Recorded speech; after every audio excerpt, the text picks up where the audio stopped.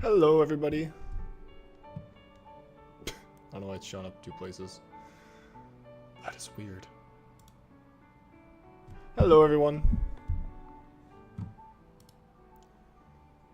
It is Hoederer Day. How nice. And to start off, some soda. Quartz jump scare. I'm a little worried because I'm not exactly a paying player. I only have so little resources. So I only have around 50 pulls. I don't care about potentials. I think potentials are cringe.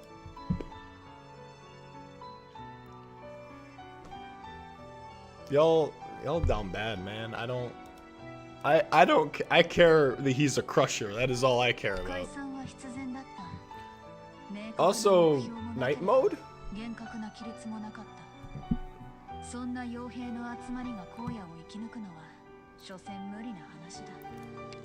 Man, y'all two down bad, jeez. It's him. It is finally time.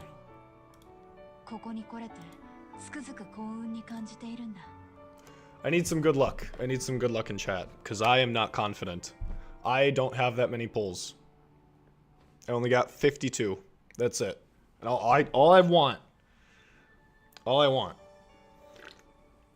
is one Hoederer, because that's all I need.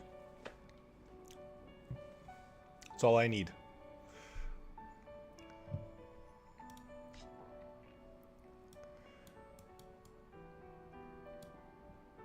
So we gotta hope. We gotta hope. Man.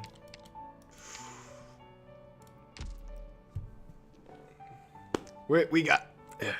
I'm nervous. I'm nervous. Holy shit! Chat going fucking crazy.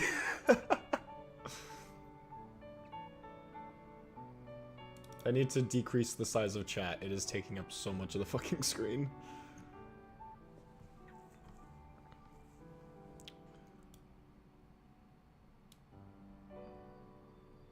Da-da-dum.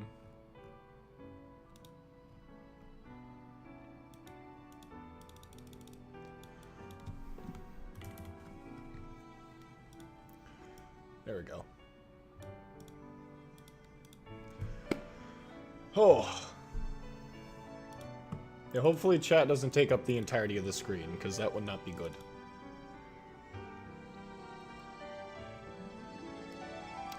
The hide delay isn't working, it's just never leaving.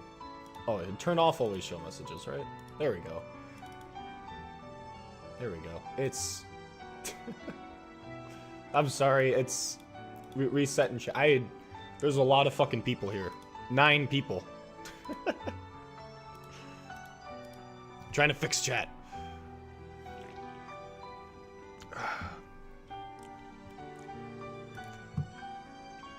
We can do this. We can do this. Sadly, I don't have the XP. I don't have the LMD to really, like, upgrade them. Also, I'm probably really loud, aren't I? Gotta get that right. There we go. I'm scared. I'm very, very scared. Very, very scared.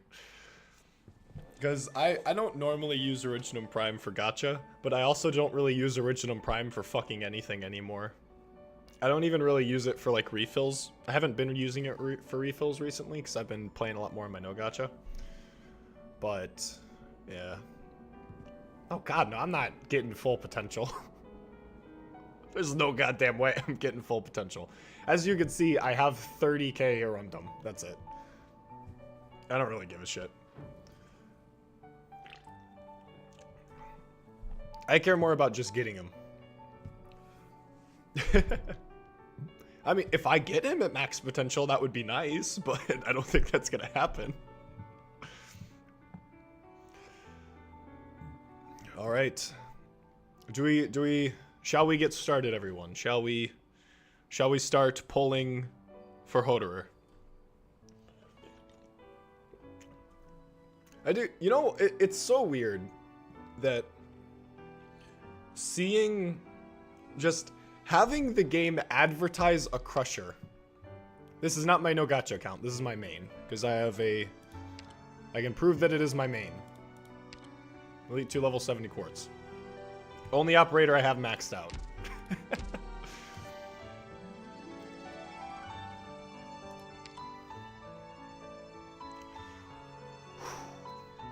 What was I gonna do? I was gonna show you guys something. Oh yeah.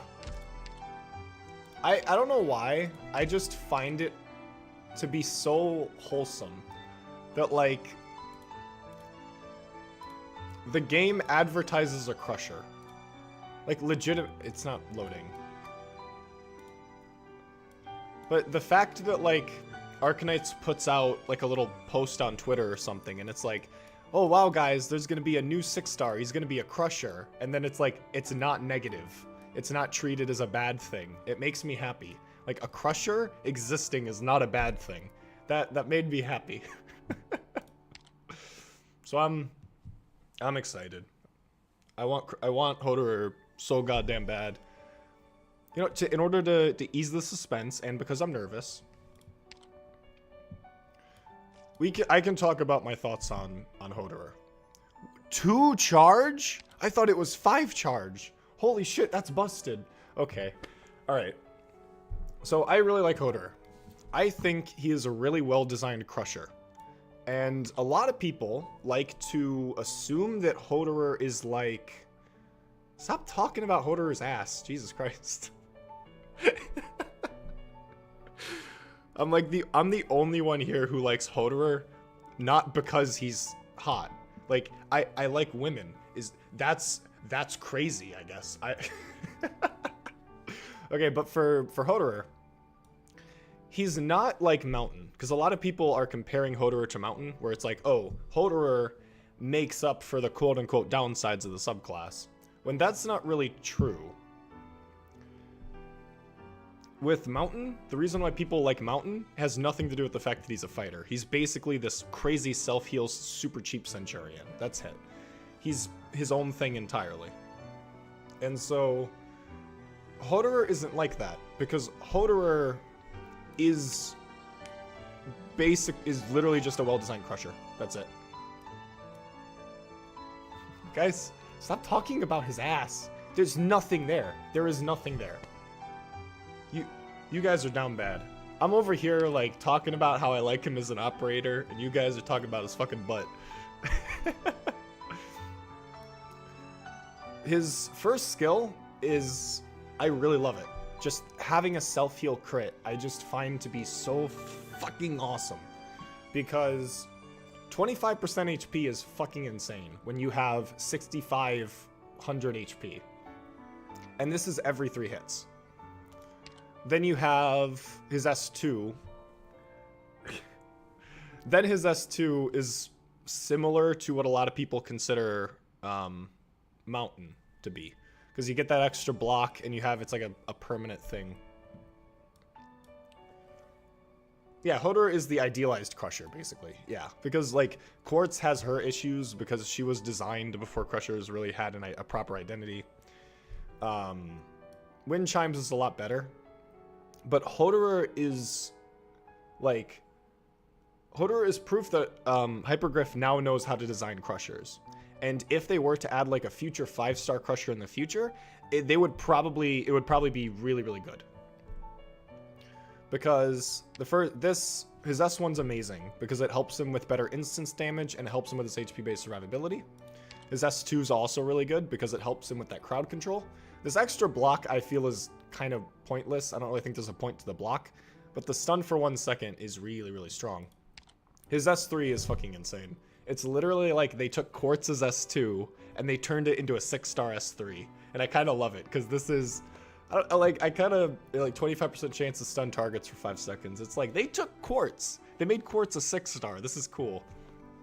But like this 100 HP lost per second is such like a joke to me, because first off, this only lasts, it does last 70 seconds, never mind. But this lasts, so it would end up killing him, but it's only 100 HP per second. Any medic can make up for that, so it's like, Not, okay, I guess a perfumer passive wouldn't, but it's like any medic could make up for that. And then you have the extra attack, or the extra HP, the extra attack. I love him. I also love his first talent, where his attack increases to 110% when attacking an enemy. Like, what? What in the fuck is he not going to be attacking an enemy? He's not doing... The only time where he does damage when he's not attacking an enemy is when his S3 is up, and he's doing true damage to someone who's, like, sniping him. But that is fixed, and that has nothing to do with his attack. So this is literally just, like... we're going to give him more attack. But we're also going to make it so if you buff Hoederer's attack with, like... with just any, like, Warfarin, for example, you're going to get even more out of that, because you have this extra sort of crit on every single attack. Yeah, and then something that a lot of people are saying is like, oh, he has an 18% Sanctuary. Oh, but he also has the Bison effect, where the same thing applies to something behind him. So, you could put Hoederer... You could have Hoederer in the front and then Wind Chimes behind him. So now you have a Wind Chimes with 18% Sanctuary, and Wind Chimes can use her giant nuke. It's like Hoederer synergizes with other Crushers. It's insane. Yeah, this 5-second stun, like, technically, he has a, well, not technically, he just has a 100% uptime on the stun. It's not always going to be because you have, because obviously you have, RNG. You guys need to stop being weird in chat. Come on, guys.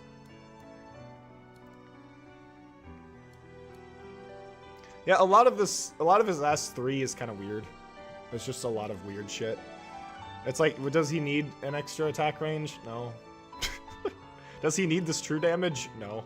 It's just, his S3 is just fucking weird, but I really like his S1 and his S2. I really like him. And then he has a flavor base skill. So that's my thought on Hoederer. And now, is my mic a little quiet? I'm sorry if it is. Because on Streamlabs, it's in the yellow. On Streamlabs, it is in the yellow, so I can't really go higher without, like, the mic peaking. So I don't know.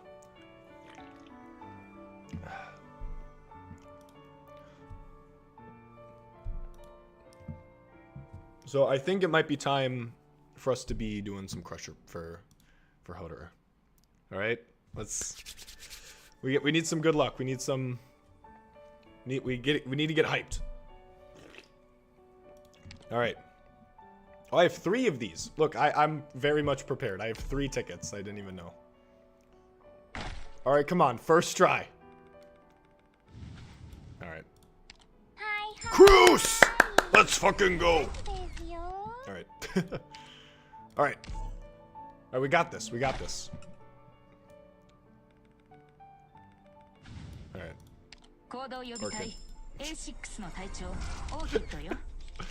Working. All right, all right.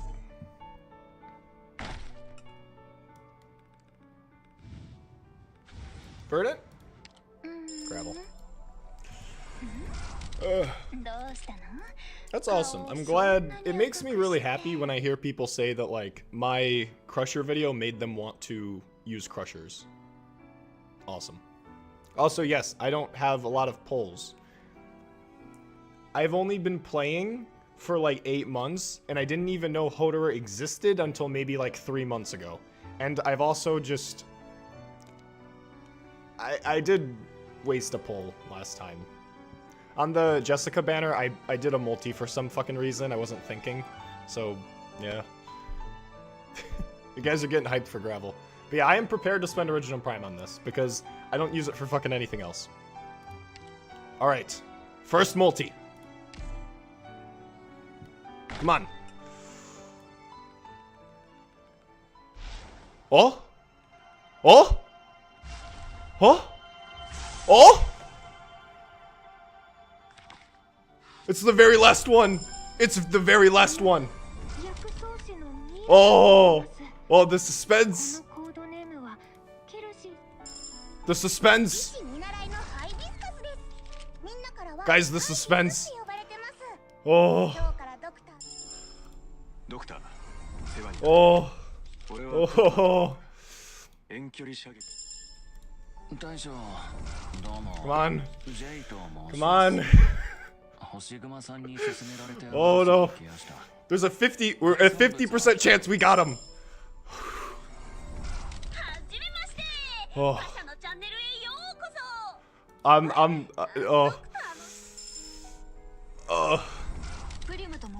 No, this is too much. This is too much. Everything takes so slow. Aurora, nice, nice. Already have her. I am so. Oh my god. Is it this one? We have a 50% chance. 50% chance. Okay, it's the next one. No verdant, no verdant. Come on. Okay, I think it's this one. It's right after this one. My heart is pounding. Please. Please be Hoederer. Yes! Let's fucking go! Yes! First multi! No original prime! Let's fucking ho! Let's fucking ho! Let's go! We got him! Oh, the mic is peaking. The mic is fucking peaking. Holy shit. We got him, boys! We fucking got him! Yes! Yes! We got him! Yeah! Let's fucking ho! Yes! Yeah! Oh! We got him! We got all 3 crushers! We fucking did it! Yes! Yes! Yes! Oh! Didn't even need to use my original prime. I'm so fucking happy. Holy shit. We did it! Oh! I am never gonna be this excited for gacha in my life. I'm never gonna be this excited for gacha again in my life. I am probably the only person in the world who has reacted to Hoederer like that.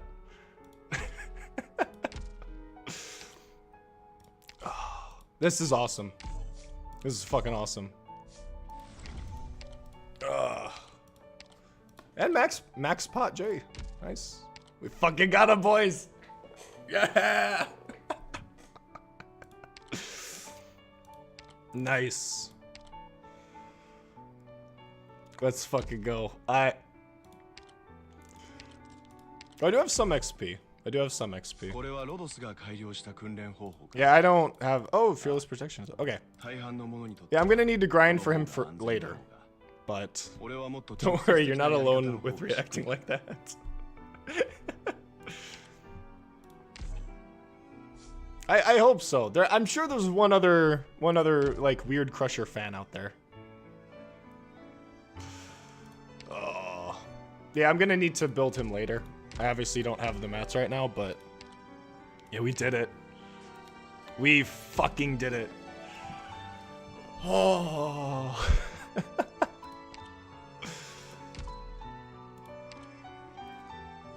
170 pulls? Damn, that's insane.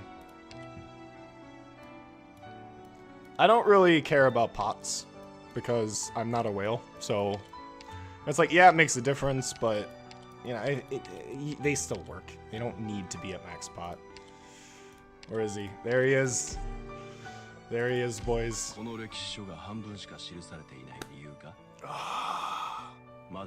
did it.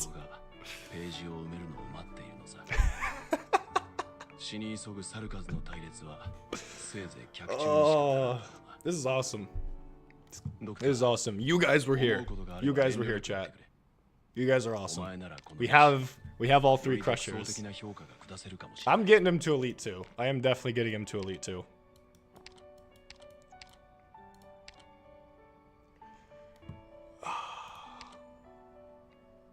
$250 HP, improves second talent. What's the second talent again? I forgot. Oh, second talent's the Sanctuary. I see. Oh, so he probably only has 15% Sanctuary without the pot. That's awesome. We got it.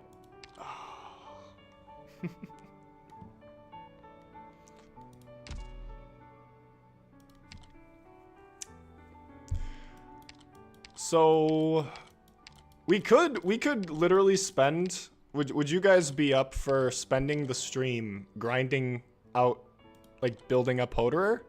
Or do you guys want me to play chapter 11? Because it's like, do you guys want me to play the game and have content, or do you guys just want to watch me try and build Hoederer? Because obviously I don't have him. I don't have him built. Attack increases to 105% when attacking an enemy. That is so funny to me.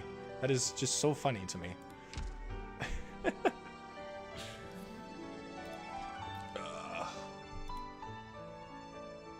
Fingers crossed for Hoenn first impulse. You guys helped. You guys helped. You guys gave me the luck, and we got him. I don't know if you guys are serious or not. You guys actually just want to sit here and watch me do a stage over and over again. Oh, you get these? I didn't know you got these from farming stages. How many of these do I have? I have one. Alright.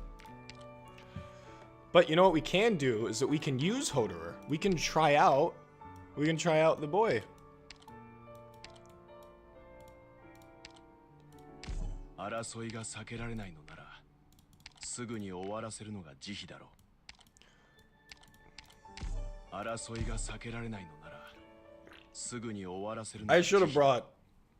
should have brought another medic. I don't know what I was thinking. There's 2 lanes to this stage.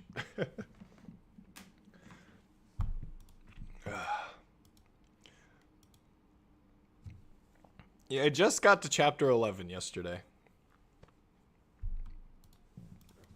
Because I beat, what's his face? Yesterday.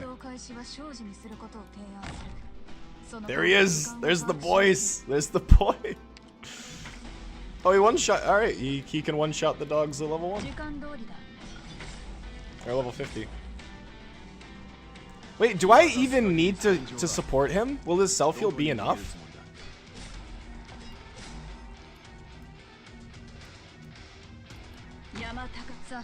Oh shit, I forgot the middle.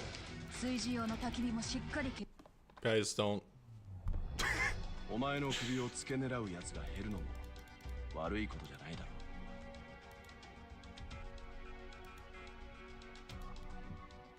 I understand. Would I be able to watch a YouTube video? On stream? Probably not. I don't want to be a React streamer.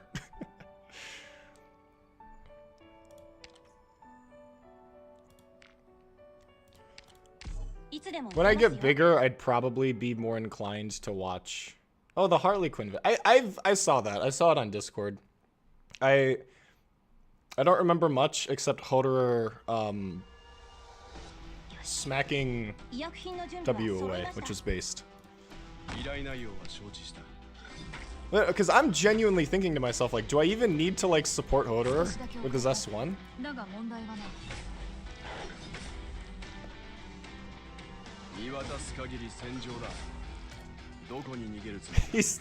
He's only at level 50 and he has over 3,000 HP. It's insane.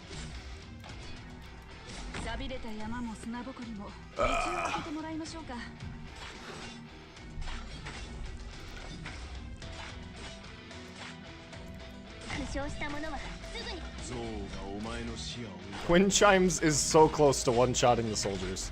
Damn. This is what peak performance looks like. You may not like it, but this is peak Arknights gameplay.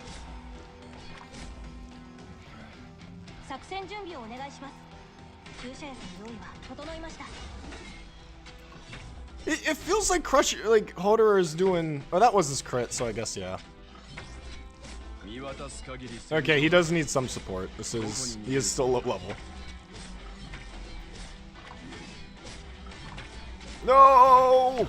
Oh, okay. Sadly, Hoederer is still only level 50.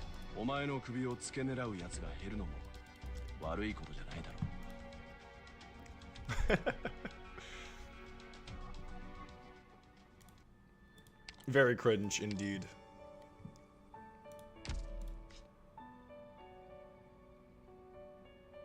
Oh, I know what I can do. I'm very silly. I'm very silly.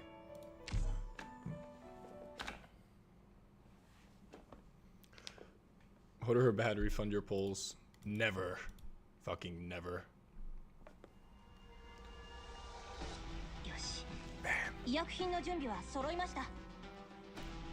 I have been blessed. I have been blessed.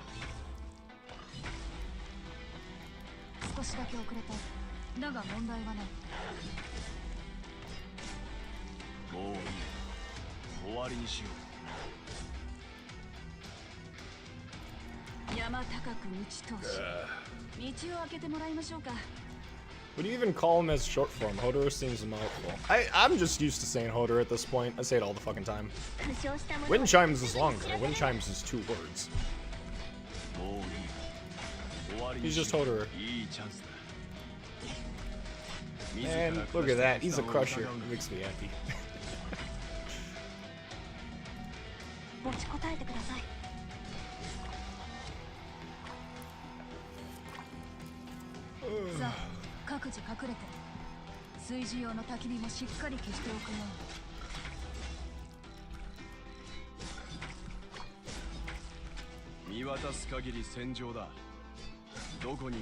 Just like a crusher crit.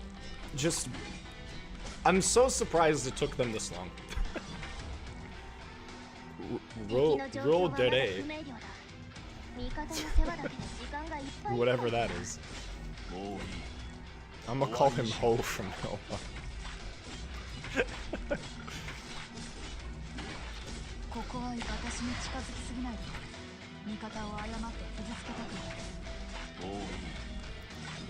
The thing is, though, is that as weird as it sounds, there would genuinely be situations where I may not even want to use Hoederer over, like, quartz and wind chimes.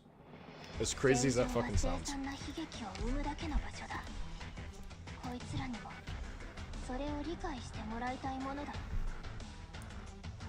Ugh, man. Soda.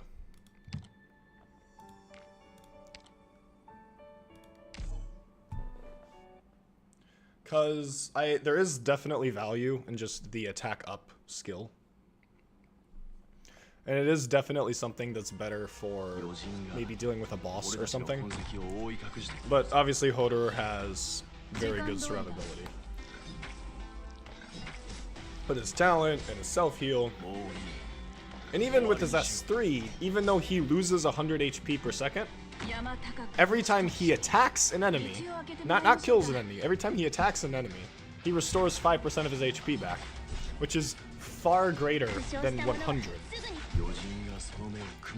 Well, at Elite 2, not now. Right now it is lower than 500. But... yeah, sadly it's very small right now. 10% HP is not that ideal. But is S1 being just 2 hits? It's kind of crazy to me. Oh my god, is S1 would also work well with Warfarin. Because something I realized yesterday when I was doing Chapter 11 is that Warfarin's talent, this restores 1 SP when an operator, this thing, combos really well with wind chimes, because if you can use wind chimes as S2 to like get rid of like a large wave of enemies, and Warfarin is looking in that direction, then you basically get like half of wind chimes' charge back, and you can just spam it. And I think the same case would be with Hoederer, where obviously Hoederer is going to kill things because he's Hoederer, and that you get extra charge with Warfarin, and then now all of his crits, rather than really being like 2 charge, they're rather kind of instant all the time. And so I'd imagine that he'd just be like the king of HP-based survivability when you give him like a good medic to work with. This is gonna take a while. But we'll have him at Elite 1 and that'll be cool. I'm very glad I didn't have to spend my Originum Prime, because now I can spend it. Now I can use that Originum Prime to farm stages so I can upgrade Hoederer.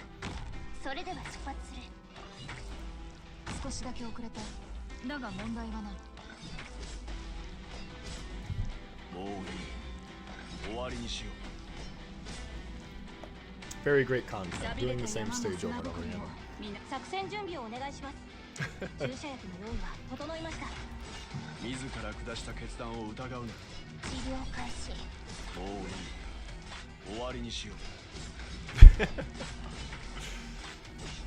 One Crusher. Yeah, I don't know what's going on with my mic. It could just be me. Me just being either really quiet or really loud. I'm sorry if that is the case. I'm trying my best, but I am... Streamlabs is saying that I am peaking the mic, so... Apparently there is a skin for Hoederer. Apparently. But that could also be misinformation on the internet, which is possible. But... I would appreciate a skin for these three. Because honestly, it's like... Hypergriff acknowledging a Crusher makes me happy. Because it's this wholesome situation of like, Hypergriff knew what they were doing, they designed these operators. Now, again, it wasn't ideal in the beginning. Quartz has her issues, even though I do like using her. But it is, what was I gonna say? It is just nice to me when you do have Hypergriff basically being like, yes, Crushers do exist. We're fine with them existing. They're great.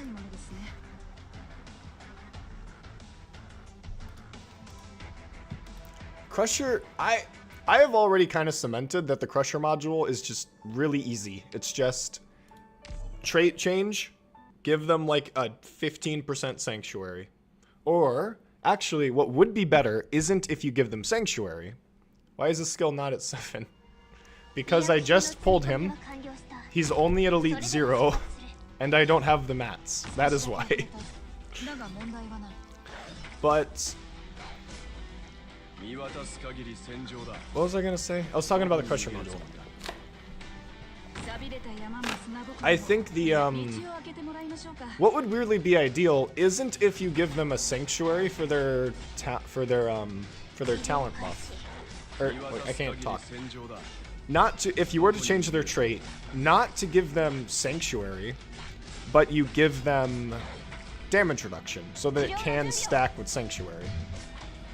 So, obviously, you know, if you were to have Hoederer, and let's say it is like Crusher X, then yeah, like, Hoederer wouldn't really gain advantage of it unless it's like additive for some reason. So what you would need to do is... So what you would want to do with Crushers is just give them damage reduction, not Sanctuary. Because Abjurers combo really well with your Crushers, so giving your Crushers damage reduction helps further the Abjurer support.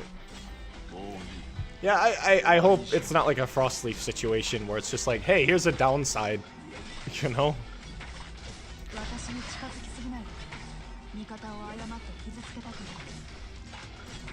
I hope the Crusher module, even as long as the Crusher module doesn't give them defense, I'm fine with it. Because I want the Crusher module to just make Crushers more appealing to the general public. Because I 100% understand if someone wants to, yeah, like the Guardian module, yeah. But maybe, I mean, maybe just flat out 15% damage reduction. Like, you know, even against like true damage. But if I need 5 of these, don't I? I have 2, I have 3. Okay, so I'm getting 2 more. So if like...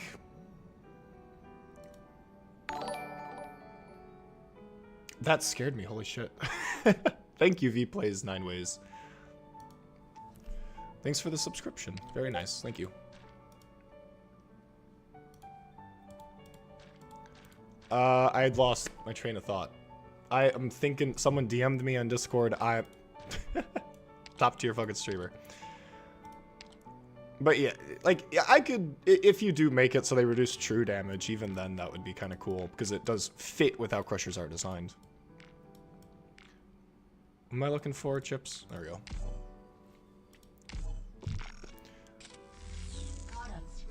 Oh, nice, a medic chip. That's unrelated to what we're doing. Awesome. Alright, just one more. I just want the Crusher module to make Crushers more appealing to the public. Because I can 100% understand if you as a player come up to me and you say, I don't like using Quartz because she is just uncomfortable to use. And honestly, I 100% get it. If you are someone who's just like, yeah, I just don't like their lack of defense, it just makes them more difficult to utilize, then honestly, I get it. They are not a very easy class to get going. Plus, they do require a lot of important interactions that you may not, like, understand off the bat. Like, if you didn't immediately jump to the conclusion that, like, oh, I should be using Gavial and Warfarin to heal Crushers, especially since, like, very little people use Warfarin for her S1. Only I use her for her S1. Because I use Crushers all the fucking time. So it's like, I 100% understand if you don't like Crushers just because they are awkward to use. It's purely just a matter of, you know, just your playstyle. I get it. The thing is, though, is a lot of people take that, you know, that distaste that, like, oh, I don't like them, therefore they have to be bad. And it's like, that's not really the truth. That's not really the truth. I don't really think that Crushers are bad. Obviously, they're not as good. I forgot I'm in... Surtur Ambulance Team also uses Warfare on S1. Alright, fair, fair. I'm too new to use Crushers. That's fair. I get it. If you're new to the game, you really shouldn't be worrying about using Crushers, because, again, they are just a difficult subclass to understand and to use. But the moment that you start... Because, like, for me, recently, I've been using Crushers on basically every fucking stage, because I just... Because I am so used to how they work, that their downsides are something that I kind of ignore, because I know how to overcome them. Like, oh yeah, this is the Wind Chime stage. Like, we can go back to Chapter 10. I joined January 8th. That is nice, nice. Are you having fun? I hope you're having fun. That is the point. But it's like, yeah, against Manfred, it's like, guess what? I used 2 Crushers. This is my unironic clear of Manfred. There's Quartz, there's Wind Chimes. And Aurora works amazing against him because he ain't immune to cold. But it's like, I understand how to use Quartz, but at the exact same time, a lot of my strategy, like me bringing Gravel, is to prevent Quartz from being overran. I've been abusing Typhon. I wouldn't recommend relying on 6 stars, which is something that you're probably not gonna hear from anyone else. Because I don't want to be mean. Again, if you enjoy using Typhon because you like her character or she's fun to use, that's fine. But if you become over-reliant on a 6-star, even like Hoederer, for example, it's like, if you become reliant on a 6-star's really, you know, powerful nature and natural just imbalances, then it can be really difficult for you to adapt to a game state where that abuse doesn't actually work. And not only that, but if you become reliant on a very select few 6-stars, it can prevent you from wanting to try out a lot of different operators that are just as good. Because typically I find it to be more valuable to understand more operators than it is to rely on a select few amount of operators. And it's like, I don't use every operator, that's fine. You know, it's like, you're allowed to not like an operator and not use them, which is fine. But I would also recommend that to just use whatever. You know, if you are reliant, if you, let's say you can't beat a stage without Archetto, a lot of the times you can replace Archetto with Cruz and you'll end up being fine. Unless you are, like, reliant on Archetto to, like, destroy a boss or something. There's usually always approaches that do just take your general operators. And being able to understand lower rarity operators makes the game harder, yes. But it's because it's harder, you understand more how to approach things better. Because you are forced to tackle things mechanically. And that's fine. It's okay to use 6 stars. There's nothing wrong with using 6 stars.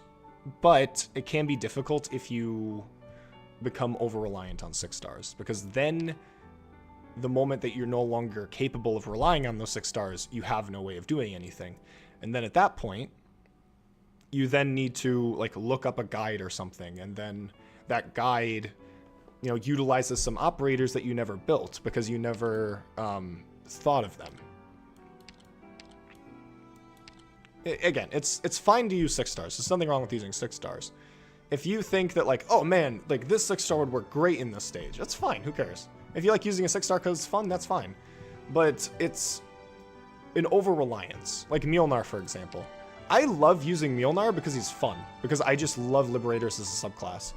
But I don't level him up further than Elite 2 level 1. Because I don't want to rely on him. And even then, him at Elite 2 level 1 is fucking busted. He's really, really strong at Elite 2 level 1. And yes, as you see, I have his S2 set, not his S3.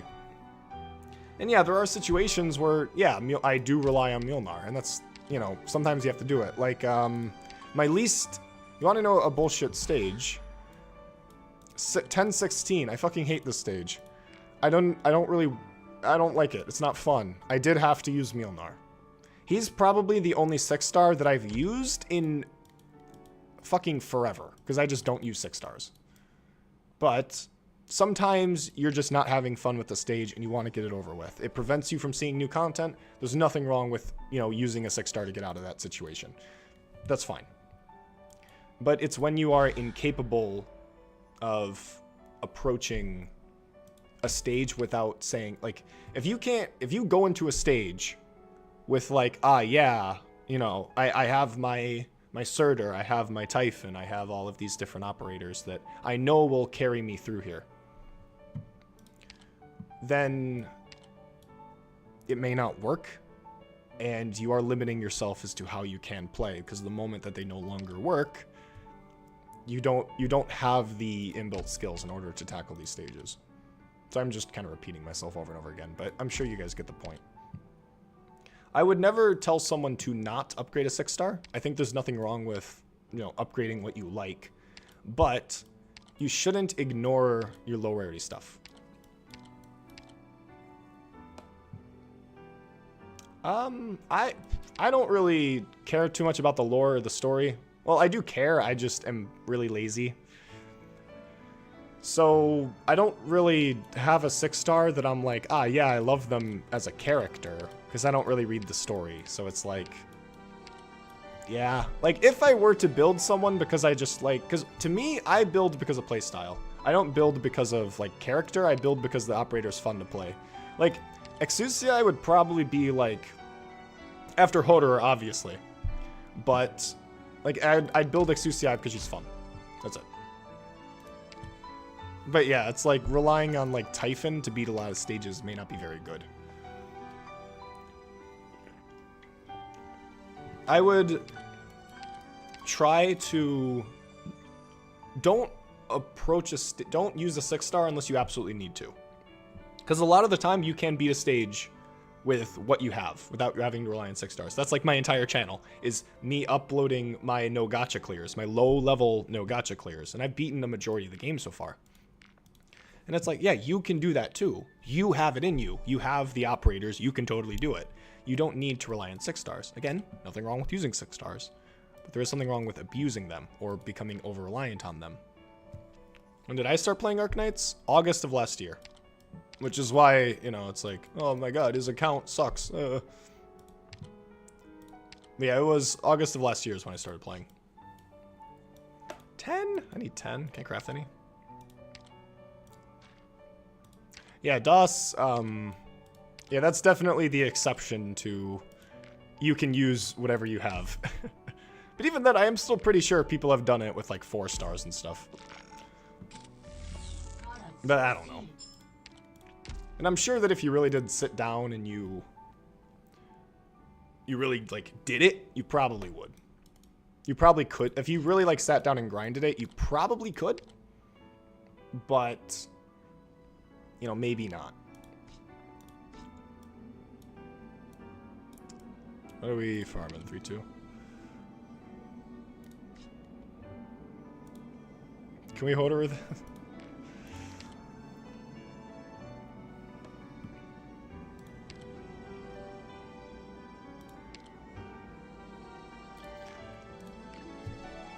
I don't think... I think a lot of people think that, like, the value of 3 stars is only in integrated strategies. I don't really think that's true. I know that's not what you're saying. That's just... It reminded me of that. But, like, a lot of people only build 3 stars because of IS. And it's like, okay, fine. But there's a lot of value that you can have within an operator. Because usually when I think of something, it's like, you know, a lot of people would say, why would you ever want to use, like, Sideroka if you have Surtur? Why would you ever want to use Mouse if you have Surtur? Why would you ever want to use, like, Arts Guards if you have Surtur? And to me, it's just like, why would I ever want to use Surtur if I can beat the stage? Do you hate using auto battle? No, I just want to clear it with Hoederer. Oh my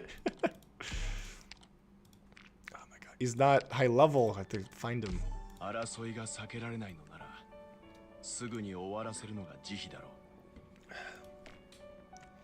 Because to me, I think it represents more about a player. That if someone can't beat a stage without using Archetto, but you can beat the stage using Cruz, that says a lot more about you as a player than you know, the other player. If you can use quote-unquote bad operators good, then that just means you're a good player. And I think that's something that people should want to strive towards. I think it's good to be a good player. As crazy as it sounds. Yeah, Mouse is... people use Mouse mainly for her attack debuff and not her damage. But, you know, I like to use her for her damage sometimes. I like Sideroka too. I think Sideroka is a really cool arts guard. Got Hoederer in 8 pulls. Nice. Nice. Took me 13.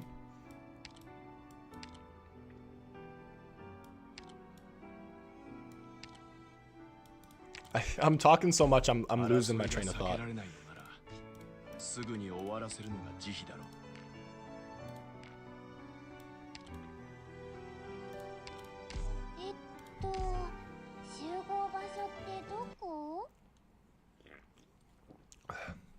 Three stars are honestly your best units for like Elite 1.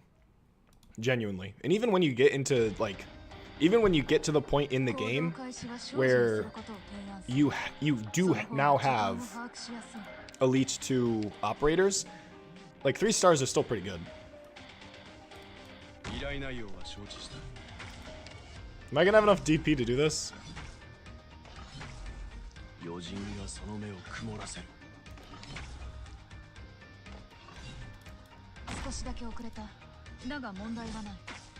He can't one-shot the slugs. Oh, he's so low level.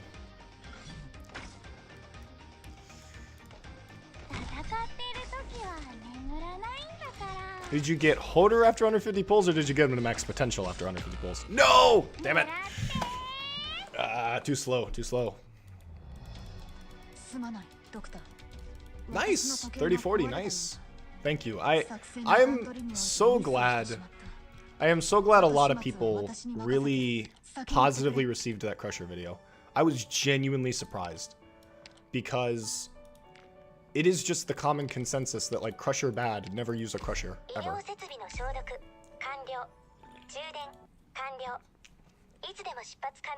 Yeah, I think that too. Because they don't have an Elite 2, obviously they're just better.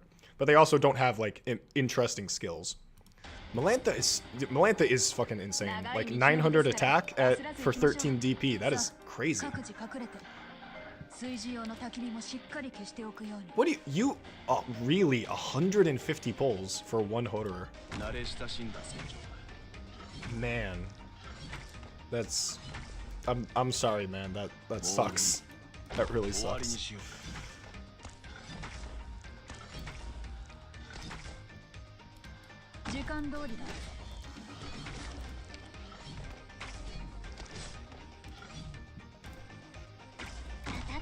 I like the video because I want an excuse to get Hoederer. Based.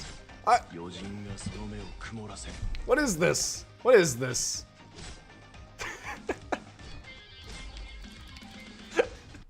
The stream is going to be me trying to bullshit through stages.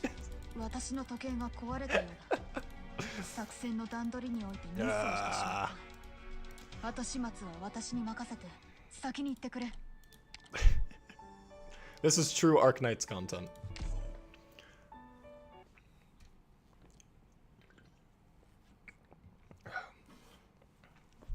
Yeah, I feel so lucky to get him in 13.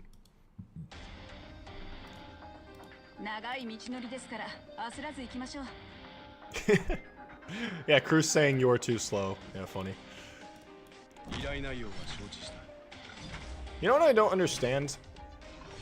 Why the hell Hoederer... Not Hoederer. Why the hell do Crushers have an increased DP cost at Elite 2? There is no reason for them to have an increased DP cost at Elite 2. They don't gain a block, they don't gain like an extra trait effect or something. They literally just are the same. And I don't understand why they cost more. Because like, yeah, Centurions cost more because they gain extra block. Artillerymen cost more because they gain extra range. But why do Crushers cost more? It doesn't make any sense to me. It's like if you gave them like, I don't know, like, again, a trait change. Or maybe, yeah, a range increase for some reason. And I'd get it, but instead it's just like, why?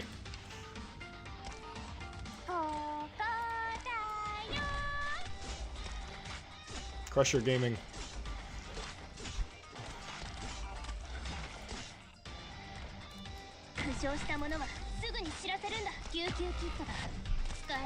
Oh, Windtrap's died. Yeah, guys, remember, don't use Crushers. Don't use Crushers to deal with swarms.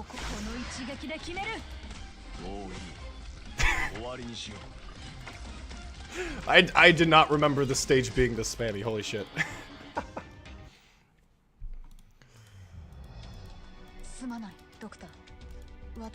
Okay, I didn't realize the stages. This stage does this so much. So everything smacks things even harder at Elite 2. That's how Elite 2 works. This is me trust farming. Alright. Okay, I'll use the operators that I am supposed to use in this situation. Here's a good example of when you shouldn't use Crushers and when you should use Centurions.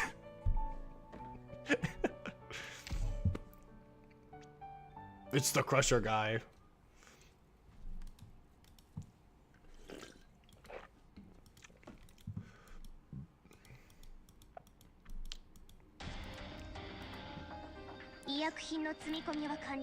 Yeah, remember, Crushers are not Centurions. Centurions are Centurions. Crushers are Crushers. This is like a weird, crazy thing to say, but like, yes. If you want to use a Centurion, then use a Centurion. Don't use a Crusher. I completely forgot how fucking spammy the stage is.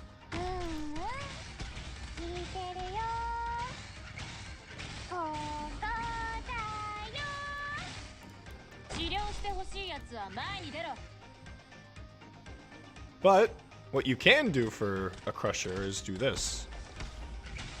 You take them, and then you put them adjacent. This is probably one of the best situations you can use a Crusher in. Take advantage of their splash damage, and you don't gotta worry about them taking damage. Well, I mean, kinda, because they're snipers, but... Oh, why'd I activate Spectre? I'm an idiot. Why? I'm using her S2. I'm a fool. Oh! That's gonna look funny in the... Crusher Gaming, let's fucking go.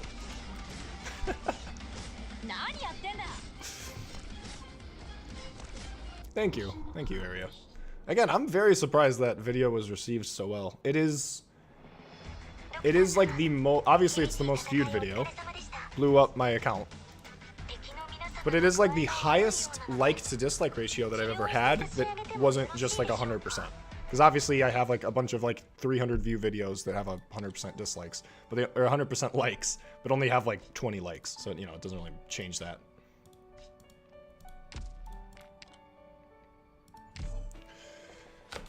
But yeah, because I was expecting that video to get a lot more backlash because Crusher bad, you know? Obviously I did get backlash, but it was usually from a lot of people who didn't really get the point of the video or were mad that I compared Spectre to Quartz. Also not getting the point. But whatever. Would Hoederer be useful on DOS? I don't know. I didn't play DOS. As you can see, I'm not a very built account. So all I did was the first DOS stage. I didn't even play DOS on my main. No, I did. I did play it on my main. Because I looked at the boss, and I'm like, I have better things to do. I don't want to do this. I don't want to do this right now. I don't know. Maybe. Try him out. I mean, he's Hoederer. He's fucking awesome. I have a theory as to why, because all of my commentary videos have kind of blown up. Have gotten like a lot of views compared to my subscribers. And I think the reason why the video blew up is because a lot of Arknights content creators are leaving right now, which I think is really sad. I don't like that. But there isn't that much influx in Arknights commentary content anymore. Because again, like there are some bigger content creators leaving. And so like the YouTube finds the algorithm, it's like, oh, this dude's making a, you know, the algorithm finds like, oh, this is a 16-minute long video about Arknights. So let's you know, it's all scripted and edited. Let's push it out to everyone. It's like, that's my theory. But it also could be good timing because Hoederer came out, so where's my boy? There he is. Wind Chimes is the only Crusher without... Wind Chimes is the only Crusher without an eye patch. I'm just saying that. There are 2 out of 3, 66% of Crushers have eye patches. I have enough XP to get him up to level 50? Oh, wow.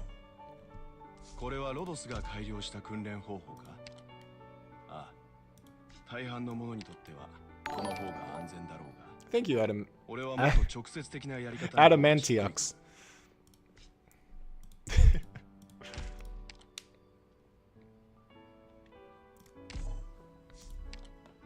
Oh man, a lot of chat.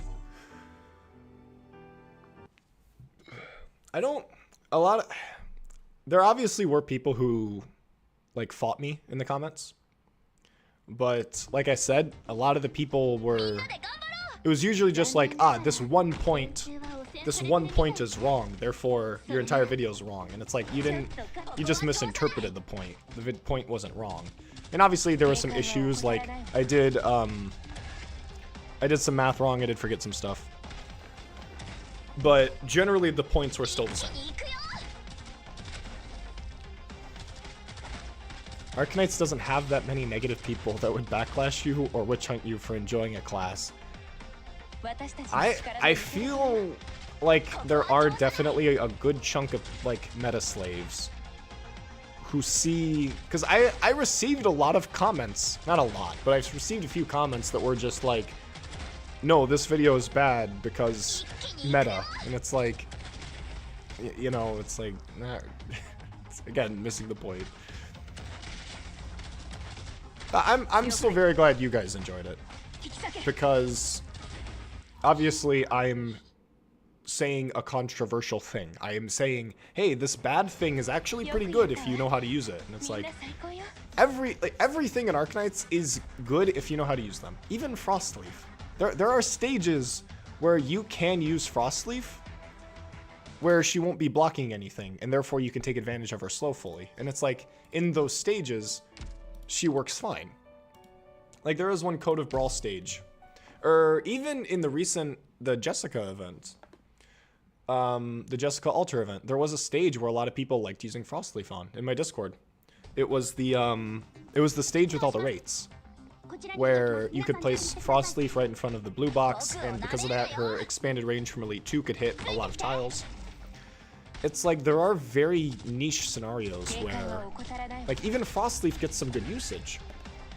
And obviously, if you rely on a lot of 6 stars to clear content for you, you're never going to find those cases, and you're never gonna, you know, feel the satisfaction of being a stage with a shitty operator.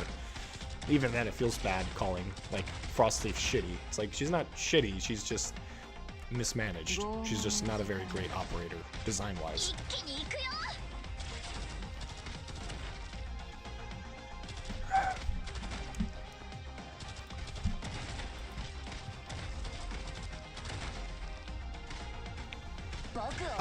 I think the thing is with Frostleaf is that there are cases where, like I said, you can unironically use her. But the thing is that it's like, why would I ever want to use Frostleaf? I can use these other things. So if you want to use Frostleaf, you naturally have to be handicapping yourself. But a lot of the time, you sometimes kind of would rather handicap yourself, as weird as it sounds. Because by nature of not abiding purely by the meta, you are handicapping yourself. You're making the game more challenging for yourself so you can understand things better. So I think, like I said earlier, if you can use a quote-unquote bad operator well, then I think that makes you a good player. If you can figure out a way to use Frostleaf, I think that makes you a pretty good player. That's not the rule, but I'm sure you know what I say. It's like, I'm glad Niche Knights is a thing. Okay, what's funny is that I didn't know that Niche Knights was a thing before I started making my No Gacha videos. Because originally No Gacha was a concept from the Battle Cats community, where there's no, like, Battle Cats niches. There's just, like, people would make No Gacha guides in order to make, to show, like, hey, here's how you can beat the stage. It's just a really easy way to, here's a really flexible way to beat the stage. And I wanted to do that with Arknights. I wanted to say, like, oh, I'm going to make guides for all these stages that show you that you don't need meta operators. I mean, tequila, but, you know, that you don't need, like, busted, overpowered operators. You have everything. You already have everything that you need right now. You don't need to worry about gacha. You can totally do this. So it's like, you will definitely find a lot more enjoyment in the game when it comes to handicapping yourself, as weird as that sounds. Because when you handicap yourself, you are challenging yourself. When you challenge yourself, you will fail. But the moment you succeed, you feel really good about yourself. Because you know because if you fail 5 times and then you succeed, you know for a fact you got better at the game. You made some changes, you figured things out. 100% you got better at the game. If you failed a stage 50 times and then finally beat it, you definitely got better at the game. Rather than you never failed a stage and you only succeeded. Because it's like, we should want to embrace failure. We should want to tell people to just try dumb shit, to just try whatever. Aerial threat is up, nice. Oh, thank you, Leon. Thank you. There is also a something that is kind of scary, is that when you do have a quote unquote no gacha community, it can be or when you do have like a Niche Knights, that's S3 experience for sure. But when you, like, I'm sorry, I keep losing my train of thought. I'm just talking so much. But when you have, I did just lose my train of thought. What the fuck? What the fuck was I talking about? Oh yeah. When you do too obsessed with Niche Knights, it can be very easy to look at meta slaves and constantly just bitch about them. Which I am, you know, I am definitely part of that. I'm part of that group, definitely. But typically, I think the best mindset to have with Arknights isn't oh, meta bad or meta good. It's just challenge yourself. Because there may be a player who's really new to the game, who has been relying on a meta operator, and yeah, maybe they're not, like, so good at the game that they can do a bunch of these 4-star clears, that they can do 3-star clears, so they can do these crazy niche knights things. That's not going to happen. So maybe they do still need to use these meta units, but maybe they're using less meta units, and they're still being challenged. And so, by nature of being challenged, you are getting better at the game. So even if you do have to rely on, like, really, not rely, but even if you do have to use meta operators, as long as you are challenging yourself, as long as you are struggling, as long as you are failing, and then you eventually succeed, you have gotten better at the game. 100%. And I think that's the mindset that we should champion. And we should want to champion trial and error with operators that may not be that great. Because when you trial and error with crushers, you end up realizing that, hey, they have a lot of really cool use cases, and they can be really fun to use. So it's, yeah. Yeah, it's, I like niche knights because it does force players to think outside of the box. Because when you think outside of the box, you will naturally struggle. So yeah, it's like doing a stage with just 3 stars, doing a stage with 4 stars. Oh, I'm not allowed to use snipers, I'm not allowed to do this and this and this. You have to force yourself to think outside of the box. You have to have unnatural approaches. I've done that a lot of the time in my no gacha stuff, because I don't have access to lords. So only offensive instructor I have is Bryophyta. I don't really have a lot of crazy stuff. And so you do need to have these crazy approaches that force you to be creative, and I think that's what we should want. Even if... I think that too, but not always. Because I do think a large portion of the Arknights player base... the thing is, though, is that a lot of people treat Arknights like it's any other gacha game. Because every other gacha game, or a lot of gacha games, don't really have gameplay. It's usually just a lot of idle AFK stuff, auto battle stuff. And so a lot of the gameplay is you just kind of making your team, and that's it. Like, that's the gameplay, is just making the team and letting it do its own thing. And so a lot of people think that that's how Arknights is supposed to be played. And so when you, can't talk. When you do... I need to stop reading chat while I'm talking, because it ends up fucking up my my train of thought. When you restrict yourself, you get creative, you get better as a player. I forgot what I was talking about. I'm just kind of saying the same thing over and over again, aren't I? Service. Oh yeah, I remember what I was saying now. Yeah. People treat Arknights like it's every other, like, idle gacha game. Except Arknights has a really high skill ceiling. Because a lot of gacha games don't have skill ceilings. And so all you can really do in a lot of gacha games is only focus on the meta. And so when you focus entirely on the meta, because that's the only aspect of gameplay, is following the meta. And so that's the only thing you can really do to get better at the game. So when you have that kind of gacha mindset and you apply that to Arknights, it doesn't work. And a lot of people get bored of Arknights because the game isn't designed to be completely carryable. You're not meant to just throw down, because the game will be just really easy if you just throw down a lot of, like, if you just throw down a lot of busted operators and you clear a stage mindlessly. You're not going to have fun that way. And that leads to a lot of players just getting bored of Arknights and dropping the game, because it's not fun. I'm not going to tell you if I got Hoederer.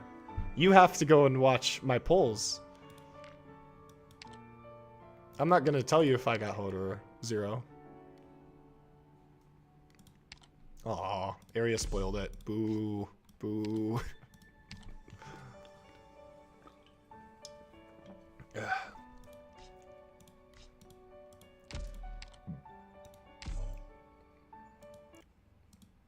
I don't know if you guys are able to make clips on my streams. I don't know if I did or didn't. If you can, that would be cool. Where my Hoederer? Soon. I am blessed to have Hoederer. Jesus Christ. He's going to be the 3rd 6-star I ever get to Elite 2. Except I actually have fun with Hoederer unlike Swire. I got Swire to Elite 2 because I thought she would be fun. But, yeah. She's not.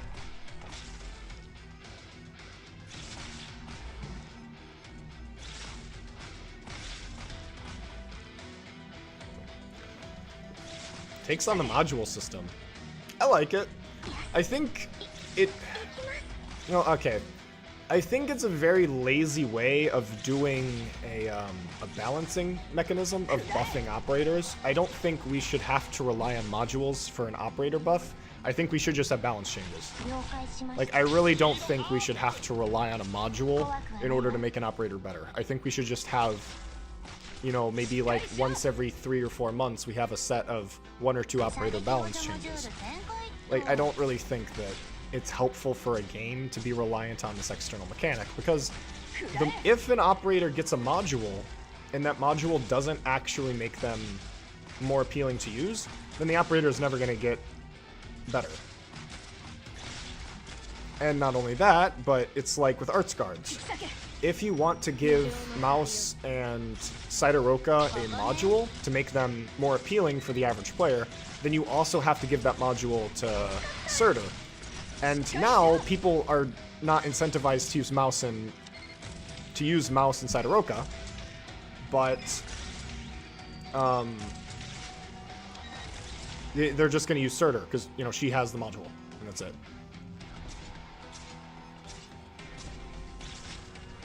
Now, I see modules more as a balancing mechanism. I don't really think that... Obviously, they're not always used as balancing mechanisms, but they are what Hypergriff uses to quote-unquote balance an operator. Mission accomplished.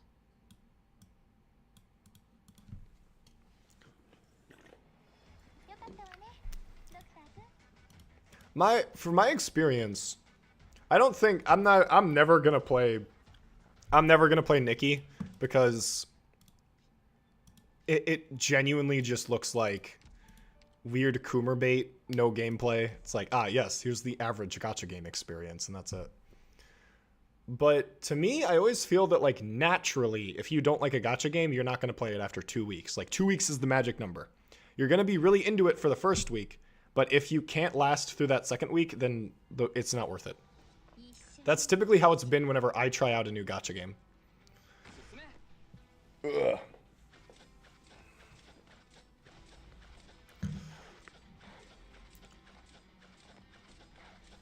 I think I'm not saying that I don't like modules, but more that I don't think that we should be forced to rely on modules as a balancing mechanism. I think modules are fine. I think it's a cool way to just give an operator just extra power. Like Pudding's module, for example, is so goddamn fun. It's like, ah, yeah, no longer deals less damage. Like, what the fuck? You're telling me that with her S2, she now just does double damage if attacking just 2 targets? That's insane. You know, it's like modules can make an operator more fun. But you also have cases where it's like the marksman modules, where they don't fucking do anything, you know? One-handed gameplay. Yeah, I'm sure Nikki players are playing with one hand.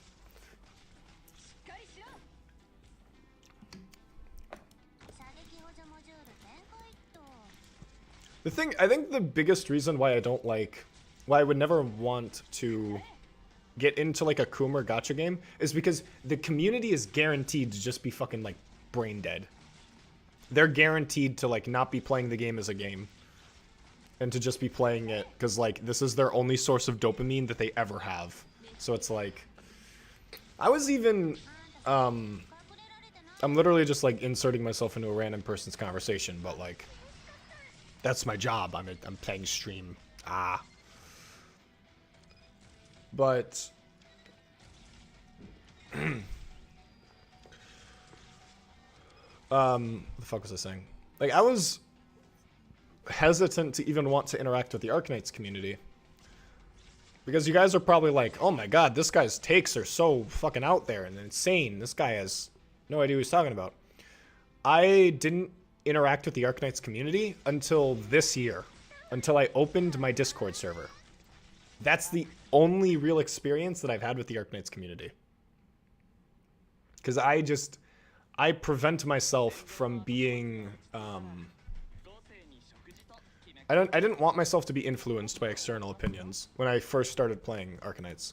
Like, I remember early on, like, looking up, like, stats for Frostleaf. Because I'm like, oh, yeah, she has almost 100% uptime when you get her S1 to Mastery 3. And I'm like, oh, I want to look that up. You know, looking it up just to see about her. And then you see, like, a Reddit post that's just like, oh, Frostleaf's the worst operator in the game. And it's like, I think that's just reductive. Because it's not going to stop me from playing with Frostleaf, you know? I think that the more you expose yourself to opinions that, especially if you're new to the game, because if you're new to the game, obviously it's good to expose yourself to opinions, but you need to create your own opinions first. Because if you're new to the game, and then you go look at some other dude's opinions, you're going to take it a lot more seriously because they have... Ugh. Oh my god, the soda. That you can have a lot of players... Because if you're new to the game, you look at every other player as if they have a lot more experience than you. But... yeah, if you don't... You obviously don't have a way of counteracting those opinions, so you just kind of take it at face value.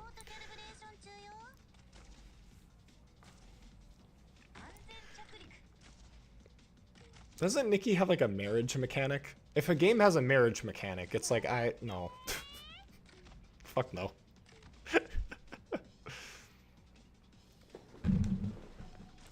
How many oversized sword dudes? Only one. I'm not a whale. I'm free to play. I don't care about 6-star pots. I only care about just having them. I am actually, like, you guys are watching gameplay from me from, like, months ago. I don't even know when I cleared this stage last. Like, this is how I played the game, like, months ago.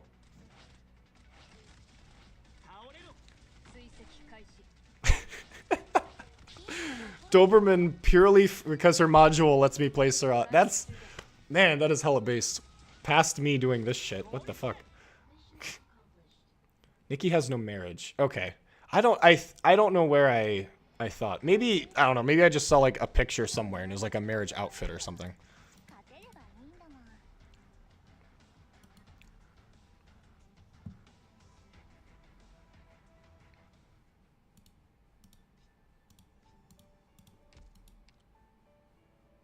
Melee operators cannot be deployed. You...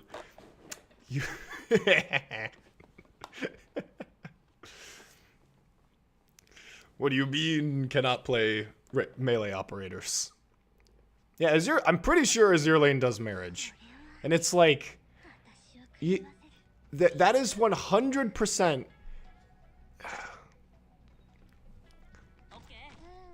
that... To me, all that does is reinforce parasocial relationships. If you have a mechanic like that, all you're doing is you're encouraging that your player base be mindless weird Coomers. And it's like, that is so weird to me. Because that's like such a weird scummy thing for a company to do. To just be like, ah, yeah, here's a mechanic that lets you give gifts to these characters and you can talk to them and you can date them. And it's like, it feels really weird because it makes me feel like that the intent is to get the player more addicted to the game through, like, these parasocial relationships. It's just, I really don't like it. Which is why I don't like self-insert characters. I think the Doctor is fine because the Doctor isn't supposed to be like, everyone mindlessly loves the Doctor, you know? It's weird. Oh, Jesus.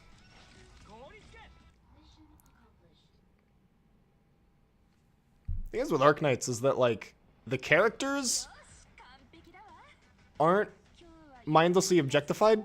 Obviously, there are some exceptions, but it's like, yeah. I don't care about the stage restrictions.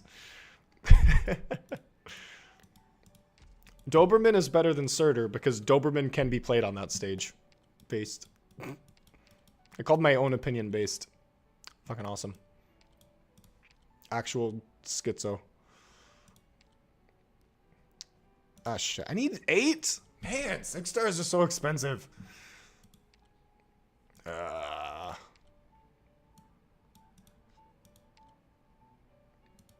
need to take off my sweater. It is hot in here.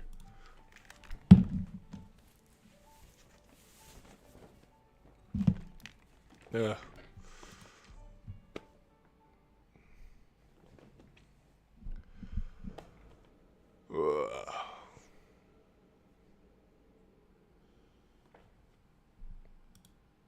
Jeez. Can you guys talk about anything else? let's talk about something else, chat. This is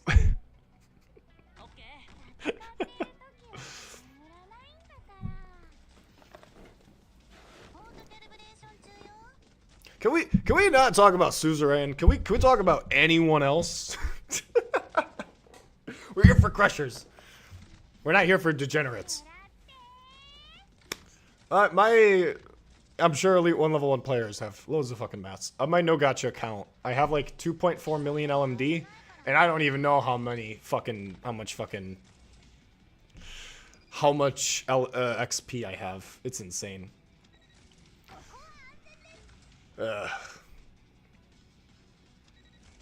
My first 6-star was Angelina, and honestly, she is responsible for me not... She is responsible. Bro, dude also got Angelina. But Angelina was responsible for me immediately realizing that... Multiple people, Angelina. That's insane. But... Because when I first used Angelina, I realized that there was no real reason to use Angelina over Orchid because she costs 6 DP more. And it's like, yeah, her skills are better, but it's like, if I want to slow something, I'd rather it be 10 DP, not 16 DP. And at that moment, I realized, man, 3 stars are pretty cool. I like 3 stars. So I'm glad I got Angelina. That opened my eyes up to Arknights not being shit.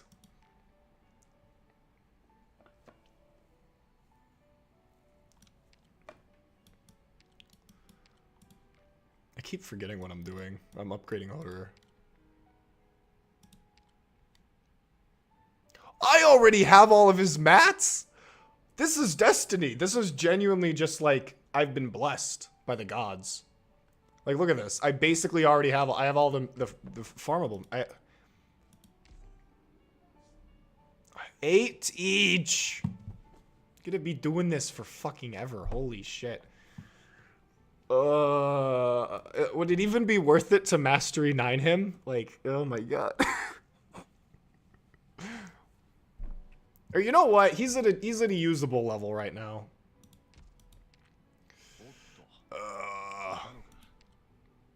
Are you guys adding me? Echo. Oh, Hoederer profile picture. Let's go.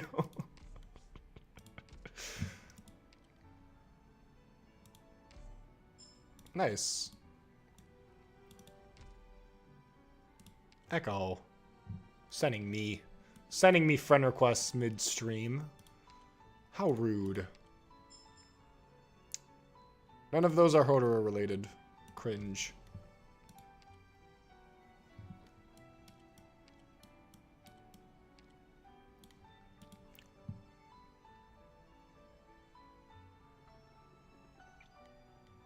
I think Hoederer has some value in his S2. I really do. I think his S2 can... Because this is a passive. At Mastery 3, this is a passive plus 40% attack. Fucking insane. Holy shit. It is so good. What do you mean you need my Crusher support? Are more people... Guys... I don't know if Bake is watching right now. Hello. Also funny number. Haha, funny.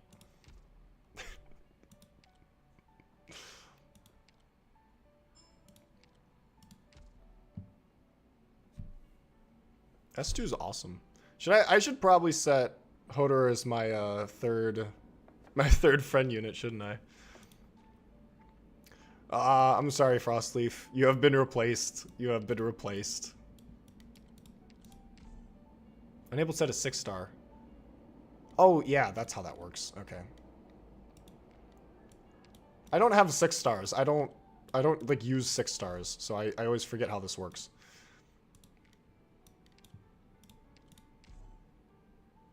There we go. What's my profile picture? It's Hoederer. Why? When did it become Hoederer? Oh, it's because he's my assistant. Okay. I thought my profile picture was this one. Unless I probably changed it to quartz. That's probably why. I don't know. There we go.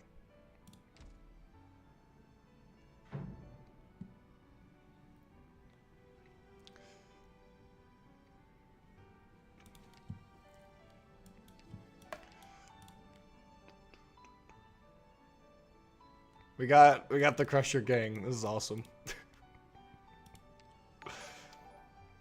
Thank you, Kun.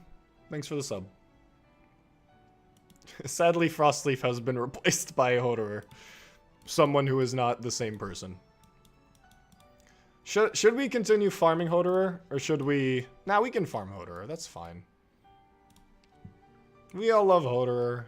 We all love Hoederer.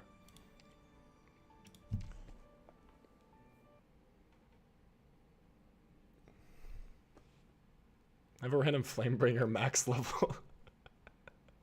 Is on S2 too. That's funny. I really like Flamebringer. I really like his S1. Because it's Hoederer. Flamebringer is just Hoederer, but small.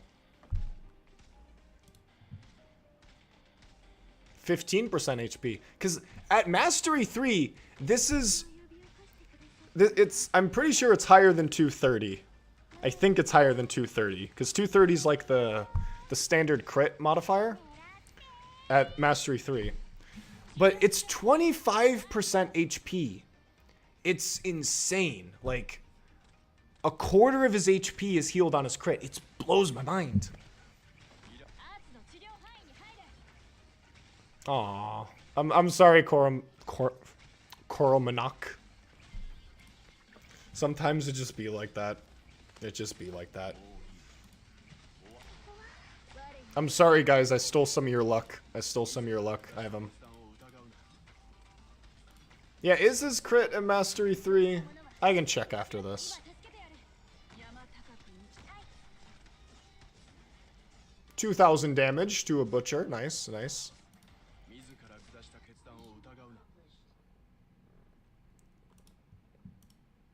Yeah, 25% HP is just so wild. And it's like, it's only 2 charge too. Which just, like, that's kind of spammable.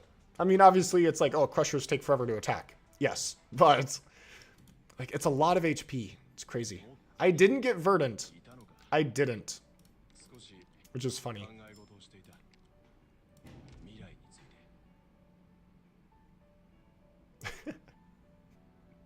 Yeah, sometimes it's just not destiny, you know? Sometimes you just get what you get, you know?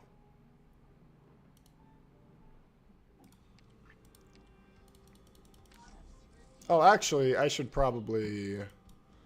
Oops. Nope. I've had these guys here for a while. Wow. Where are you? There you go. Enos W.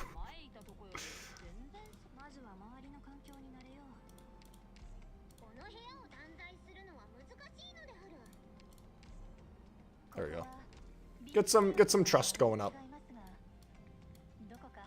Oh yeah, I got the little Hoederer thing. I got the Hoederer his little hideout. It's so cozy. I love it. I think this looks really nice. Because all my other ones are the Epic Gamer Noircorn. We got the pizza place. I like the Doberman poster. I think it's funny. And the rock place. Yeah.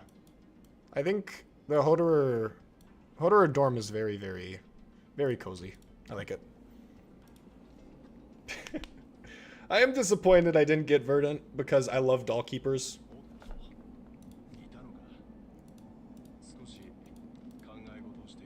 But I'm sure I'm gonna get Verdant in the future. He's a 4-star. I don't give a shit about limited banners. I don't. I literally just pull gacha when I have the resources. Hoederer being the exception. That is it. I don't really give a shit about banners.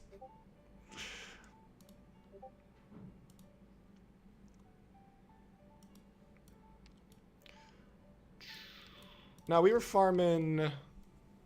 Not sugar packets. What are they called?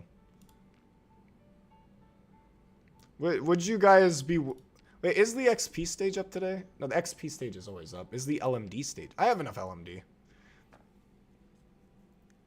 Damn.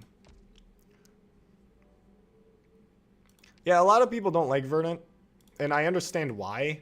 It's because he's not an offensive doll keeper.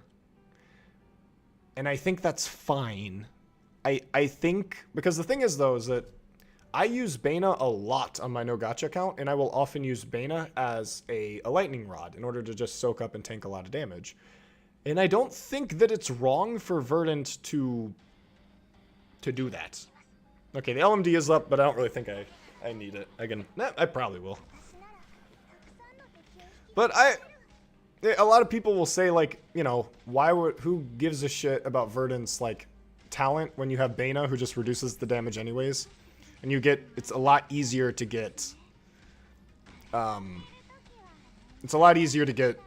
than Verdant. I understand the distaste for him. I get it. He's not exactly a very amazing doll keeper. But I also don't think that he should be immediately written off. If I get Verdant, I would definitely just like to use him. If you don't want to use him, that's fine. I 100% understand why you wouldn't want to use him. But I do think that there is some value to have in a more defensively focused doll keeper. Especially considering that his S1 is the only doll keeper skill that actually helps their survivability rather than make it worse. And obviously people critique his S2 a lot because it kills him. Fair. But I also think that arts damage is also really strong. Because Bana does ignore defense, but obviously sometimes the defense is so good that you need to do that. So I do think that it's fine to have a more defensively oriented kit.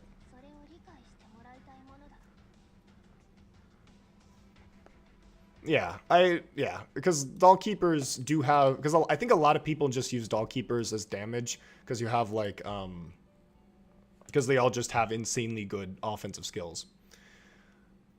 But yeah, that's, well, Kazumaru's skill does, I'm pretty sure it does immediately retreat her, but it also gives the substitute a buff, I think. I don't use Kazumaru that much. There is value to having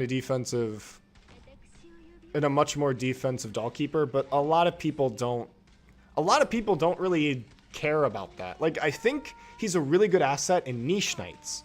I think that he will have a lot of use cases, but a lot of people just won't like using him. That's it. So it's like, I think it's fine. I don't think he needs to be super crazy. I think he definitely has some cool use cases that you can probably figure out. You know, I would never write him off. I'm looking in chat, everyone's talking about Kazumaru. Iana looks fun. I'm not gonna get her because I might pull on the R6 collab if I get stuff. That's cool. If I don't, it's whatever. But for what I remember, she is a very interesting doll keeper because she has like 2 substitutes, and then like the D camel is cool. It's like, but a lot of the R6 collab operators really do like, stray away from typical archetype design, which is fine, because a lot of them are really interestingly designed. I think it's really fun. I think people... I wish Verdant's passive applied to both him and the substitute. If Verdant's self-heal... If Verdant's self-heal applied to both himself and the Dollkeeper and the substitute, I think he would be actually really good. But it's because it only applies to the doll. It's like, okay, it makes him more consistently immortal, but it doesn't help his survivability overall. I think that if his talent applied to both him and the substitute, that would be really, really good. And maybe that could be something that, like, future Dollkeeper modules would do. It's like, you know, the talent applies to both them and the substitute.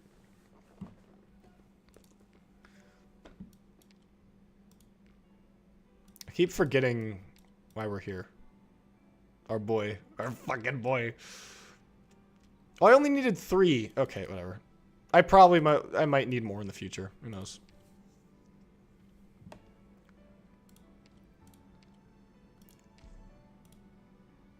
What a great stream.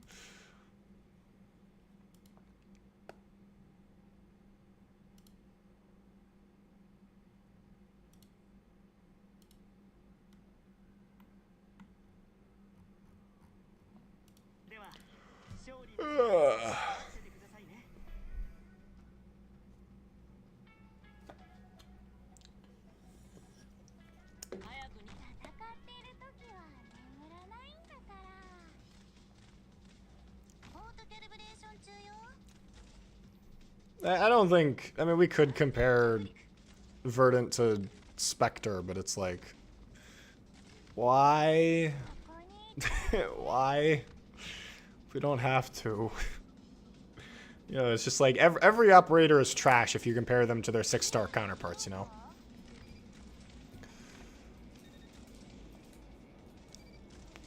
What do I think of fashion skins? I don't know. If a skin looks cool, I get it. That's it. I don't really... I'm not too into the specifics of it. Lord modules?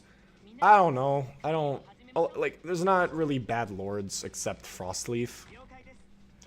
And I don't think Frostleaf's trait change... Like, the trait change of the module might literally just be, like, no more reduced damage. And that's probably the most realistic. It will be Frostleaf's specific module.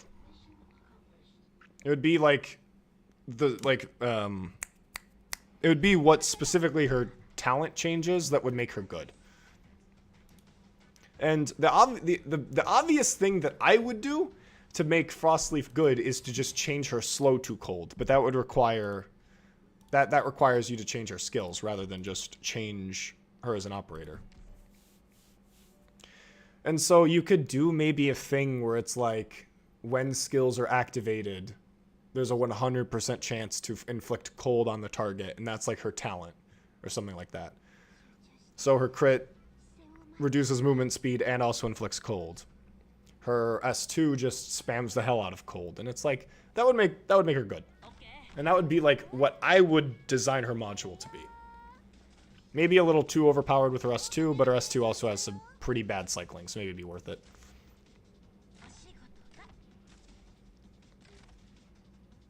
Yeah, you could give her a whole... Yeah, that's what I'm saying. Like, you could give her a talent that is just, whenever a skill is active, there is a 100% chance to inflict cold.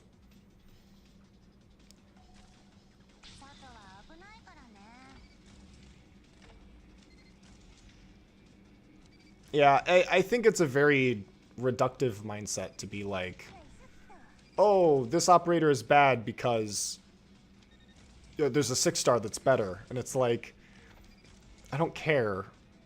Like, at that point, the game is now really reductive as to how you actually want to play the game.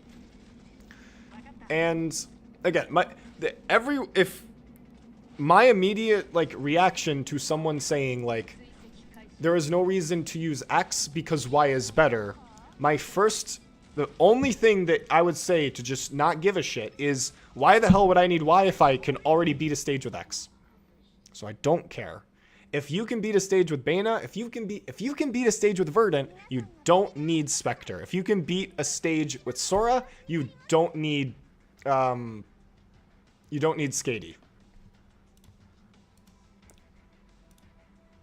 If you can beat a stage with the quote-unquote bad operator, then you don't need the good operator, or the quote-unquote good operator.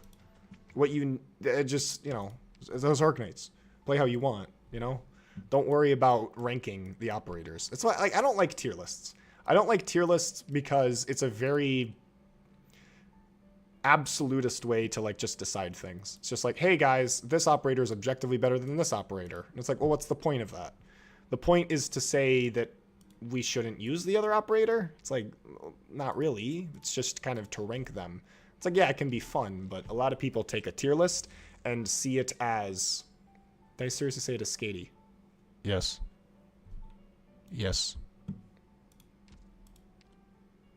Yes. I'm supposed to say Scatty? Sounds stupid. Skady. I'll say it how I want. I don't want to deal with the pronunciation thing. In one of my streams, we talking about Aya, and I don't call her anything more than Aya because I don't want to worry about pronunciation. That's it. Yeah, character knowledge is important. That's why you need to... That's why I encourage people to build everything. Build everything you can get your hands on. Try and use things. It is better to have a bunch of operators at a lower level rather than a few operators at a really high level, because this allows you to experiment and use things. It's like, there are situations where I use gray because I understand, like, oh, here's a use case for gray. Any of you guys use gray? Any of the meta players use gray? It's like, oh, I can use gray in this stage and he works well. It's like, yeah, it's fun to use gray. I like gray. There's a lot of operators that everyone considers trash, but it's just like, yeah, like Connie Palat. I love Connie Palat. He's awesome. Does anyone use him? No. Scotty. Scotty? Nah. I'm saying Skady. Nah. I can't. I'm sorry. I can't physically wrap my head around Scotty. I'm saying Skady. I'm sorry. Yeah, you get, like, that's something that I hate, is that Verdant is just kind of worse than Bana. But Bana is easier to obtain. Thank you, Doriver. Thank you. But, like, it's easy to get Bana. It takes no effort to get Bana. Where is she? She's over here. It literally takes you 40 certificates, and then you get Bana, as opposed to actually polling to get a 4-star. It's like, it's funny. The better option is easier to get. Oh, I just got green certs from that. Nice.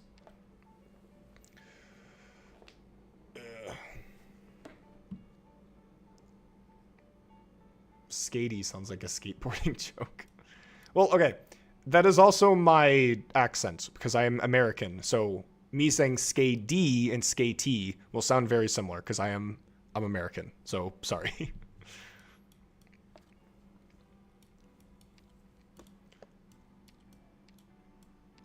But even then, just because Bana is not only easier to get and usually better, doesn't mean that Verdant has no use cases or is completely useless all the time.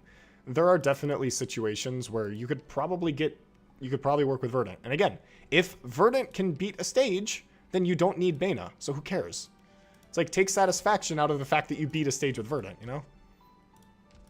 You know what? I probably have a bunch of white skill summaries. I'm fine.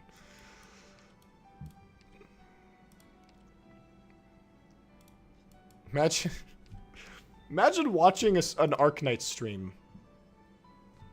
Imagine watching an Arknights stream where a dude only pulls one copy of Hoederer, and then he spends the stream upgrading him.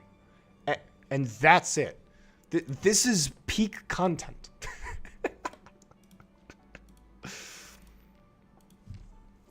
I am American. I am from Illinois. And I'm actually surprised there are so little like American like content creator for Arknights. It's like, no, there's none of them, and it's so weird to me. I have a super cool cursor. I'm playing on Nox. This is just the standard cursor for Nox. That's it. Yeah, I think Verdant has a lot of use cases as like a lightning rod. That's it. Yes, the content is us talking, which is fun. I gotta farm for these. Aw, I want to do that. Come on. How do I address the homeless problem? Just make being homeless illegal. There. Easy. I want level 7, but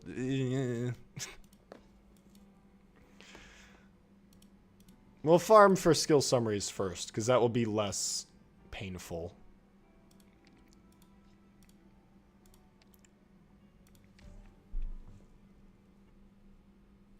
Breath of fresh air to see your streams. Actual Arknights gameplay other than gotcha pulls. Do people actually just like... I guess whales would just stream purely gotcha pulls, I guess. And spend like an hour just pulling gotcha. But also, a very popular thing is... is like IS streams. Where people will just like... Because obviously IS is infinite content, so it's just like, yeah, just sit down, play Integrated Strategies. It's a roguelike, you could do whatever the fuck you want. Oh shit, this is a stage where I use Archetto. Guys, look away. Guys.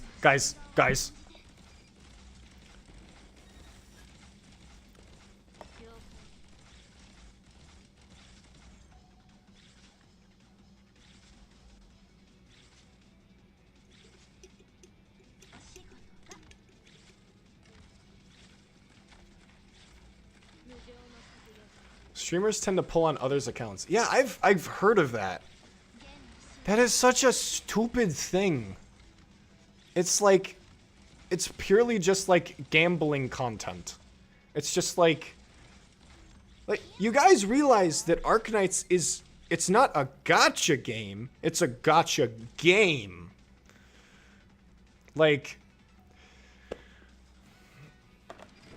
Arknights is more of a game than a gotcha game. So it's like I don't get it.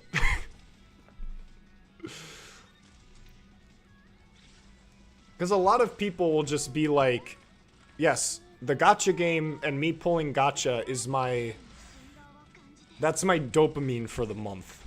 And like, that's it. It's just like, okay. All right.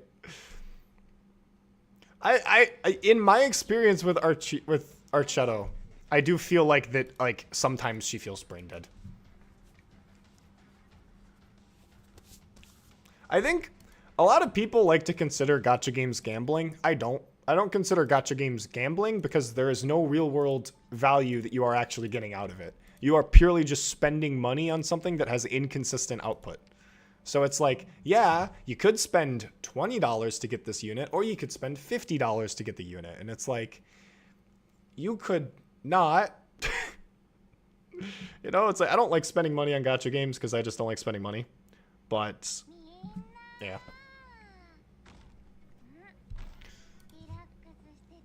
I think a lot of people, if someone account reviewed my account, they would probably throw up. They probably would.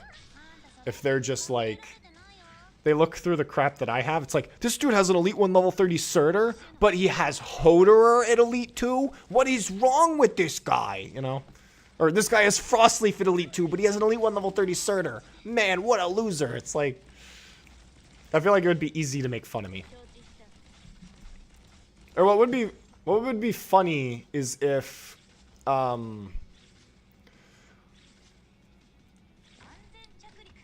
would be funny is if yeah, it is not gambling, it is worse than gambling since you are not getting any actual real world value out of it. So, which to be honest, if you are, it is just kind of your fault if you treat gotcha games like they're gambling. You know? It's like, Because it's not gambling. There is no actual real-world value you're getting out of this. People could say, like, oh, but I can sell the account. It's like, you're not supposed to sell the account. That's not true. I have Elite 2 Frostleaf and level 1 Surtur. Based. Let's go. Look at cracking packs of Magic. Yeah. Yeah. I still don't like that content, too. I really don't. Like, I like Magic, but I don't like... Or, like, you know, like the Pokemon soy pack opening things. Where it's just like, here's your random soy boy pointing at cool card. And it's like, play the game. What? Who cares? This isn't like cool. You got a cool card. I don't care. Play the game. You're not adding anything to a discussion. You're not like creating content. All you're doing is just creating brain food. Just like, yeah, I can sit down and have my semblance of random thing happening. And then the height of the random thing being good is exciting and dopamine. And then you have all this suspense. It's like, why not just make content? Make things that make people think. Make things that make people want to do things. Try and inspire people. Make content that makes things, that betters people. Like, I don't get it. It's like YouTube short content farms, you know? It's just, ugh. Level 1 Saria, max out hung. Bro, that's the most based thing I've ever fucking heard. That is insane. Also, I would like to say, a lot of people think the term based just means good. Like, oh, that's based, meaning I agree with it. I don't like to use based that way. I used based when I use based to refer to, like, an opinion or take that is truly your own. Like, truly your own. Are people okay outside your house? Is ambulance sirens were loud? I live in Chicago. I'm sorry.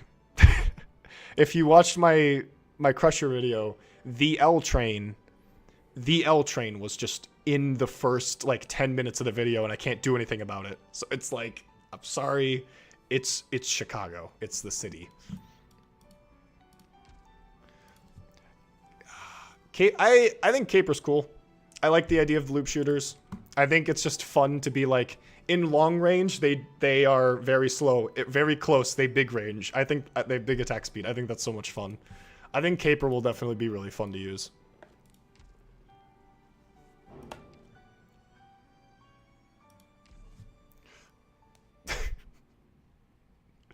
Man, y'all roasting me. Yeah, I know, it's Chicago. What can you do?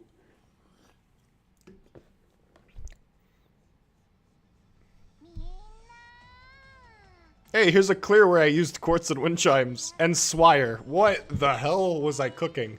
This is an old clear. Oh, hey, Hisei. What's up? Okay, this is a really old clear. Because I'm using Swire. And I'm using both quartz and wind chimes. Oh my god, this is really, really old. Wow. It's my opinion on Cold Shot. I love Cold Shot. I think Cold Shot's cool. I think Cold Shot's pretty based. Also, yes, this is an old clear of mine. This is an old clear, and I'm using Crushers how you're supposed to. But I'm also using them as pickers, which is something you really shouldn't be using them for. But it's like, here's a use case where I'm using a Crusher correctly from like 5 months ago.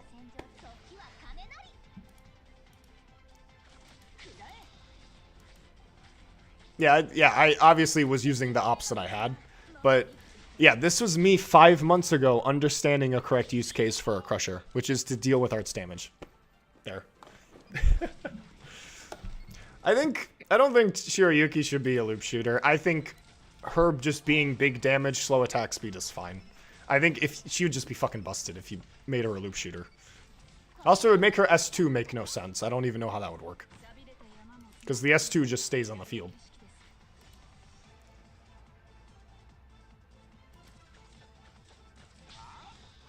Really? A lot of people don't like Swire, and I get why. Her cycling isn't very good. But at the same time... What? Quartz S2? What was I cooking? Maybe she was getting block capped? What? Was I... Okay. Jesus. I was cooking something. Shirayuki Alter. I don't... Maybe. I don't know. Sure. Shirayuki Alter. Yeah, sure. Let's go. I don't know. Alright, we need 3 of these things, and they are uncommon. You know what? This clear is cringe. Jae-yoon is a, she's not a loop shooter. Loop shooters are super new. Jae-yoon's an artilleryman. Let's go. Using crushers, how they were intended. Can I get away with using chargers? Maybe. Da-da-da, Ambi. I don't need an Ambi. Gavial, Warfarin.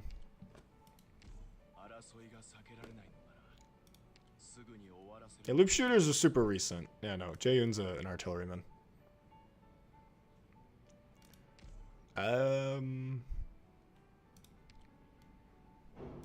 Like, okay, this passive. Like, I could not give a shit about the activation effect. I don't care about the activation effect. Passive, attack plus 24%. This is, at Mastery 3, this is attack plus 40%. Holy shit. That is insane to me. That is so insane to me. Just more attack. Loop shooters are funny. Imagine a marksman, but they don't have attack speed. What loop shooters do is that their attack speed is entirely based on the duration that their projectile is in the air.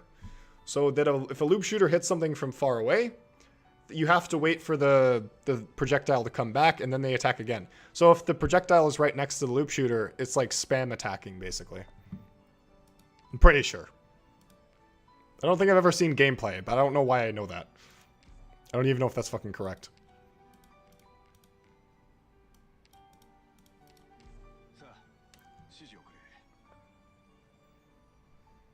Spuria is awesome. I love Spuria. I will defend Spuria. Again, I get why people don't like her, but you can figure out how to figure that out.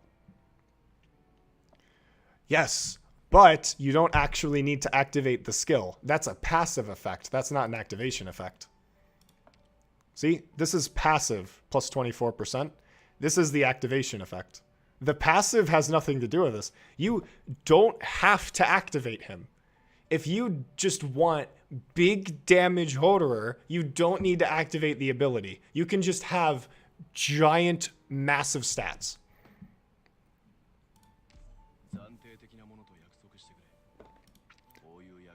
You can work around Spuria's main downside by assigning her to any non-marksman sniper. Because, you know, if they attack slow, then the stun isn't going to be as effective. But honestly, you could just use her for her S1 because she's just kind of like a super marksman. You know? Like, I enjoy using her as like a super marksman. It's like, oh, just give her a medic and now she's a super marksman. That's it. I don't know why I'm bringing... We could just continue farming this stage normally, but I also want to use Hoederer because that's what we're here for. I don't know if this will be enough. I haven't played this stage in forever. Even on my no gacha, I haven't played this stage in forever.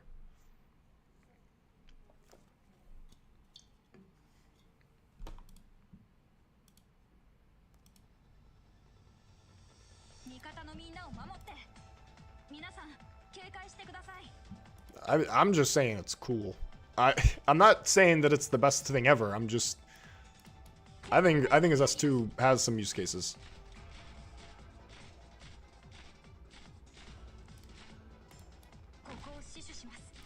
I didn't bring any other pickers except crushers. Jesus, I am actually just like...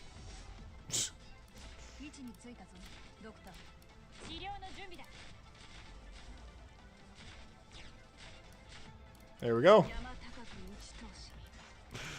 I don't have Hoshi. I don't recommend me. I don't know.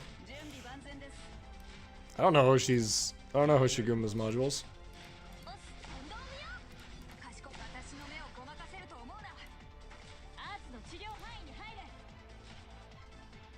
1500 attack.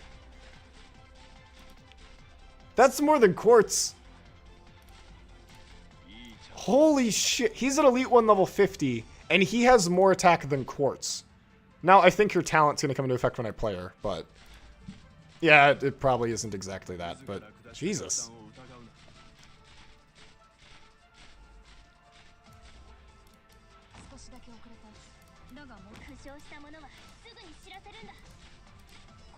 Okay, yeah, it is slightly less than Quartz. But he's also at Elite 1 level 50, and also this skill isn't even at max. Jesus.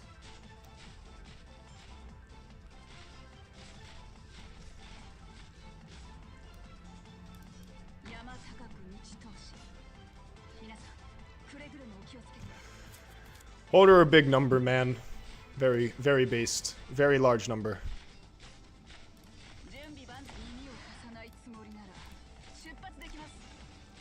You want to know what? If you are using wind chimes, do not be afraid to just activate the skill without charge. Don't be afraid to. Because honestly, just the modifier of like 230% attack is insane on a Crusher. Hoederer can solo Patriot, eh? But I thought he was bad. I thought Hoederer bad. Odd. Weird.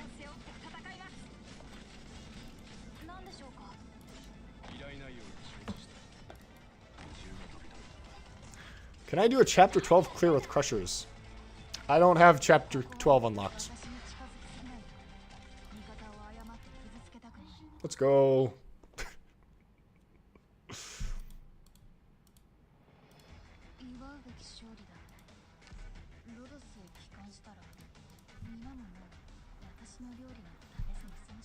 I think it's good that everyone should just have, like, a subclass that they just enjoy using. Just because it's fun. Like, we should be using operators because they're fun to use, not because they're the correct things to use, you know? Okay, Okay, actually, I will say, using Hoederer as a picker, technically this would be a better skill, because it's not reliant, because it just gives him more attack rather than having to rely on the crit. But for more sustainability, obviously his S1's better.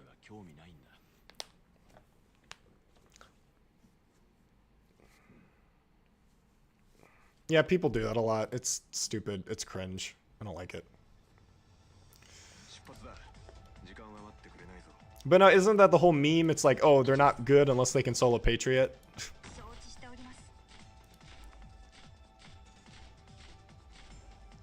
Yeah, I'm not doing the auto battle. I'm just doing it manually this time. Crush. Yeah, I don't know why I brought Totter, but he can hang out. We're Totter gaming, guys. We're Totter gaming. Oh, actually, you know... Wait. Is that an... That wouldn't be enough. No, you want to know what I'm going to do? I am not going to replace... Here's what I'm going to do. Oh, damn it! Damn it! I was gonna hit 2 birds with 1 stone. That would have been so nice.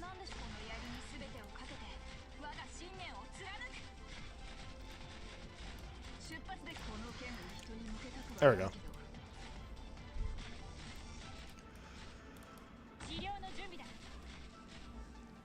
Based. Mr. Nothing is fun. I have used him a few times on IS, and he's just fun, stupid fun.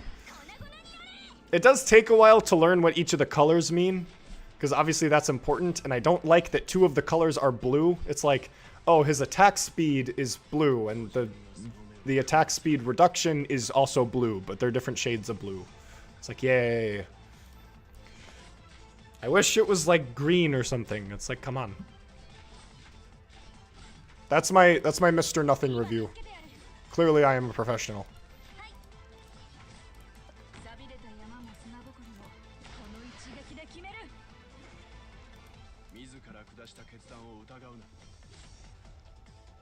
Yeah, I don't know why I brought Totter. Who kills the butcher faster? Quartz wins. She is higher level.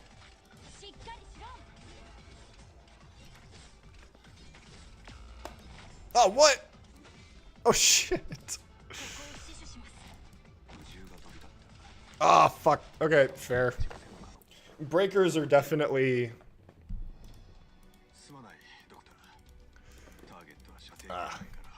No, there are 3 effects. It's like...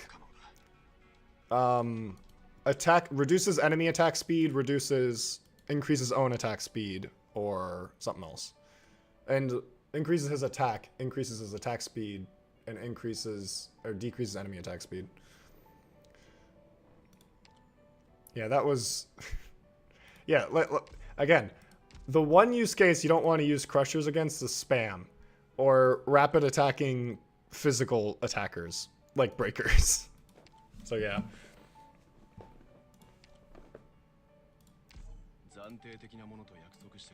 How the hell did I succeed last time?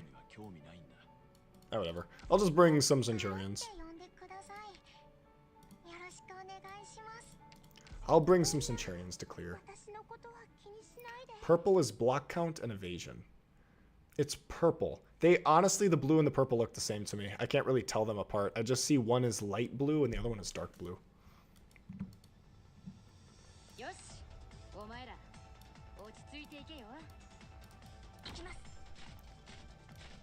Me failing a chapter 5 stage with crushers. Oh, that's not what I'm talking about. I'm talking about the color that shows up when he's... No, yeah, that's not what I'm talking about. I'm talking about when his S2 is active, he gains different colors depending on...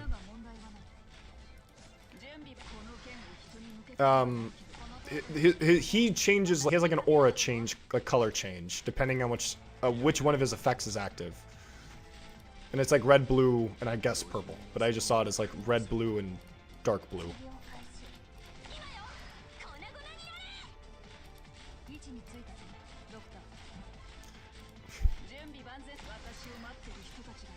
Hey, I will 100% admit that yes, you should not be using crushers against spam. Don't do that. That's stupid.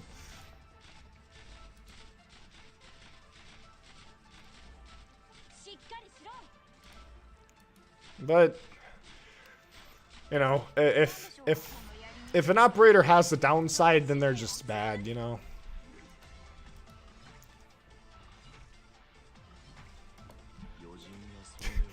No, we're not. We are not talking about the skill description.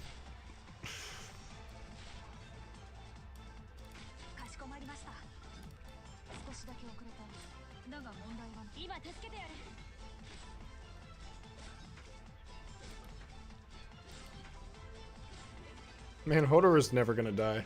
I should probably put Hoederer a tile back so he could gain advantage from Warfarin's talent. Oh well, live and learn.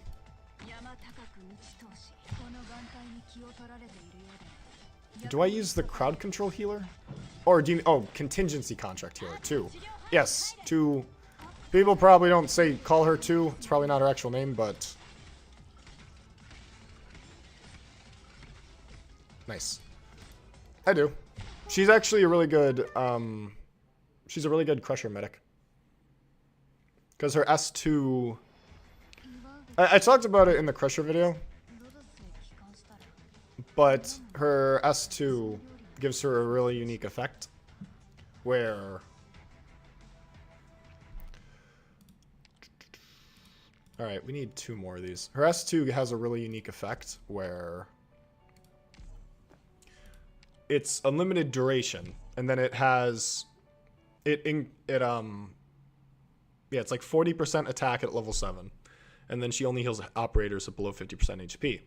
And so the idea is that since crushers do take a lot of damage, but they also have a really high HP pool, you can comfortably chill at around like 2,000 to 3,000 HP on like your crusher.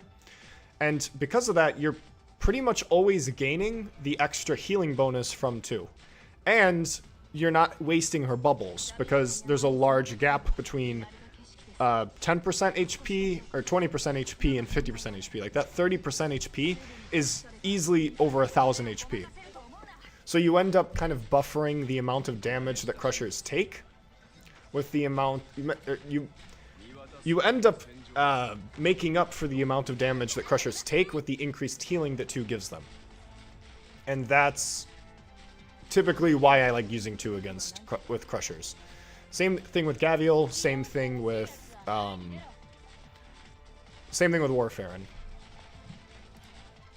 Warfarin obviously being amazing because it's healing based off of max HP, which is insane.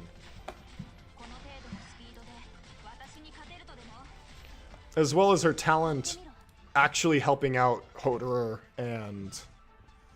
Her talent really helps out Hoederer and Wind Chimes. Yes, Abjurers are really good with Crushers. Obviously not Hoederer, because he has a passive shelter. He normally has a passive shelter. But, yeah. Because the thing is with Shelter is that it increases... it increases effective HP, but it also increases effective healing. So your Crushers end up healing more HP effectively, since they are... Your Crushers end up healing more HP effectively, since they are taking less damage. It's the same reason as to why like it's really easy to heal up a defender with their loads of defense, because a lot of their damage is being reduced, and so you require less HP to heal.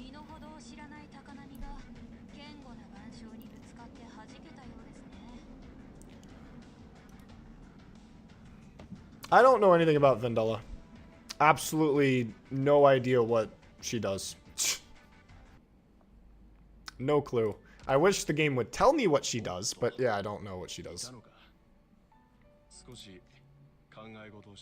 I can't click on her. I don't know what she does. I would like to know. I can look her up, but I don't really think... I can do that if you guys want. Getting one-manned.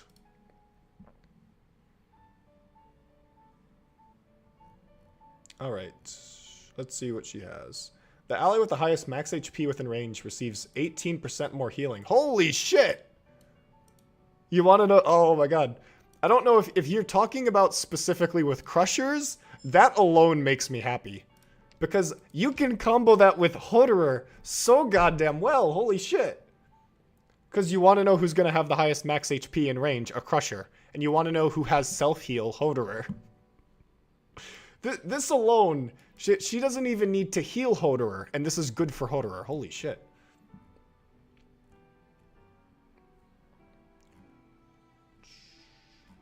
Let's see. Attack speed increase. Alright, that's fair. Makes the ally with the highest max HP and attack range more likely to be attacked by enemies. When this ally receives an attack, Vendella deals 50% of attack damage to the attacker and activates her trait on the ally.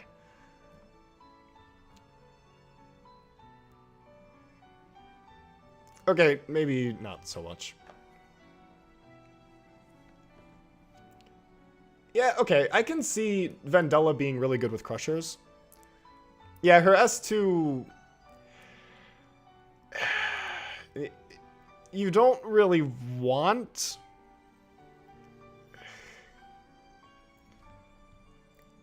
Yeah, you don't really want to use her S2 with a Crusher. Obviously, the attack plus 80% would be good. But if your Hoederer now has, like, Taunt, that could be negative. But at the same time, depending on the stage, it could also literally do nothing. Because typically, your Crushers are, like, melee-on-melee combat. So, honestly, I think Vendella would be really, really good when comboed with Hoederer. I think that she's a really good medic for specifically Hoederer. And the extra healing just on, like, on your Crushers is good. Like, I think that's fine. I think it's really good. Yeah, I approve. I approve.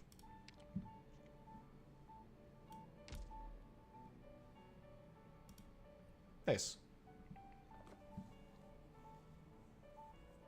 Yeah, I think it's really weird that you can't just, like, look up an operator. It's kind of weird. I'm glad someone else pronounces 2 as 2. I will often just refer to her in text as just the number 2, and that's it. What were we doing? We were building Hoederer. This stream is obtaining Hoederer and then using and building him. Yeah, we still need 2 more.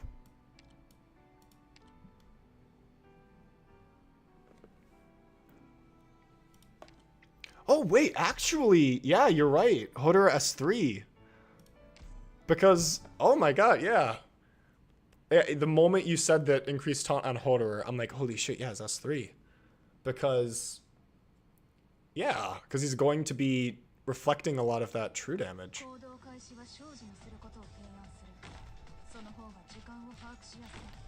Yeah, I think that's actually really good. Hoederer, okay.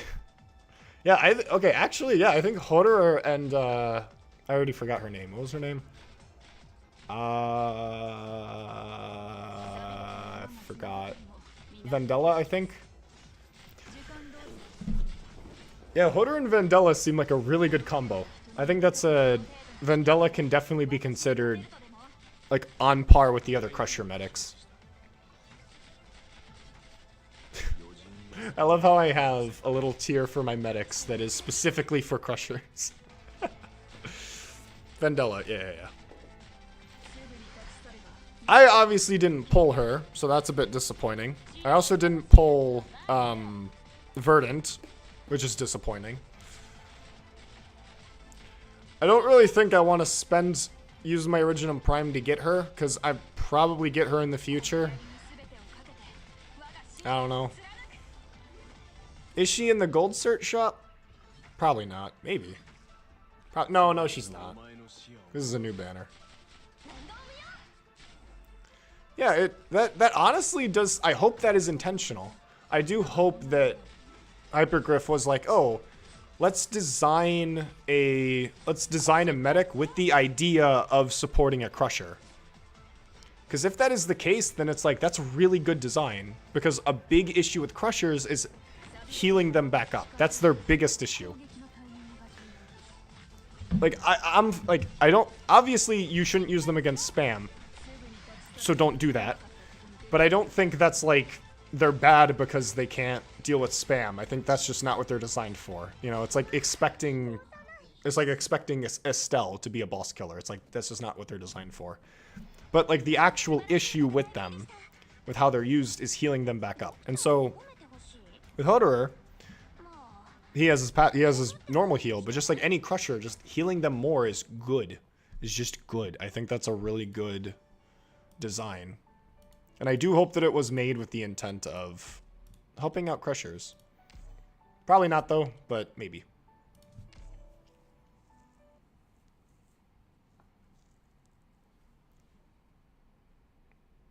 When she heals, the flowers on her head change color. That's cute.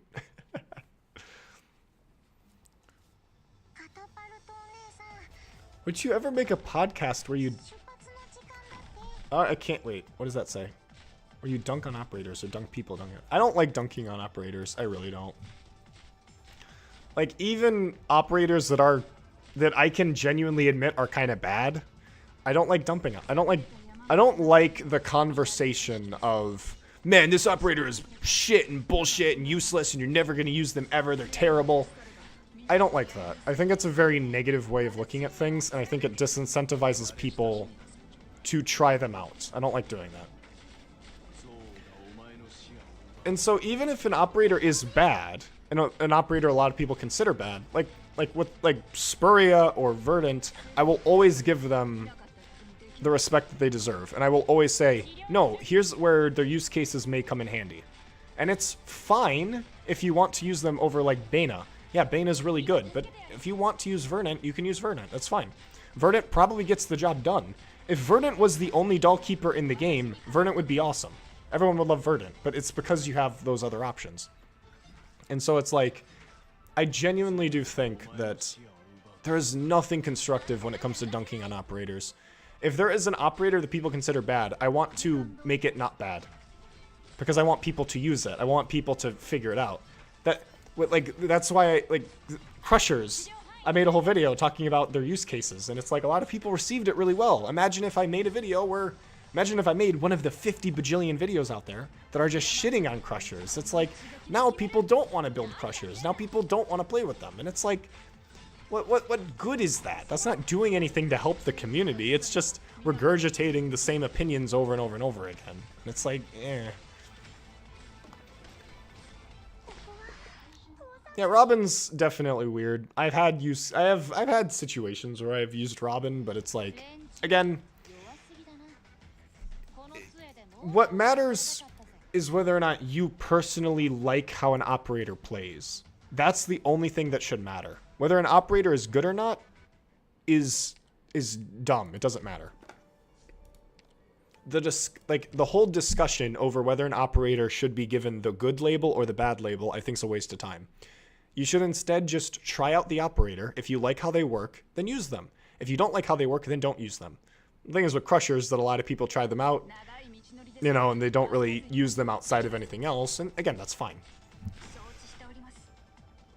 Yeah, that's honestly that's like the same thing with me. It's like when you hear an operator be called bad, it makes you want to use them. You know, it's like, it makes me feel good when I can unironically use Frostleaf, you know?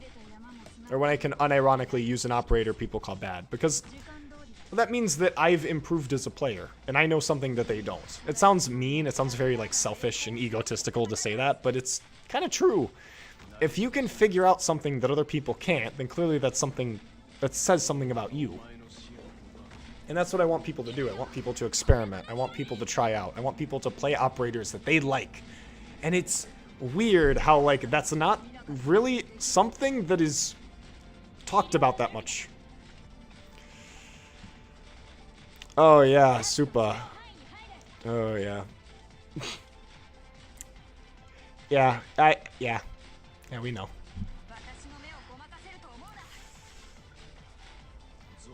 Yeah, because that is obviously an issue. But you don't always need to get them to a really big level. And also, you shouldn't want to pull for operators unless there's like an exception. Typically, it's just whatever you have. That's kind of what you should worry about. Like, if there's a new operator, like Vendella, like, my motivation shouldn't be to try and pull for her and then use them. It's more just whatever operators I have, try and get them up to a somewhat usable level and then try them out. Because I see there to be more value in spreading out your upgrades rather than funneling that all into the same 3 or 4 operators, you know? Because you can get by with pretty low stuff.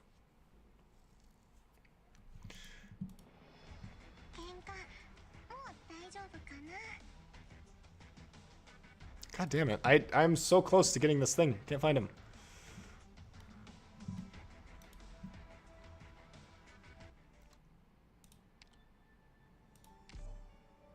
Damn it. We're 1 away. It's not good. Guys, it might be Hoederer over. Yeah, we'll use some Original Prime. It's fine.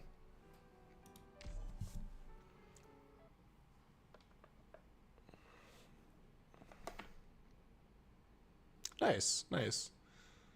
Yeah, she's the chapter 13 welfare operator.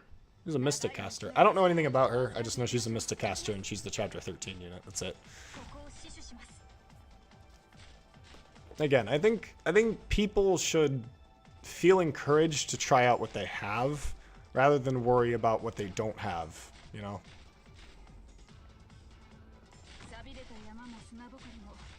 Would it be better to deploy pop a card diagonal to Hoederer? Probably. It would be better to place Hoederer a tile back so that he gains benefit from Morfaren's talent, keeping him alive longer. So, yeah. Yeah, that's typically what I do, though, is if I get a new operator, I just get them to Elite 1 level 30. If I like how they play, I might upgrade them a little higher. That's it. Like, people should just be more focused. It could also just be like IS, because IS is a really good way to play with operators you don't have and to get a feeling for them. So like for me, it's like you go into integrated strategies and it's like, oh, like that's how I fell in love with Ambriel, because Ambriel was my first ever Elite 2. And originally, I'm like, Ambriel is kind of mid. I don't really like her that much. And then I used her in integrated strategies, and I'm like, holy shit, she's super fun. You know, and that made me want to upgrade her. I didn't upgrade her because she's like the most optimal thing ever. I upgraded her because she's Awesome. Oh, no wind chimes. Ah, it sucks.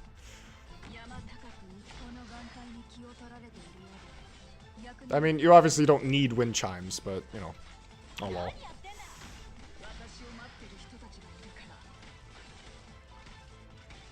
Well, if I put wind chimes tile back, then she can't, like, kill the dudes as quick as they come out. We don't need to necessarily talk about optimizing this stupid 5-3 farm run. If you guys want to talk about how we can optimize this stage with this, we can. We totally can. Oh my god, is my stream that far behind? I just finished the stage. Okay, that's weird. That's so weird. Alright, Hoederer upgrade, yay.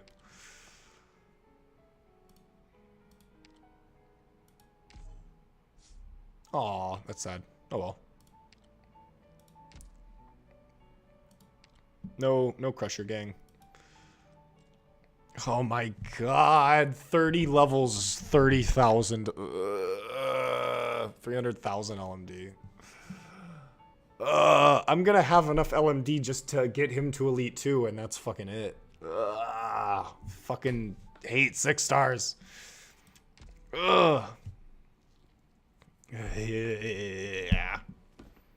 Try a stage with only brawlers. That would be very fun. I'm just doing Crusher. Yeah. Brawlers would definitely be really fun on the stage. I'm just doing Crushers because that's... I assume that's why you guys are here, because of the Hoederer polls. It's in flavor. It's, you know, it's the... But you guys can see Hoederer gameplay. You guys want Hoederer gameplay, clearly. That's why you're here, because funny Crusher man. Yay. Look at him. Look how awesome he is. Look how awesome Hoederer is. Oh, this is gonna take me so long. Ugh.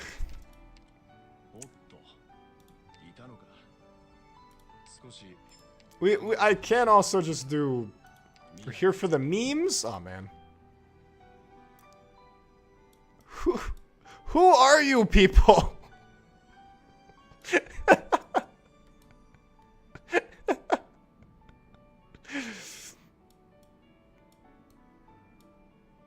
You know, I should have censored my name.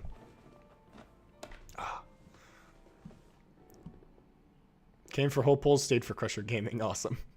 I'm here for your personality. Oh my god. You are very sweet. Thank you. I'm here for you, official's biggest fan. You're right. I haven't. Okay. I am sorry, but I did forget to get you official to max potential on this account. She is at max potential on my no gotcha account. I'm sorry that I don't have you. I don't have her. I'm sorry.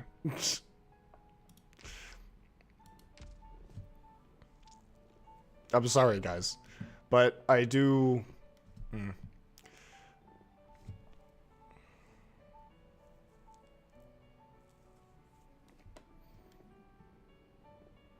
Yeah, that can definitely be annoying, is when you just, like, you find an operator you really like because of how they are as a character, and then you just don't like their playstyle. That can be difficult. But the thing is, though, is that viability doesn't matter that much, because as long as you're good enough at the game, it doesn't really matter that much. We gotta ban Silvergun. Came into my chat insulting my Hoederer.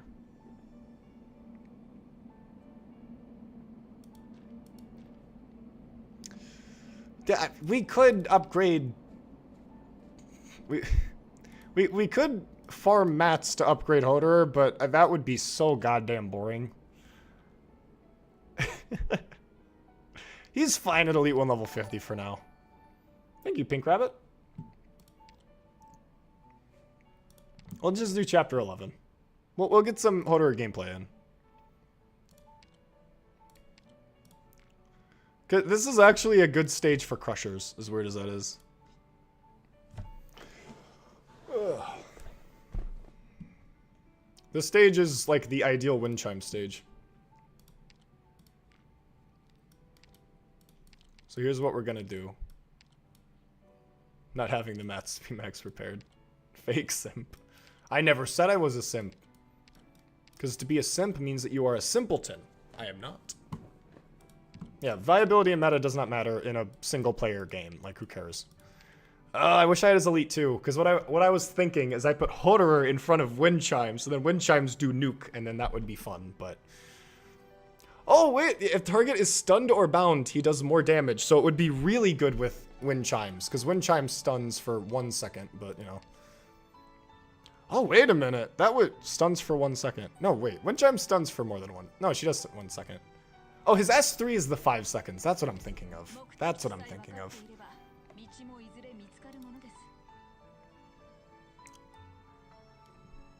Complexion? That's, what does that mean? That's a funny word.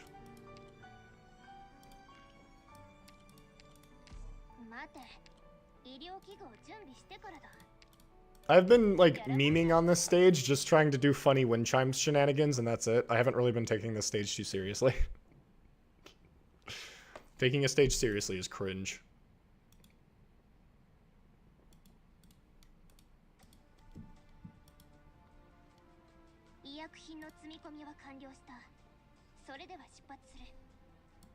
Simpleton complex... have a complexity addiction. I assume you guys are also trying to figure out what the fuck that means, because I don't. Oh yeah, it is stun and bind. Stunned or bound. Yeah, you could use her with Ethan, yeah. Jeez.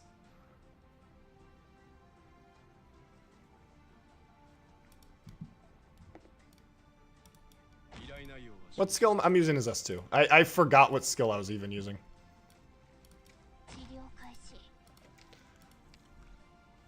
You don't always need a shit ton of healers for... You don't need a lot of medics. Sometimes you do for crushers. You just need the right medics for crushers.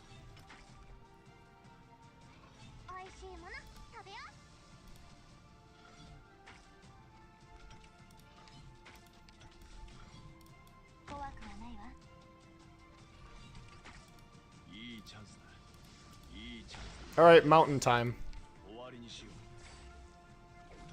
Oh, he could almost two-shot him. That's... Oh, that's annoying. Oh, don't! Okay, we're good. Shit. I forgot that this is DOT and is not healthy.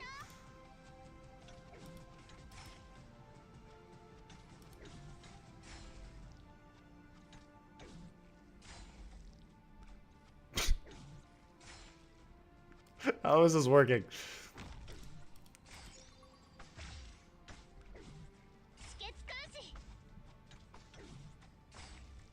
Nice.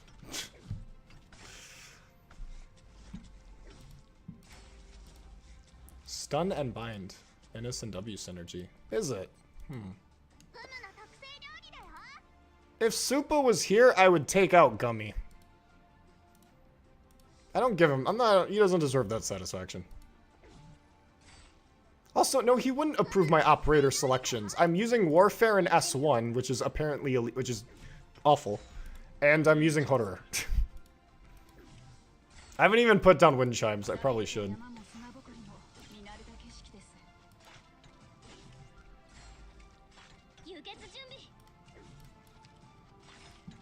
There's Perfumer. We missed you, Perfumer.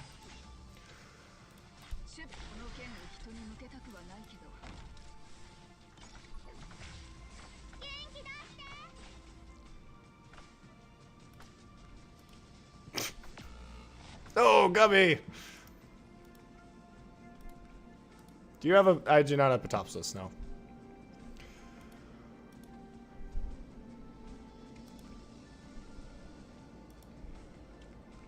I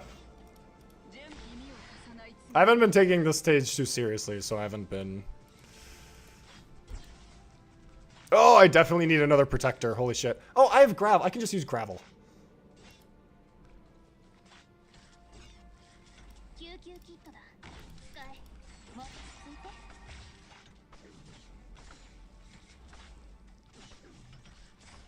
Alright, come on.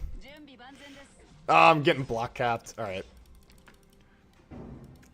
If Wind Chimes just had a tiny bit more DP, she'd be... DP, SP, she'd be good.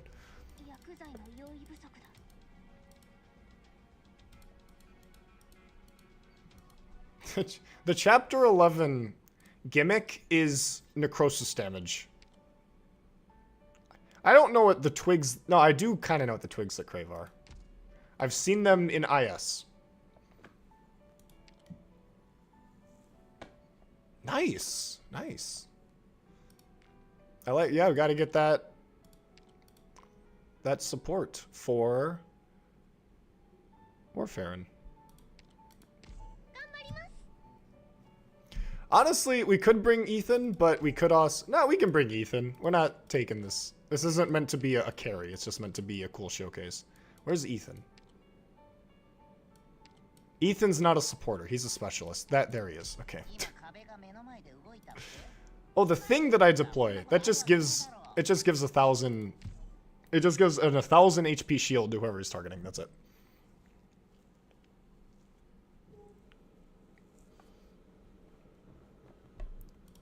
Yeah, I haven't seen them yet, but I am pretty sure I experienced them in IS4. And IS3. I think IS3 had them too. No, he didn't. Just IS4, I think. Don't listen to me. I don't know what the fuck I'm talking about. I wish I had Hoederer at Elite 2, because I can put him in front of Wind Chimes, and then now Wind Chimes gains the Sanctuary. Oh.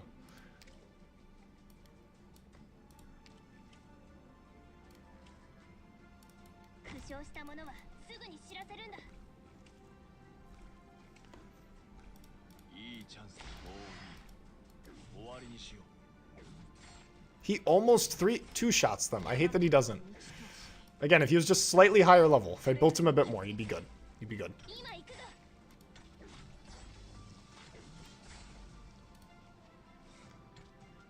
Oh, wait. Oh, shit.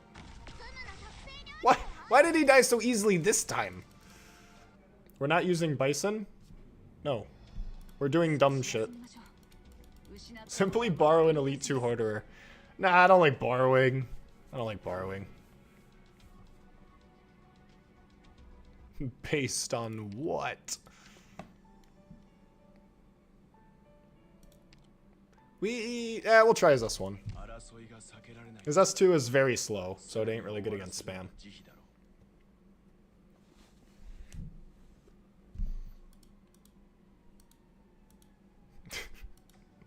Punching trees, Arknights, really creative mechanics. Minecraft in Arknights? Gaming?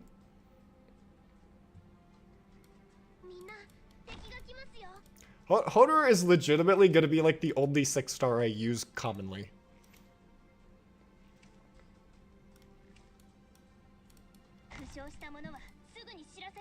Yeah, his HP is far less than that of everyone else, so... I don't have Mr. Nothing, I'm sorry. 871 HP, nice. Look at that! What did I say? What did I say? He combos so well with Warfarin.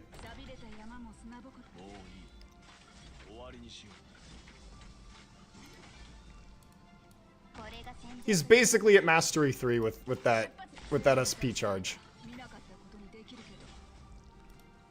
Combos so well with Warfarin. It's awesome. Reclamation algorithm is Minecraft and Arknights. Except Minecraft is fun.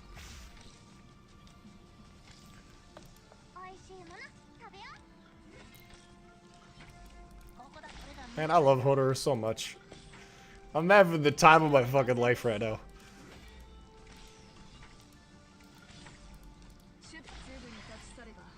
I don't need Wind Chimes there. Yeah, Hoederer, like, because Ethan Bind, he's just gonna do so much damage. Oh, I forgot to bring Gravel. That's who I was gonna bring. I am so stupid. Oh, Beagle doesn't have self-heal. Man, I am stupid. It was Gravel. That's who I was gonna bring.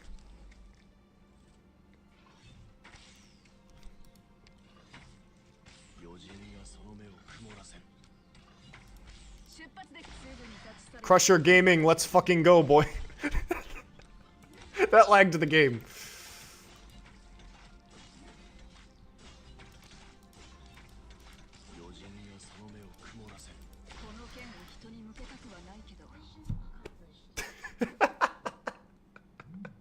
Crusher Gaming.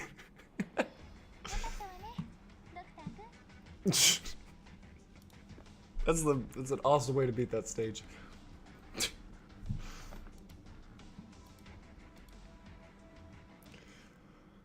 Alright, ooh, training. Twigs that crave. Produces rot eaters when destroyed. Oh, these fucker. Yeah. Where's Crusher? Yeah, I should have used Cardigan, you're right. Guys, there's no Crushers. Guys, what do I do? Guys, I don't know if I could do this. Hoederer is broken. Blur thumbnail skill icon. Funny Crusher man uses funny Crushers. You can't make a subclass your personality. Can you? No, Siege! You're going to die due to... No! H. Harmful effects detect initializing treatment program. I hate that if you click slightly too late, it doesn't skip the scroll and it just skips the dialogue. I hate that. Operators fighting on the ground will take more damage. Oh no. But corruption causes you to lose HP over time.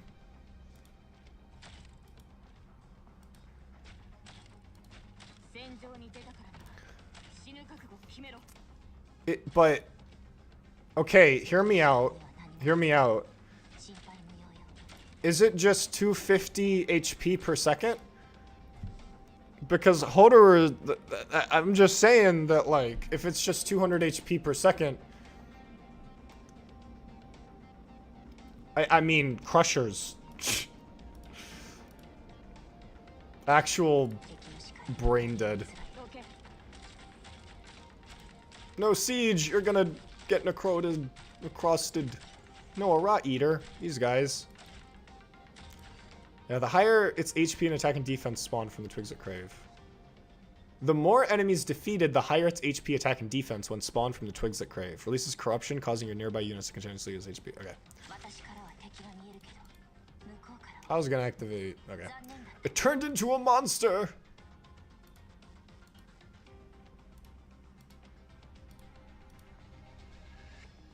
So this is the entire chapter mechanic. So here's what you do. You put a click over here, and then... Okay, what I would do is I would just throw down, like, Cardigan. And then just not do damage to them until this dude is dead. Or not. You know, that... I'm just saying that would be what I would do, but I guess we can't do that. That's illegal. They do have 0 defense, so yeah. Swordmasters would be really good against them then.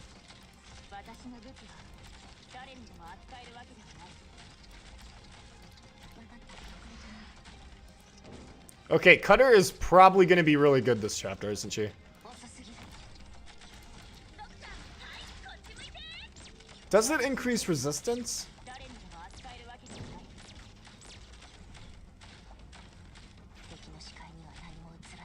There we go.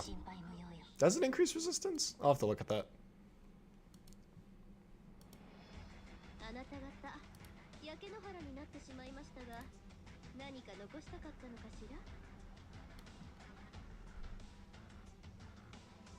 When making your squad, try to exploit the enemy's weaknesses. Oh, that's... You don't want to do that. That's a lot of stats. Oh, wow. Wait, what? No, it does not increase its resistance. This is its base stats? What the hell? Wait. Is this its base stats or its maximum stats? Because these seem really, really high for how crappy it was. Is this just what its max stats can be?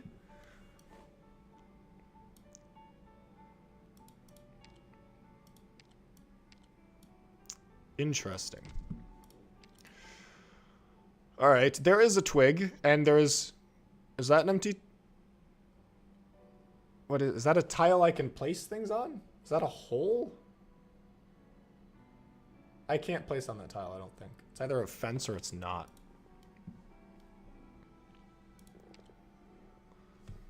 Weakest rot eater.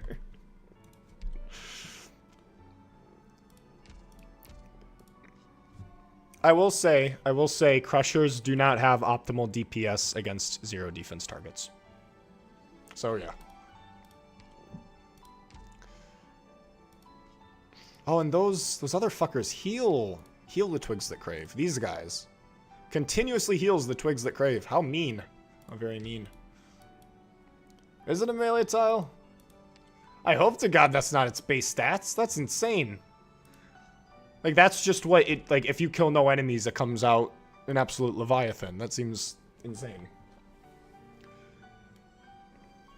No, because I've dealt with them myself. They're tiny. They're little baby bitches. I think that's a melee tile. If so, then, yeah, Cutter Gaming.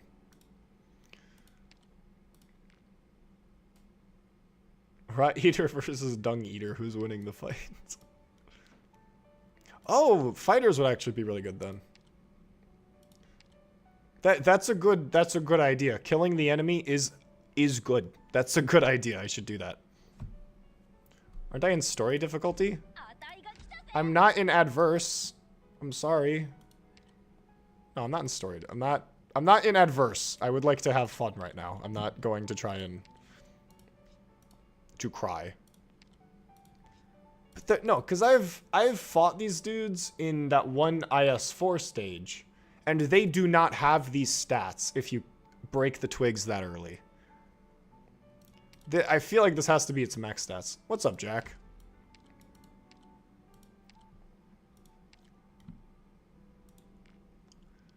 I didn't even look at the rest of the stage. Streaming hurts my brain. I can't think. I see a hole. How heavy are they? I am losing my train of thought. 4 weight. All right, never mind.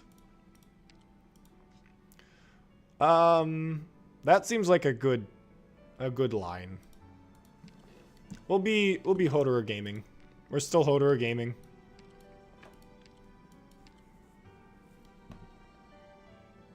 Do you guys want more Hoederer S1 gameplay or Hoederer S2? Because I can go either way.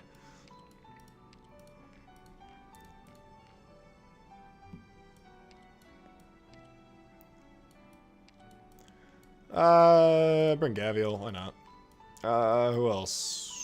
I don't know what's in this stage. We'll bring Gravel because of those fuckers. They feel nerfed in IS. I hope not, because that IS stage is fucking terrible. S2 gameplay, let's go. We could bring Gummy. We'll bring Gravel to tank the flying guys, whatever they're called. I wish I had a higher level skilled Scene, because she would actually be kind of good for tanking. We'll bring you official, because it's Hoederer. Make S2 work. Show me the Ak Hoda combo. I wish, man. I wish. Also, you definitely need Hoederer at S2. Also, if you want to know something cool, Quartz can actually take an Ox Stim. Quartz with Heidi S2, you don't even need a high level Heidi, but Quartz can take an Ox Stim with a Heidi S2. You don't need a super high level Heidi if you have a max level Quartz, but if both are at moderate level, you can tank it. So you can take an Ox Stim with moderately leveled Crushers with a moderately leveled Heidi. Which, you know, do with that information what you must, you know. Ambriel can snipe some of the flying dudes, I guess. Bring Cruz to snipe the flying dudes. I don't know. Bring whatever. Bring Cardigan. I don't know. I don't know what's in the stage. Yeah, I can't really judge it, but they definitely really... There's no way that they were, like, A+ stats, like, all around at base. I feel like it has to be that they were... That's, like, their max stats. Because that's, like, the stats of those, like, machines from... What? What? They're everywhere. Because that's, like, the stats of those, the mechs from, like, Dorothy's Vision.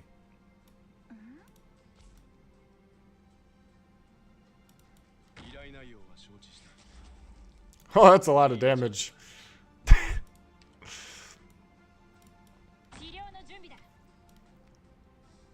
You official will finally give back to Hoederer.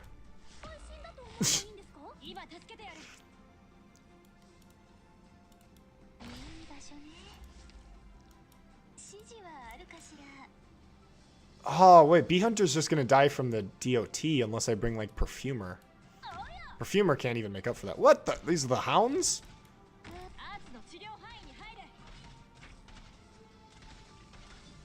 Yeah, I completely forgot about the DOT. That's a lot of spam. Oh! Yeah, it's not a very good clear so far. Yeah, that did not work. Alright, good night, Furret. Furret. Furret. Good night. No, that is Furret. That, okay, yeah. I said Furret, and I'm like, that sounds weird. Wouldn't it be Ferret? And it's like, no, his name is Furret. Alright. Have a good night. Alright, so that strat did not work. Oh, wait a minute. Oh, god damn it. I just realized, oh man, I really wish I had an operator that healed himself. Oh man. I'm actually brain dead. If only I had an operator that could consistently heal themselves with a skill that can, like, deal with the twigs. Oh man, if only there was an operator like that. Man. Yeah, that'd be sick. I'm gonna bring wind chimes because the line nuke is fun. Pudding? Bring gray. Why not? Oh, pine cone would be really good here, actually. Probably not gray. Do I have gravel? I don't have gravel. I have gravel to soak up those shots. Maybe Bana too. Just throw Bana down. Da-da-da. What else do we have? What else could we use? Maybe Perfumer to help at least negate some of the DOT. Yeah, I think a lot of AoE damage is going to be good here. Oh, we're probably going to need to slow down the dude, won't we? Oh, Velarkoven might be pretty good against the Rot Eater? Is that his fucking name? There's no corruption. No, don't the twigs produce? Maybe. Rot Chaser. Attacks cause the target to take arts damage over time. Effect remove when the target is healed. That's a fun thing to put on a dog. That's an awesome thing to put on a fucking dog. Make them do arts damage. That sounds awesome. Thank you.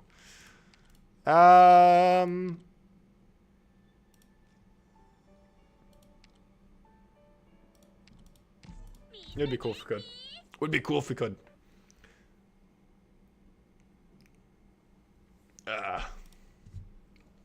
Alright, hopefully this will be a bit better. Hopefully. If not, I will literally die.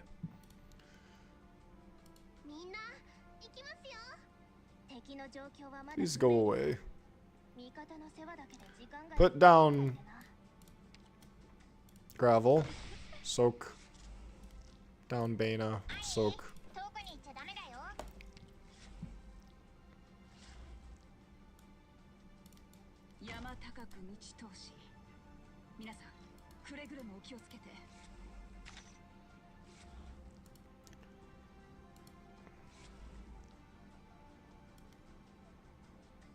I don't want to put down Hoederer right now.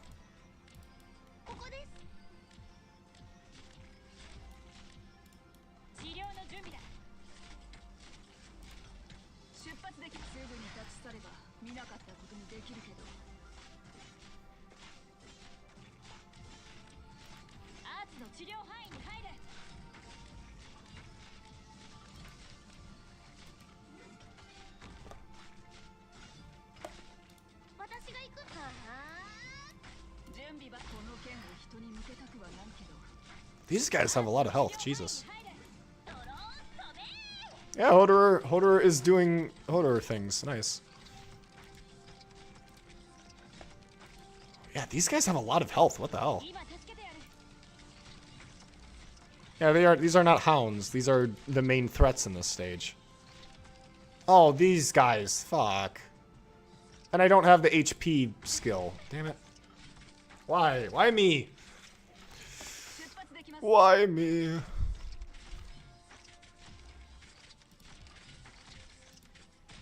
I thought I activated wind chimes.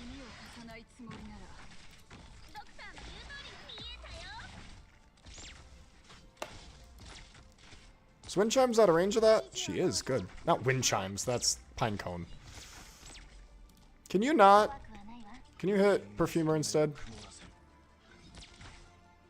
Bro is standing still. How very nice of him. Oh, never mind. He is no longer standing still. Hoederer, you did Hoederer things. Shit. This is a big dude. Click, do your click things.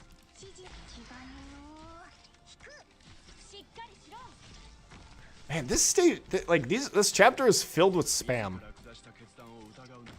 It's really, really spammy. Ah. Yeah, I wish I had Gravel S2. Oh, he is taking his sweet time. Alright, never mind. Actually, it probably would be better to have, like, Melantha to deal with that. Deal with this asshole. Yeah, I'll put Orchid over here. Yeah, we're fine. Okay, it's not that bad of a stage. It might not be that bad of it. Wait, this dude does DOT? Oh, that's not good.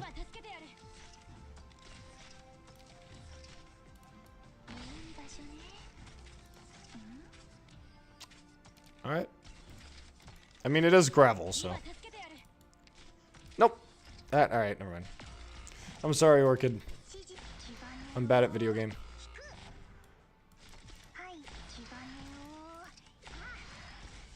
These things are so tanky. What the fuck?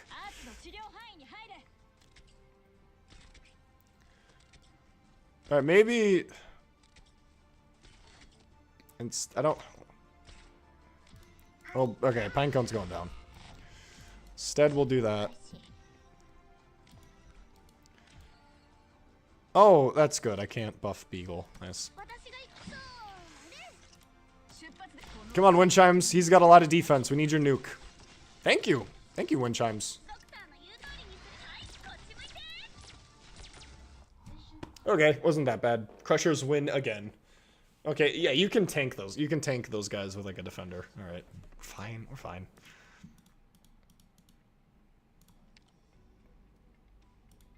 The Sarkaz took control of the city.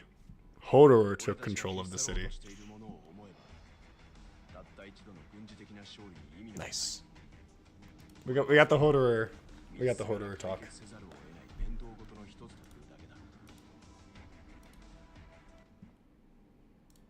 Ooh, a red stage. Oh, speaking of red stages, why the fuck is this a red stage? This was the easiest stage in like in the world. It's like, wow, these things are really threatening. Ugh. All right. Dagda is really far away. 11:15. What am I at? 11:08. I'm halfway to Dagda.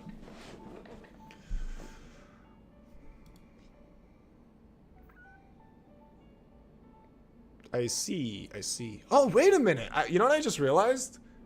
The twigs have 0 defense. They should be prioritized by Deadeyes, shouldn't they?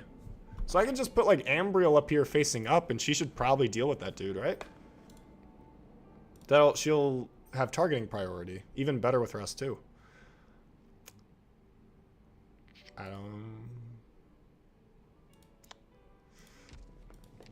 I guess we just gotta go in. We got a ball. Trying to light my room. Wait, did we get any XP from all that? I don't think we did, but we might have. I don't like upgrading my operators to non-multiples of 5, so 200 XP. All right, sick.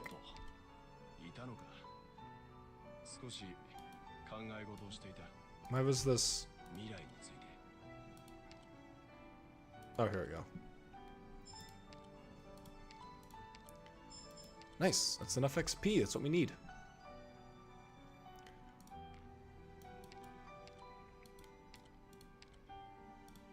Get him up to level 55.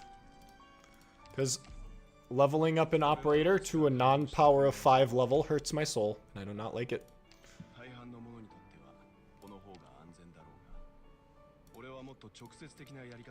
Alright, we should be chilling.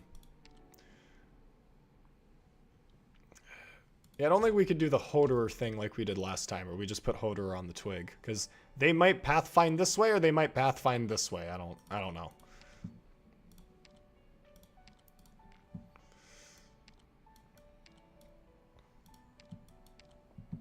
But it is Hoederer gaming.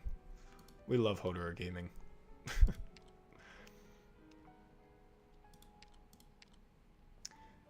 Do the twigs have a weight value?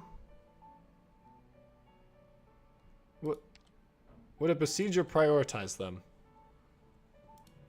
Huh, I don't know. They're a map element. Map elements typically don't have weight. Alright, whatever. Let's see. I'll bring Myrtle because I love me some DP. I don't know what else is going to be in this stage. I'll bring Gaviel and Warfarin because of course we are. Bring Beagle to deal with that. To do with the rot eater. Also arts damage. Oh, Haze would probably be pretty good dealing with the resistance debuff. Although he doesn't buff his resistance, but he has a lot of resistance, so. No, wait, yeah. Now that I think about it, this can't be his max stats. It could be his max stats. Attack S. What? That's stronger than it was in here. Oh my god. My brain.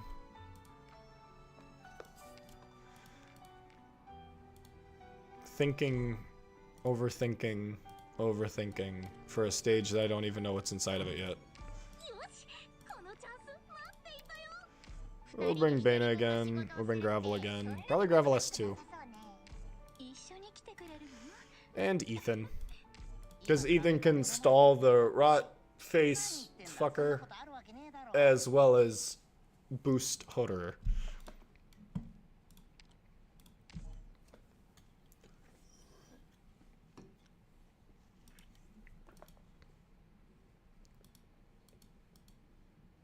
At a standstill.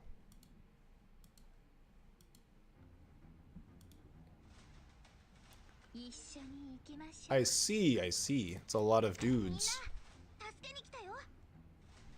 Ambriel would die if I put her there. So I'd probably want to put a Lord here then.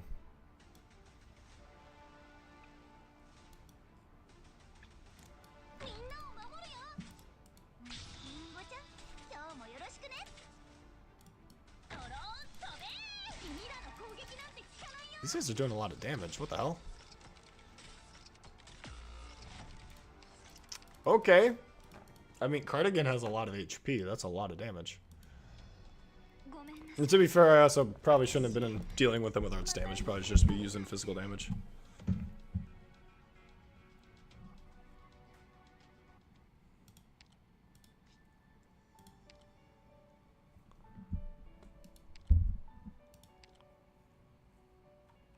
Yeah, this is just a normal Royal Court soldier. I feel like he don't. I mean, obviously, you know, it's elemental damage. It's basically true damage, but to Cardigan? Cardigan's got a... She has like 28k. That'd be a lot. 2.8k HP. Again, the answer seems to keep falling back onto a certain operator. Will I do some Hell Stage? If one shows up, probably, yeah. I don't want to, but, you know, it might show up.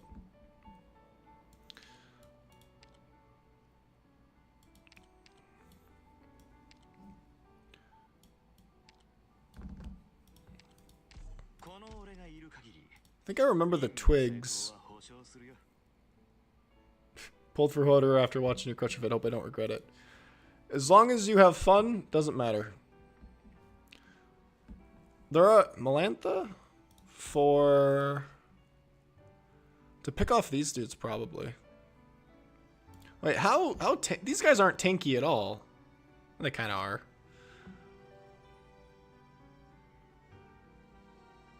Could I get away with a Reaper? Could I get away with using like Humus or Highmore?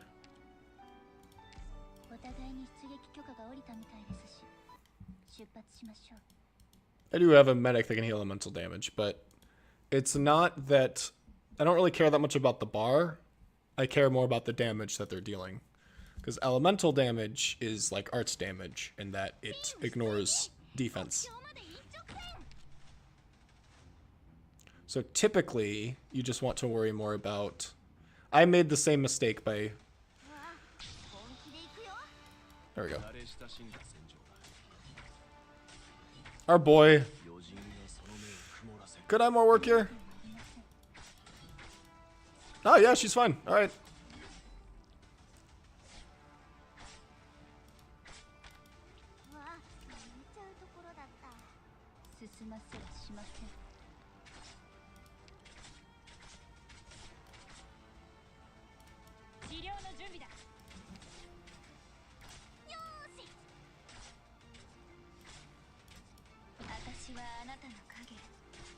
I need someone. I'm solo on DP. Myrtle was not a good option here.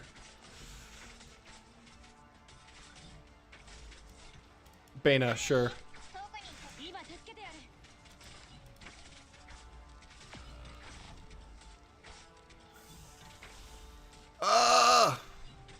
Hoederer clutch. Hey, that's mean. Don't do that. Hey, stop that. That was mean.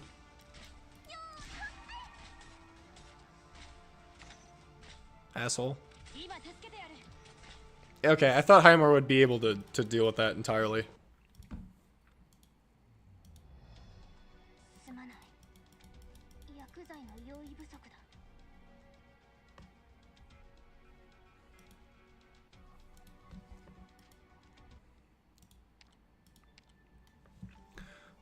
Okay. Hoederer definitely worked there. I'm really glad Highmore did exactly what I wanted her to do.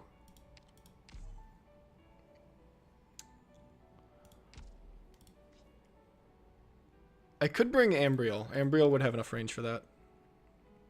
And I do need Gravel to tank the shot from the... I need Gravel to tank the first shot from the Royal Court caster.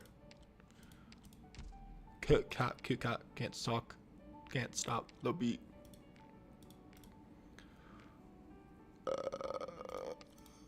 Yeah, Necrosis is definitely going to screw with Hoederer. Actually, yeah, that's a good point. Because Necrosis is going to prevent him from doing a self-heal, so I probably should bring I'll bring Honeyberry. There you are. Hi, Honeyberry.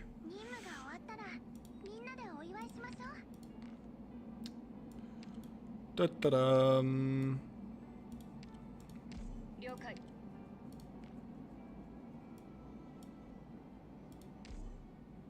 What else? What else? Still don't know what this mystery enemy could be.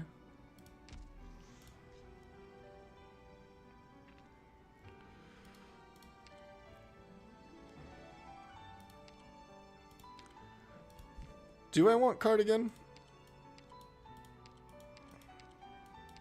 I think Cardigan's fine. And I'll bring just a marksman. I guess I don't need a marksman. It doesn't seem to be the little flyer dudes yet. Could bring Melanite, why not?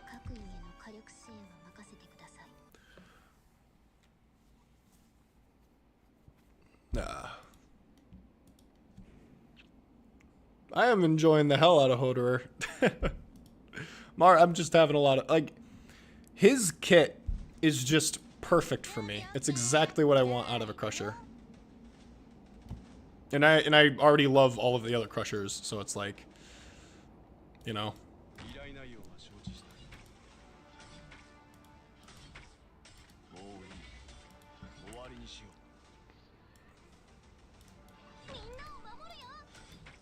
Get Honeyberry down. Yeah, this stage is not nice to you. It's very, very quick.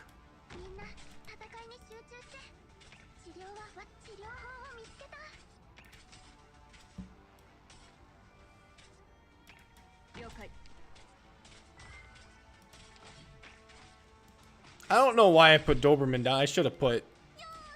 I'm an idiot. Completely forgot that I need to cover this lane.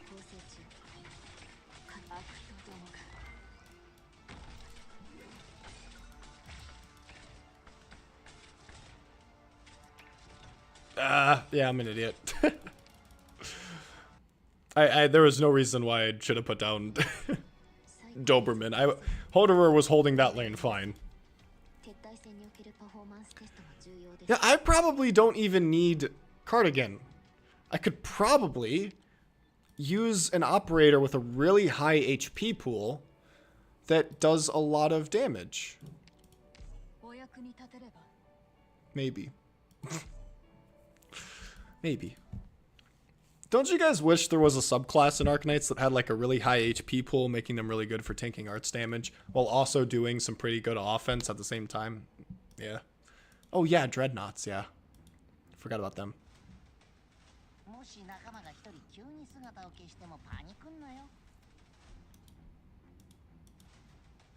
Yeah, Quartz is... all the crushers are really good when it comes to tanking stuff. It's very, very good. Well, against, like, really slow attackers, arts damage, I explained it in the video. I don't want to repeat myself too much.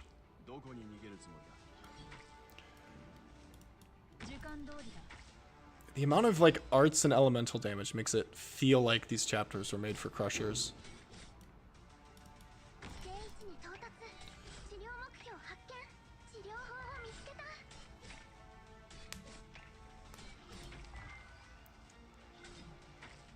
Like, Hoederer is definitely for the Crusher fans. All three of us. Oh shit, yeah, I forgot you guys exist. God damn it. Alright, waste your normal shot. There we go. Then now Highmore. What? He locks on again? Oh, does he have to finish? Ah!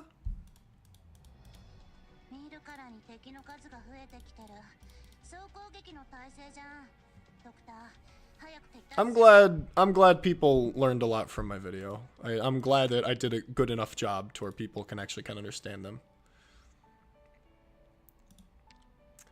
I don't really think I need Doberman because, you know, I'm doing enough damage as it is.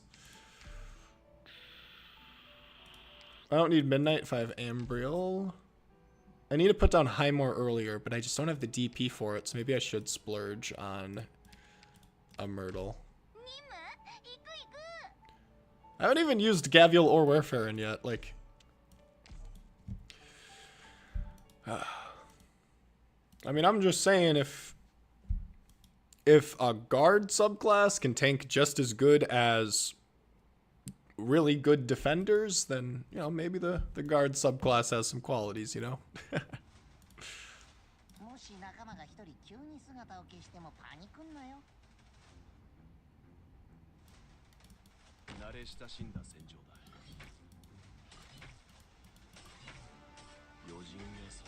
Yeah, Hoederer isn't busted. He doesn't heal elemental damage. He's basically useless. Okay, I should probably get Highmore down really early, shouldn't I? I can afford not putting down Honeyberry for a bit. I need to get rid of these two dudes. Because they're going to keep the Twig alive. Oh, they're not even... Oh, they don't attack when they're healing. Okay, that's good to know. There we go. Oh, and Highmore should deal with these two guys, too. Okay, we're fine.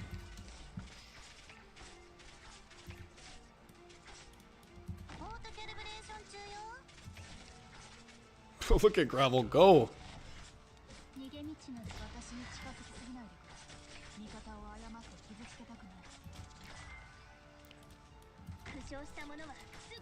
Highmore, whoa.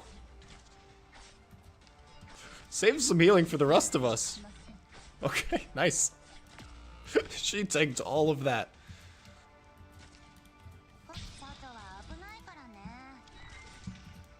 Oh wait, shit. Put on Ethan. All right, let's see if the Rot Eater can. Or is he not gonna? What? He goes down the middle? Aw, what? Aw, that's bullshit. Wait, who did I put down?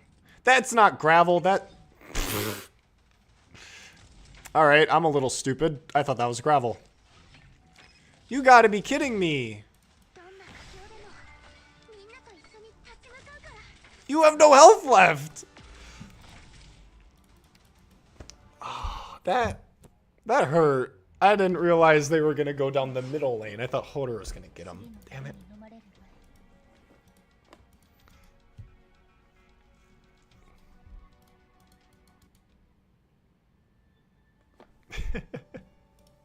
Always, you know, it's good to have a favorite subclass. It's good to have a subclass that, because like the thing is with fortresses is that they are fun and are really good when you can figure out their niches, but they're not. You can't use them like a defender. They're so weird. So it's like, yeah, it's good to have a favorite subclass. It's good to focus on that subclass. It's good to have a subclass that you just enjoy using and you want to get good at. I can take a sniper, yes. Ethan by indifference, true. Okay, Myrtle did nothing. Myrtle's useless. Myrtle's useless. Clip that. Clip that. Myrtle's useless, as usual, clearly.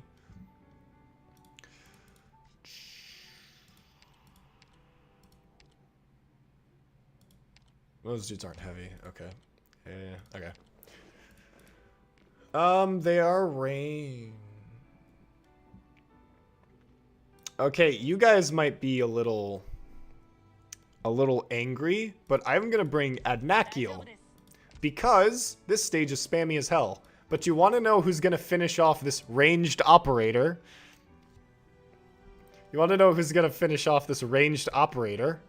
Ah, it's gonna be someone who prioritizes ranged operators like Adnakiel. Yeah, I heard for what I've heard, the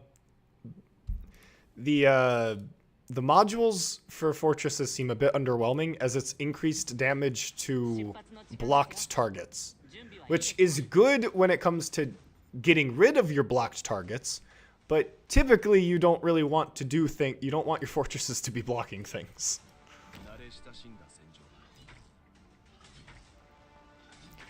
It's not good to forget that he has that talent, because that is the only selling point that he has. It's really fun when you can use him for once. He's not a bad unit, it's just that Cruz exists, you know? It's really easy to just forget him. Alright, go Highmore, go.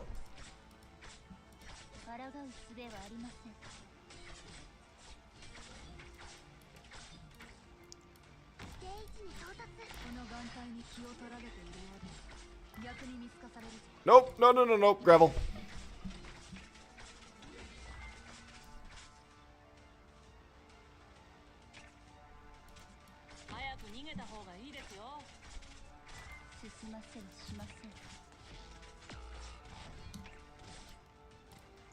Sorry, I'm not reading chat. I am very focused.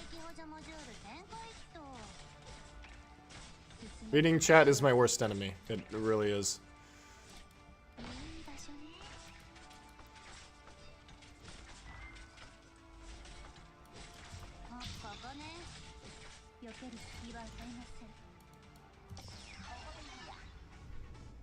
I didn't even need Warfare, did I? This is the whole stage. Oh, the caster died too. So I didn't even need Anakiel. I probably will need Warfare in here, actually. Okay, maybe I'll need Anakiel.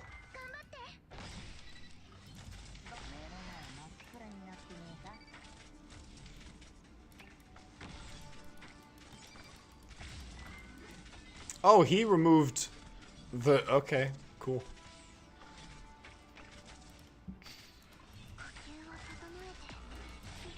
Who died?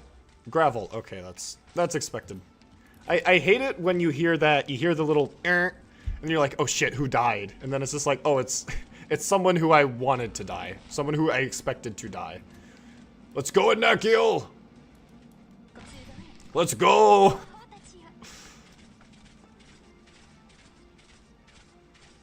Average Anakiel W, let's go. Yeah. Okay. I killed the caster way too quickly. Highmore was too goated.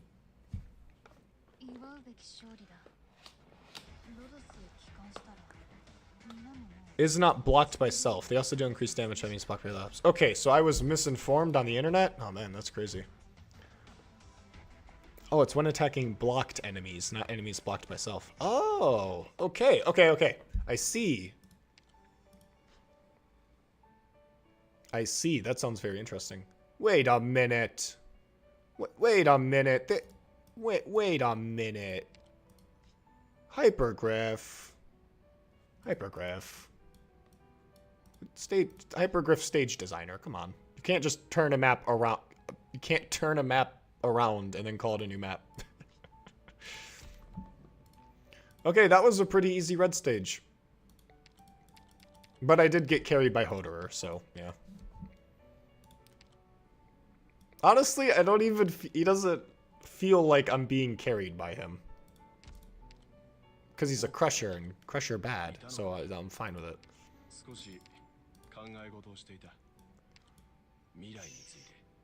15, that's a lot. Isn't this the wrong chapter? If I had chapter 13, I would be playing chapter 13.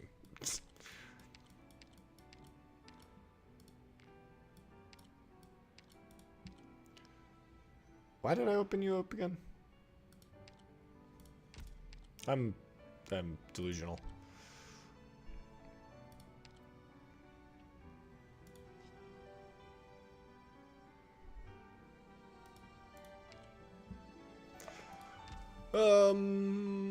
What else can we do? I say that like I know what's in the stage. I don't. Just go in, lose, and then understand how the stage works, and then go back in and win. That's how gameplay work. That's why you don't lose sanity on your first loss.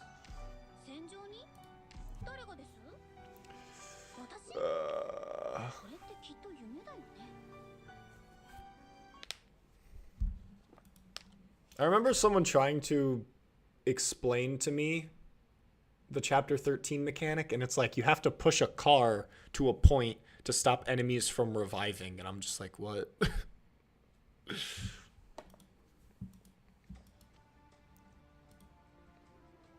There's 3 twigs that crave? Man. More like twigs that cringe.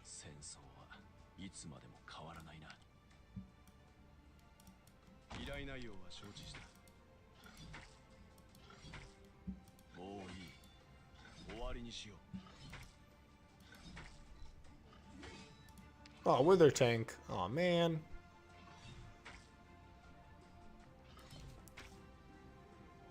Chapter 13 is TF2 gameplay. Nice. Oh, that is necrosis damage. This is peak gameplay. It is using medics to keep Hoederer alive, and then Hoederer wins. Yeah, chapter 12 is testing for terrorists. That's what chapter 12 is. Can you? Oh, you're healing. I don't like that. Don't do that. Wait, how am I gonna kill these two? Wait. What if you don't kill them? Do you have to kill the twigs? Could I just not kill them? No, I think after a while. No, I think at the end of the stage they pop out. Or else.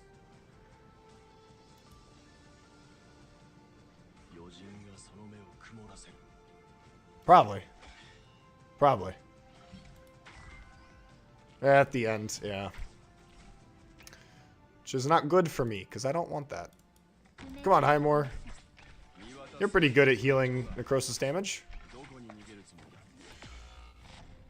Go, you official! Damn it! She died too quickly. She was gonna stun these two, and that actually would have mattered, because he would have stopped the healing. Alright, big dude is out. Very, very large dude is out. Okay, that... He's not doing that much damage. Alright, Gravel is tanking. This is what we call a Gravel W.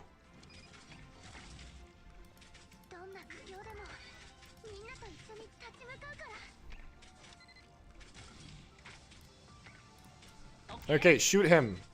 Adnakiel, shoot this one, not that one. I brought you to prioritize these guys. You're doing that, but you're prioritizing the wrong guys.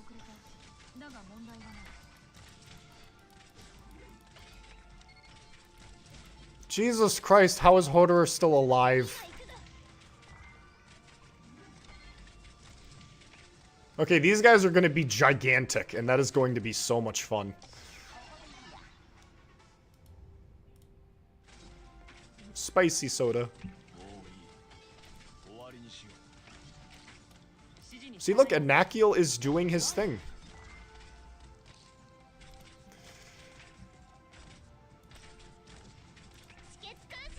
How is Gravel still alive? Is this just the power of Warfare and Honeyberry? Like, I deployed you 7 years ago. How are you still alive?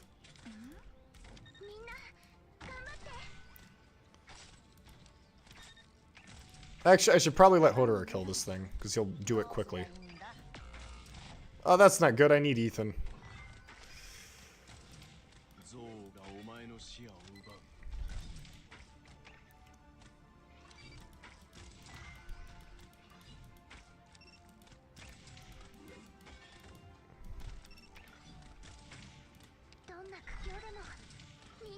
Oh, that dude's a big dude. Anakiel is still alive. Oh, Ambriel did a lot of damage, kind of. I think it might be over, bros. Oh my god. Two very large men are attacking me. Help. Gravel. Okay, they didn't one-shot Gravel. Which means they won't one-shot Hoederer.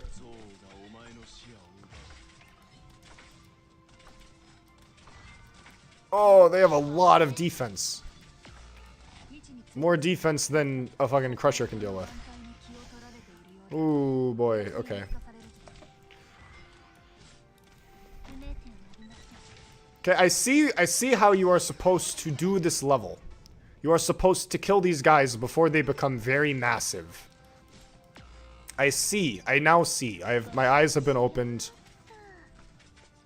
I see. Okay. All right. Okay.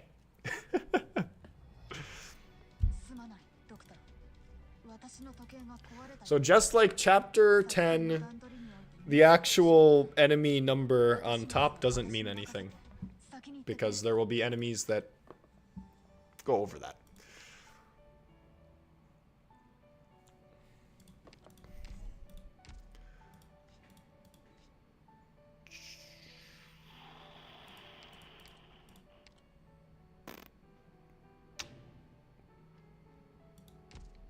Oh, you know what? No, not really. Would it? You know, it would be cool if I had Hoederer's S3, because guess what? It does true damage, and guess what those dudes have? A shit ton of stats. You know who doesn't care about stats doing true damage? Oh, Hoederer, I wish you were at Elite 2. Hoederer at Elite 2 probably would just be able to solo this. I don't think it's fun content to watch me fucking grind the XP stage. Solution is more Crusher, you are correct. Actually, instead of quartz, we could use wind chimes. I'm so brain rotted. No, yeah, if you were to put wind chimes back here, she can, with her nuke, she can very, very, very easily overcome that. Yeah, Warfarin's... Oh my gosh, Warfarin's talent is really coming in handy here. Okay, Anakiel, he was carrying too much. So yeah. We can't bring Anakiel, he was carrying too much. So we will need to use someone else.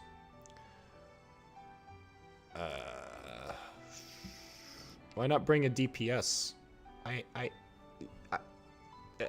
Half the operators in the game are DPS. That's what I'm trying to do here.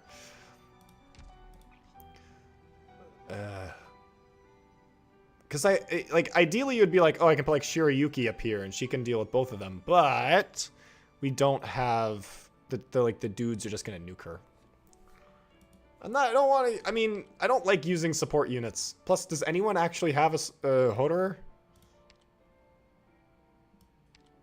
Oh, someone does. Heisei. Of course, Heisei does already at level 80. Oh, Echo does. At level 15. Elite 2 level 15. Alright. I don't like using support. I don't like using support.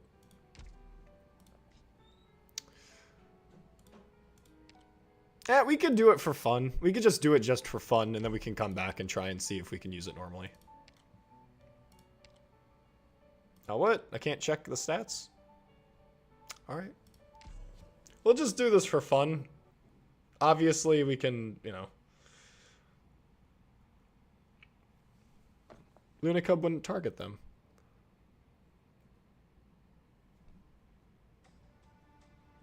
She's a Deadeye. She would prioritize lowest defense targets. These guys have 0 defense. Would she not? I don't care if Lunicub would target... Obviously, I don't have Lunicub, but yeah, she would prioritize these guys. They have 0 defense. They're the lowest defense things on the field. Hey, you put Lunicub right here. It's like... She would take a bit of damage from this one. But...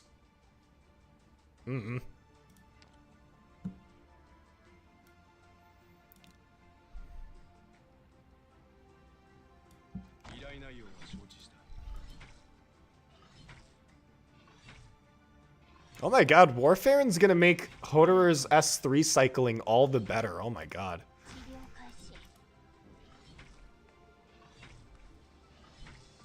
Alright, let us fucking go. First time using Hoederer's S3 in my life. These are average Crusher stats, yes.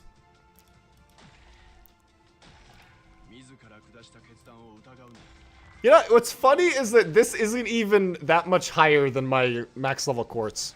What the fuck? Damn, okay. I know that was a very unbuffed one, but still, that's a lot of damage. He 4-shot him.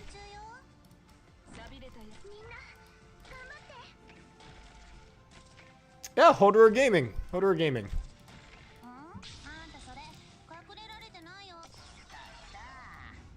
No, don't do that. Hey, can Gravel duel these guys? Nah. Oh, but you know who can? Hi, more. All of this damage because of this fucker. Maybe I need to bring Steward. Maybe he'll be helpful.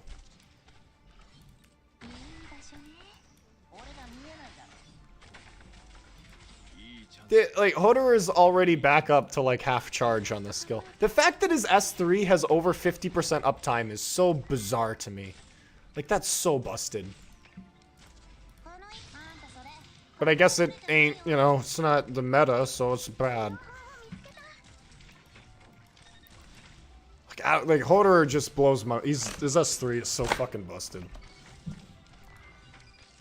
Alright, when chimes, do a nuke, please. Thank you. Steward is too strong. Use Durin instead. I need to use Steward for his talent. That's what I mean.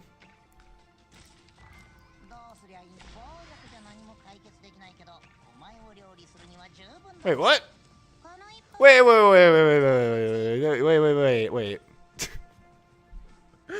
Wait. Are you guys seeing... Are you guys seeing what I'm seeing? Ambriel just stunned this dude twice. She only stuns when it's outside of normal attack range. What's going on here? If it was outside of her attack range, then why is she attacking them? It's average Ambriel. All right, cool. How are you attacking them if they're outside your range? Is their hitbox not the same as, like, another hitbox? And let's give Hoederer a shield. Because he definitely needs it.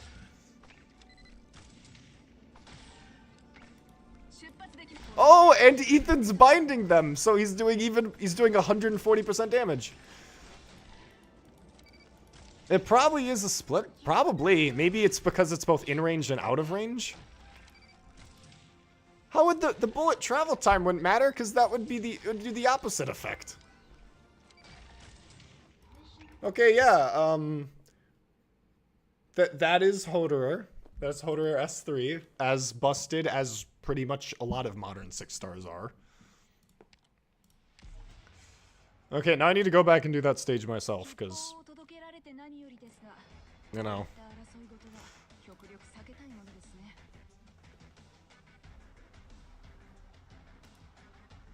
Now time to go and do that myself. Because now I don't have auto-deploy.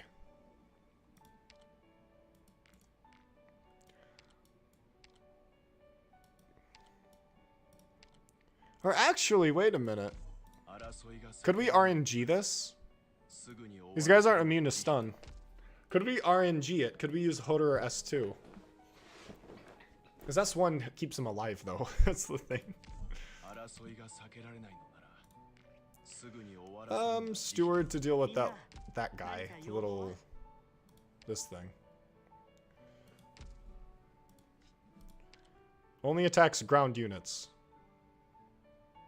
Oh. Oh, it only attacks ground units. Okay, that's good to know. Okay, that's actually good. Because that means that I can safely put Steward somewhere.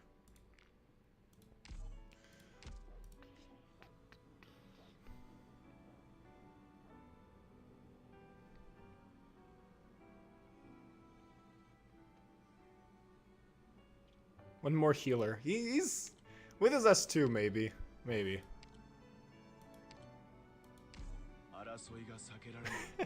That's actually a good point, Blocked. The fact that, like, yeah. That, like, this isn't dark mode, but you get the main screen as dark mode.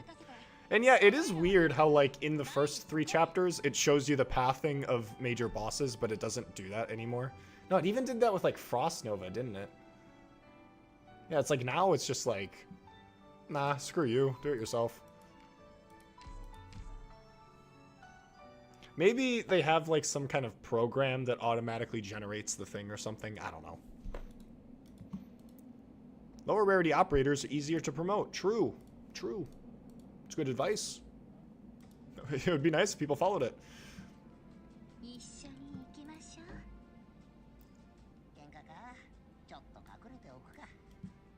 Alright, let's hope that Hoederer doesn't die instantaneously. Well, it can't... no, because it was... I think it was in Chapter 4. I think the Chapter 4 Frostleaf fight still had it.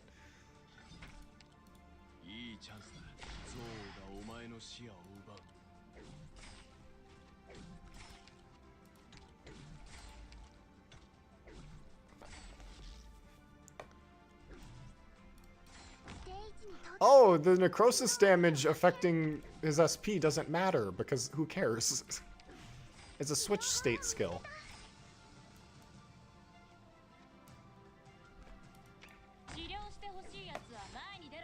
Hoederer is my favorite low rarity operator.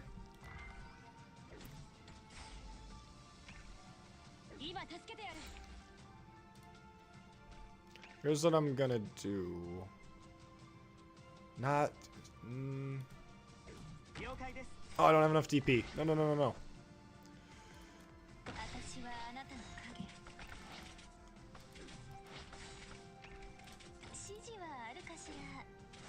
Come on, Steward.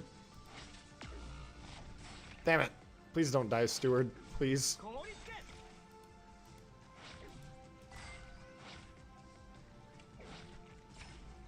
Wait.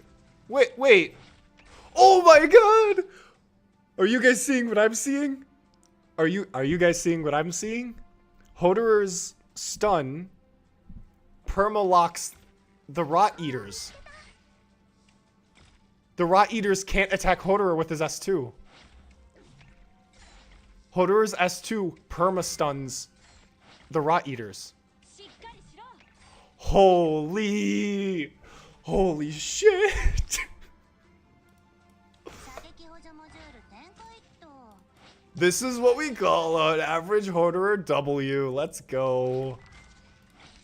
Well, okay, to be more politically correct, an average Hoederer Innis. No one wants a Hoederer W.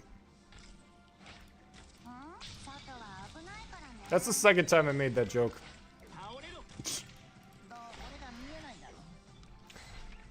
But yeah, nice.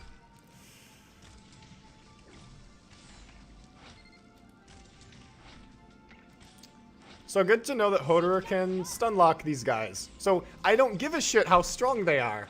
Hoederer can solo them.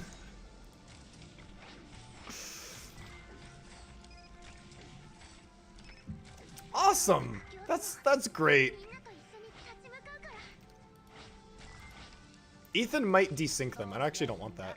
Oh no, Ambriel's now gonna desync them, and I retreated Ethan for nothing. Damn it.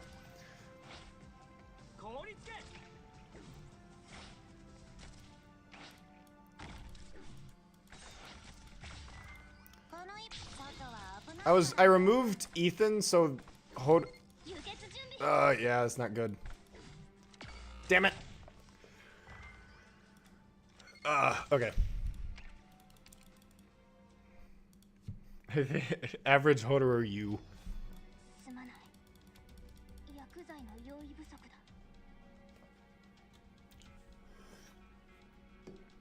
Okay. I wanted to get rid of Ethan to prevent the two Rot Eaters from desyncing, but then Ambriel stunned them because of the weird split box shit and ruined it. So I need to get... I don't even know if Ambriel's doing anything. Which is being Ambriel, obviously. But it's like, these guys are being healed and they're not dying until the end of the stage anyway. So it's like, we love you, Ambriel, but yeah, you're not doing anything. Also, Wind Chimes also isn't doing anything. Oh my god.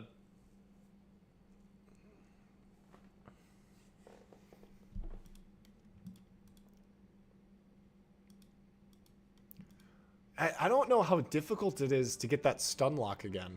Because I honestly kind of want to rely on that for the very end.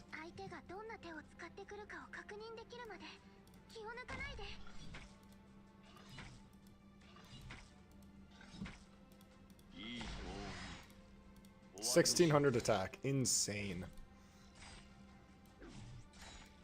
1,600 attack, and he's at Elite 1 level 55. Bro's at 3-star level. And he's got more attack than my Wind Chimes. Well, I mean, with her talent, she has more, but, you know how it is. Yeah, I don't need Honeyberry, do I? Because I don't give a shit if he gets corrosed. Corrosioned. No, these guys are really fucking heavy. These guys are way too heavy. I guess maybe it would, like, slightly stall them, but even then, they just seem way too heavy.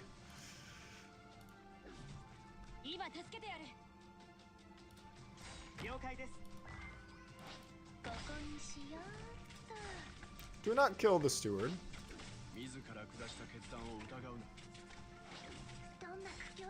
Okay, that was easy.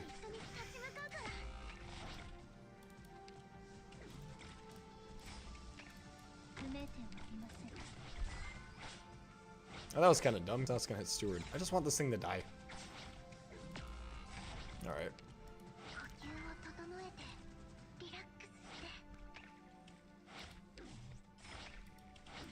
You have no health left. Please die. Thank you. I think we should be fine if we get the attack done right.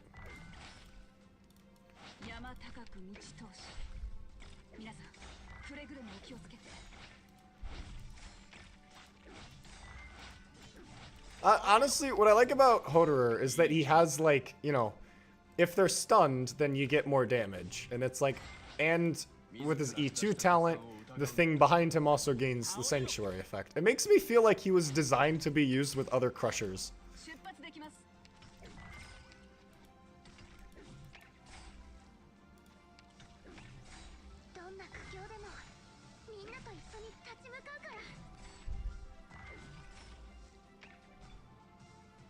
Alright, the cringe patrol just showed up.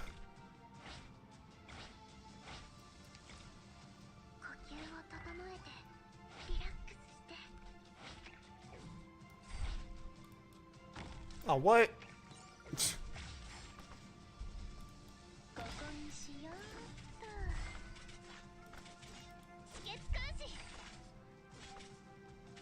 Yeah, okay, it's not synced correctly, sadly. Damn it.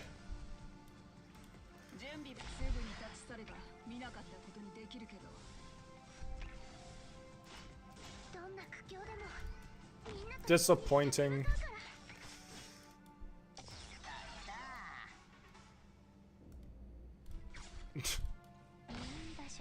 All right. Mint stall. I don't think they're heavy enough. Also, I don't think my mint on this account is really high level.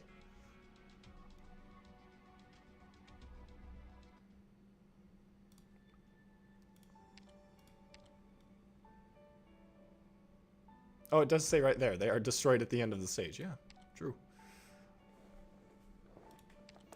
Yeah, Highmore is not working. Ethan, I don't... I probably do want Ethan because I don't think this strat's gonna work. Although it is really satisfying that it works the first time. Can use click, get her stuns.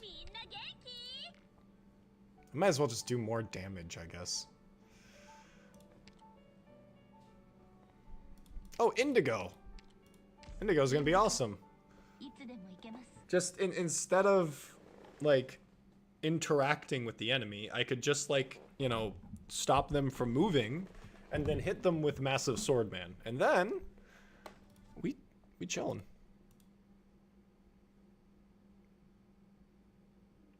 Nice.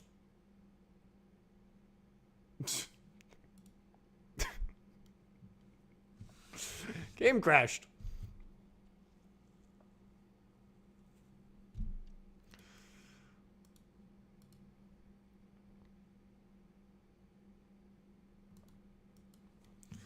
Yeah, Haze would probably work against other arts attackers, but I'm thinking more like, you can bind with, Indigo.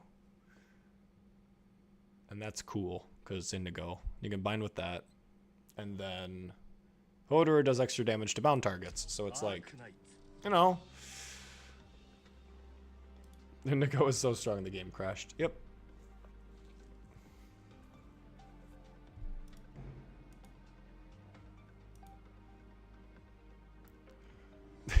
Game did not want me to cook. Game did not want me to cook.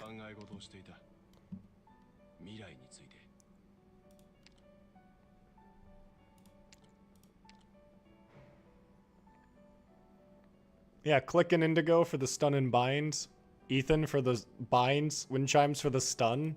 All just for Hoederer to do a shit ton more damage. And maybe if they're stunned enough, if you can keep desyncing their attacks, or not desyncing, but just like keep stunning them to the point where now they can be perma-stalled by Hoederer. May for more stun? Oh yeah, her S2 does stun. She'd do like no damage though. She would do like no damage. I don't have Kui-Bai.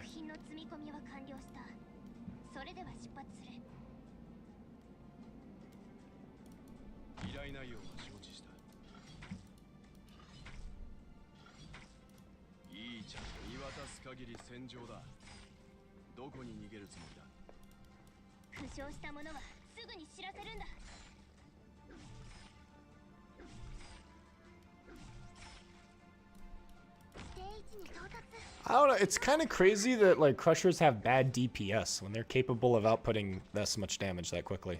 Weird. I'm not salty.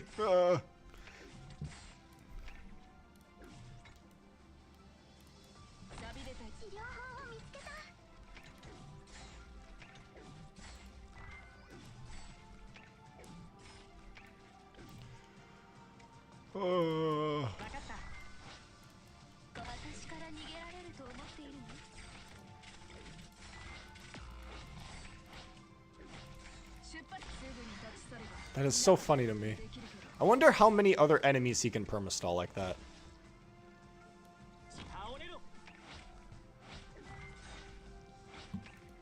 Let's go, Steward. Do not the Steward.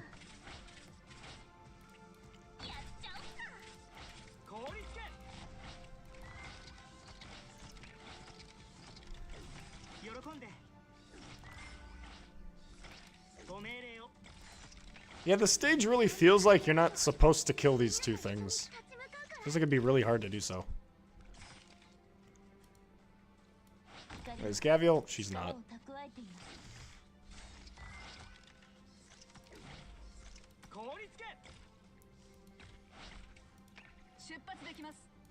That does not reach.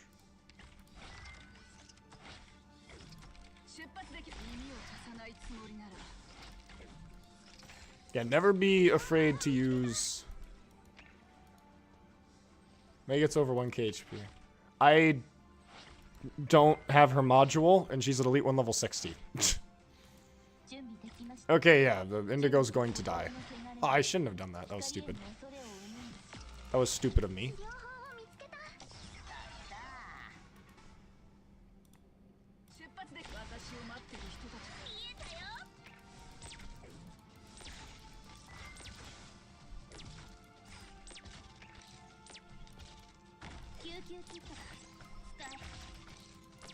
Damn it. I'd be struggling.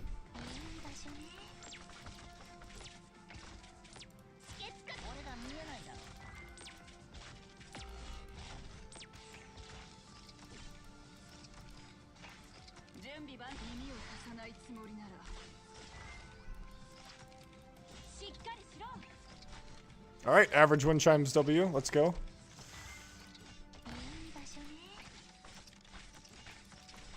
Perfect example of Crushers being really good at tanking high instance damage. Really good example of that. Oh, Meteor would be good because she reduces defense. Yeah, that's... I beat the stage. It doesn't matter. The heal more healers is not going to solve it. He's just going to keep dying.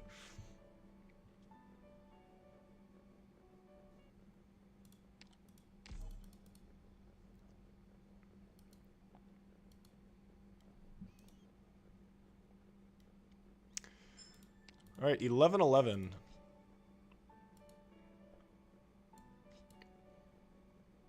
Oh, that's not good. I don't like seeing that. Are those things actually considered drones? No. okay.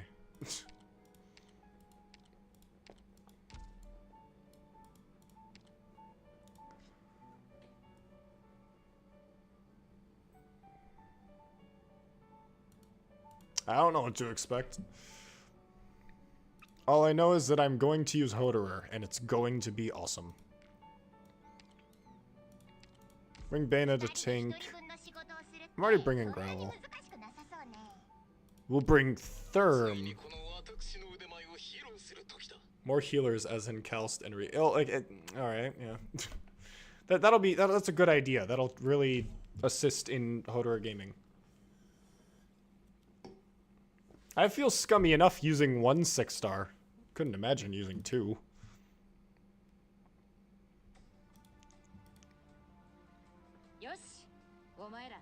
Begone, seeds. I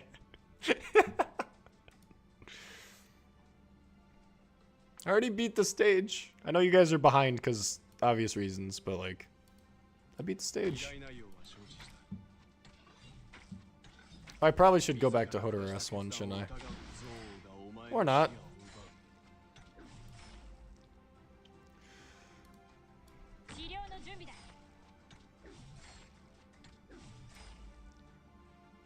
I don't have any DP. I wish I had a Vanguard. Oh, this is not good. Oh, no.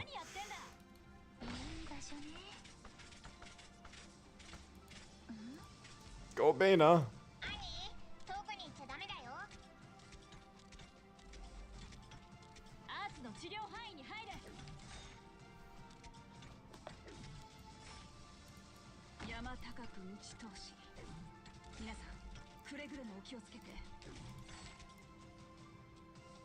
I'll save Therm for later.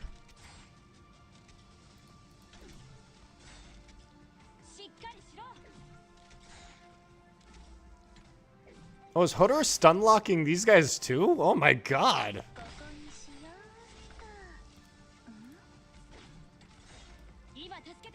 He knows no bounds. He stun locks all. Oh, never mind. Oh yeah, at 50% HP, it becomes immune to status effects. That's why. Yeah. So it was perma-stunned, but... Oh, these things! Oh, I don't... These things are in video game? Oh, man. I don't have Vigil. I don't have every operator in the game. I just have the operators I have.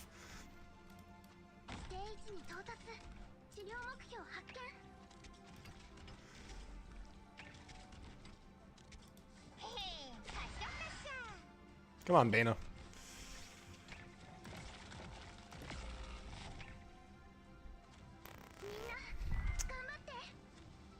Who are you even targeting?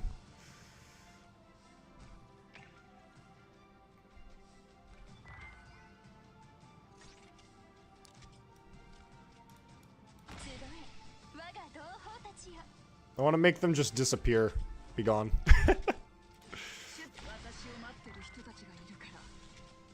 Why do these things exist? Bana's doing really good against this dude over here. A normal person would probably just retreat and then try again. Oh, but poor Honeyberry.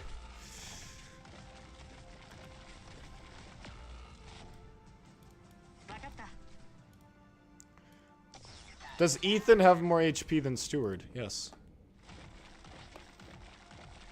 Ethan, you could have dodged one more.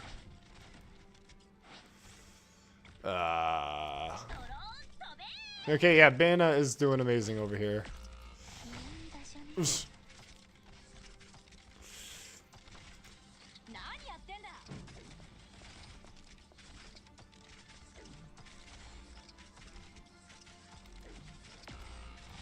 I was never around for the Vigil event. I am quite new. Well, good thing we have Hoederer, an operator who does all of the damage and tanks all of the damage.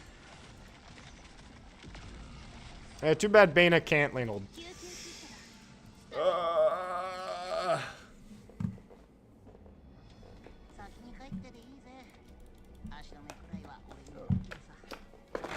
Just trying to move my chair, but my sweater was stuck underneath it.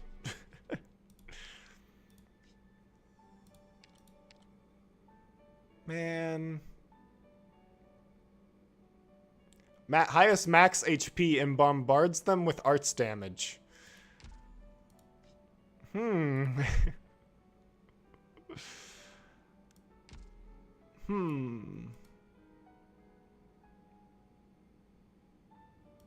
Locks onto the target with the highest max HP and bombards it several times, dealing arts damage to the unit in range with the highest HP percent. Oh, okay, I see.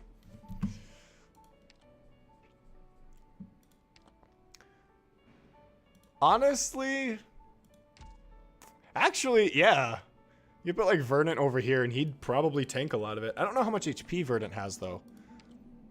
Actually, I'll look that up. How much HP does Verdant have? Compared to Bana. Elite 1 level 50. Very similar HP, slightly worse. But he does gain extra max HP with his S1. So, actually, wait, that's 25% passively. That's 2100 HP. Jeez. Okay. Yeah, Verdant would actually be pretty good using his S1. Oh, and he has resistance, so he takes less damage. Huh. Oh, wait, I mean, Verdant's terrible. You should never use him. Never. Who uses Verdant, am I right? Now, what we could use is, more Crushers. We can use more Crushers. Yeah. I don't want to just stall the things. Actually, what we could do is we could just, like, stall them with Kuora, and then later on, we'll drop...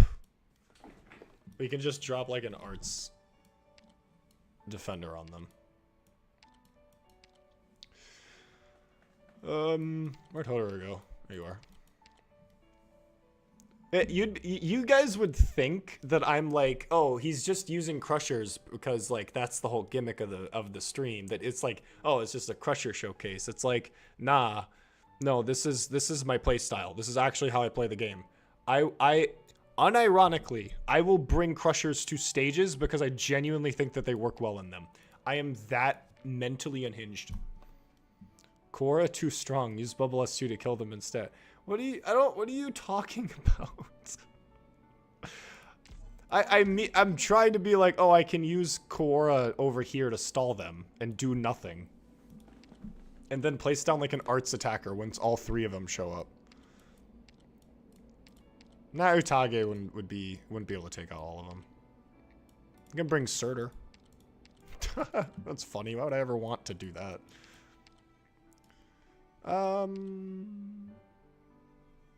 My condolences, my original gangster. You guys think it's all a joke, but nah, I'm actually this unhinged. There you are. I was looking for you.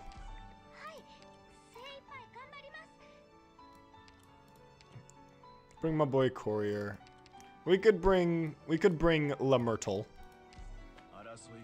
Crusher syndrome instead of brain. There's Crusher. Yep. Yep. Actually unhinged.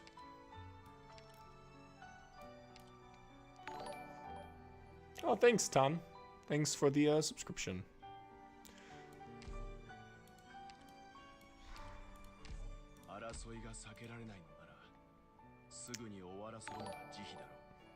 Thanks, Helmet, for the subscription. Okay. Kurosarum would kill one of them, because he can... I think he can outrange them. Is it 4 or 5 tiles? No, it is 5 tiles, yeah.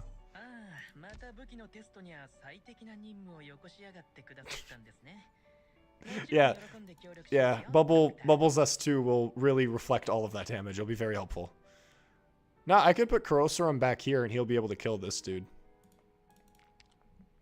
He'll kill one of them, not both of them, but you know. It's better than nothing. Do I need Inigo? I think, no, because I'm bringing Kurosarum now. She'll probably die. Oh, actually, wait, Shirayuki. I have Shirayuki. I don't need Kurosarum. Aw, that's sad, though. I kind of want to use Kurosarum. Multi-lane sound? I'm not using him for silencing. I'm just using him to do damage. You don't need 4 medics, as long as you have the right medics. Oh my god, shut up. I clicked on you 7 months ago. What about Fire Whistle? Nah, Fire Whistle would be in range. I'm just gonna bring Myrtle for DP. I could probably bring Courier for early game blocking. It's weird how it's just like, I don't need any other attackers. Because your Crushers also just are attackers. What if they made a Protector subclass with only 2 block, but they do a shit ton of damage? Ooh. Thanks, Sleepy, for the sub. It's like 3 subs in like 5 seconds. We don't need more oh, I forgot Gravel! God damn it. I am a fool! Actually, maybe Gravel's fine. I don't need her.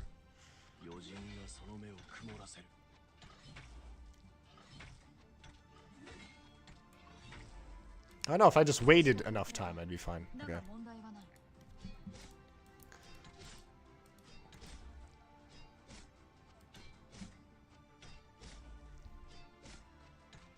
Wait, I have 0 medics. I didn't even have Warfarin. I didn't have any medics.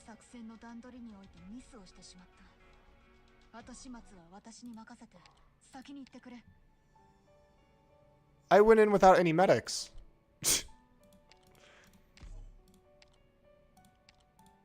I may need mouse though. Oh my god. Oh yeah, I'm bringing Shirayuki so I don't need Kurosarum.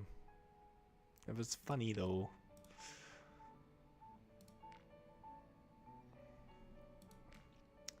Yes, I would like 2 number 9s with extra fries. Lancet Gaming. Yeah, Lancet is the best Crusher medic, clearly. Or Farron and Gavial.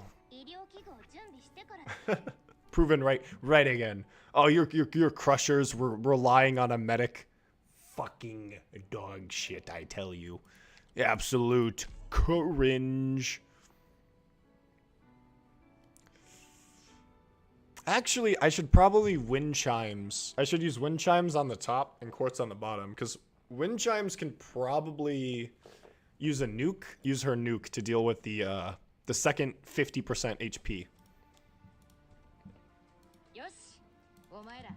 Still didn't bring Gravel, but whatever. Gravel's for rocks.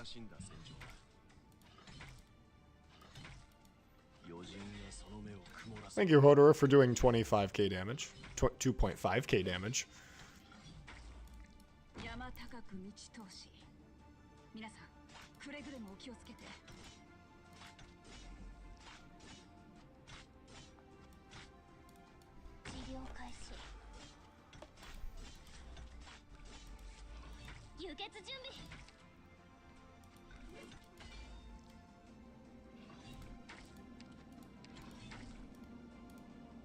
Oh, I don't want to do that.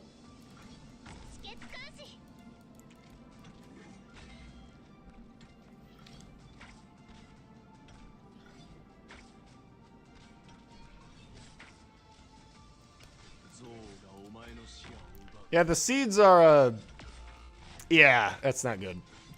Okay, we do need We do need gravel. We do need gravel. If anyone tells you that that crushers are useless and they die too easily, show them this. Just show them this. Show them me being absolutely fucking clinically unhinged and using like 7 of them.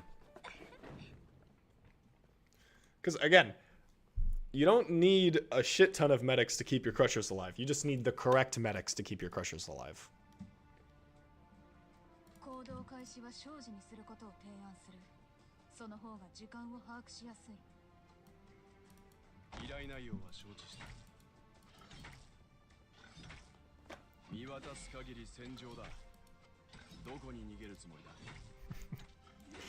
Yeah, it's still funny to me that 2/3 of the Crusher subclass has an eye patch. Well, Quartz takes hers off in E2 artwork. Do not.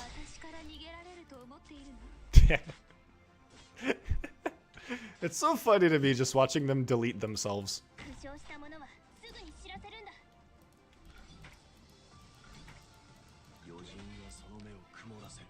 The art's DOT is just like, yeah, who cares? I got like a bajillion HP anyways, doesn't matter to me.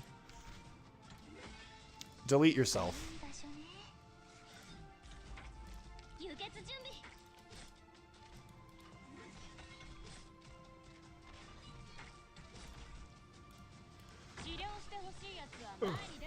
You official altar, 6-star crusher. Yeah, that's what we really need right now.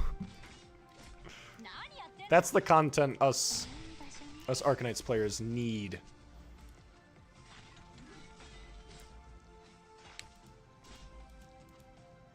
See, okay, what's weird right now is that the healing is bad because Warfaren is healing herself.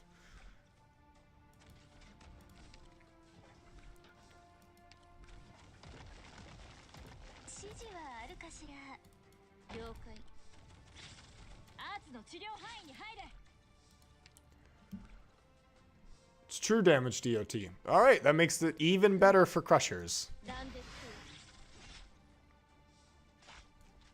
Because it's not like they have resistance. Better tanks than Matterhorn.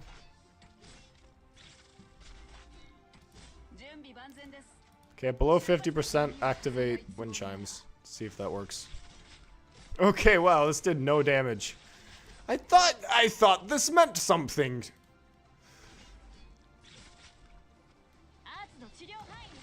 Alright, F in chat Shirayuki. Damn it, too slow.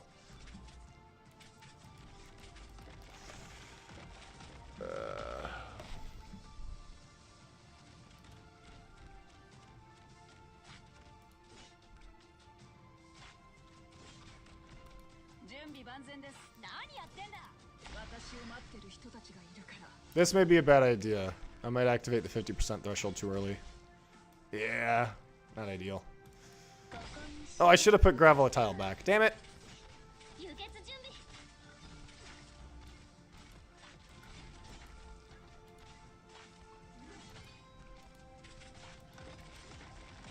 There's no damage. That is no damage. You think are you having a laugh? Londinium cannon artillery defense? Are you having yourself a bit of a chuckle? All damage is true damage when you're a crusher. Exactly. Which is why it doesn't fucking matter if it is true damage or not.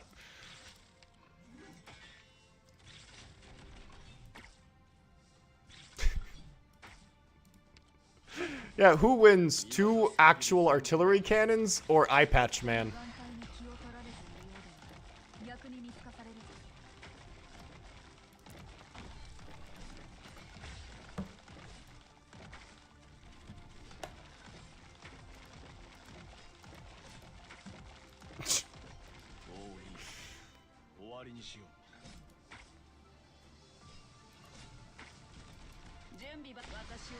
Oh shit, that wasn't a cycle?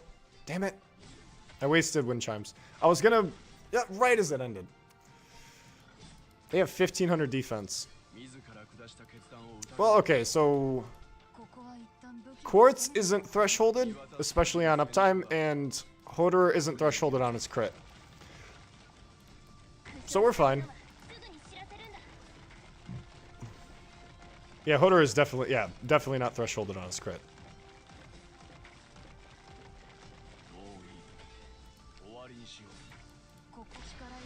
Yeah, okay, we're fine.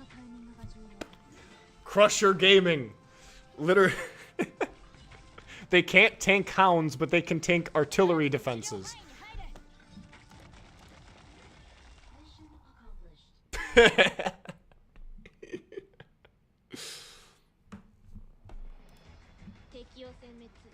Shiroyuki did nothing. She did absolutely nothing.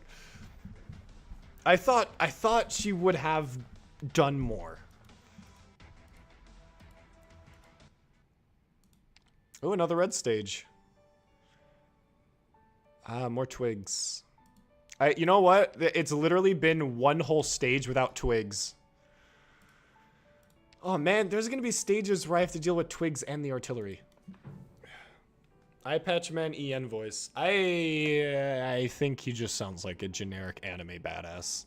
I don't really care that much about the EN voice lines. A lot of them are just kind of weird, like cringy to me after listening to the JP voice line so much. Again, you can like things, but not for me.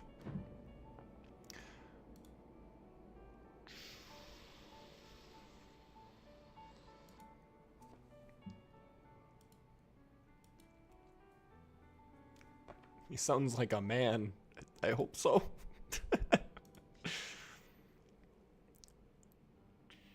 Okay, I don't like this over here because this implies the seeds are gonna, you know, dive bomb. I mean, to me, this looks like I put, like, Noir Corn here. Actually, how much attack do the seeds have? B+. That has to be around, like, 800, 900, right? Seed of Withering Arknights. 750. So Noir Corn cannot tank it. Oh, like, we are out of DP. But,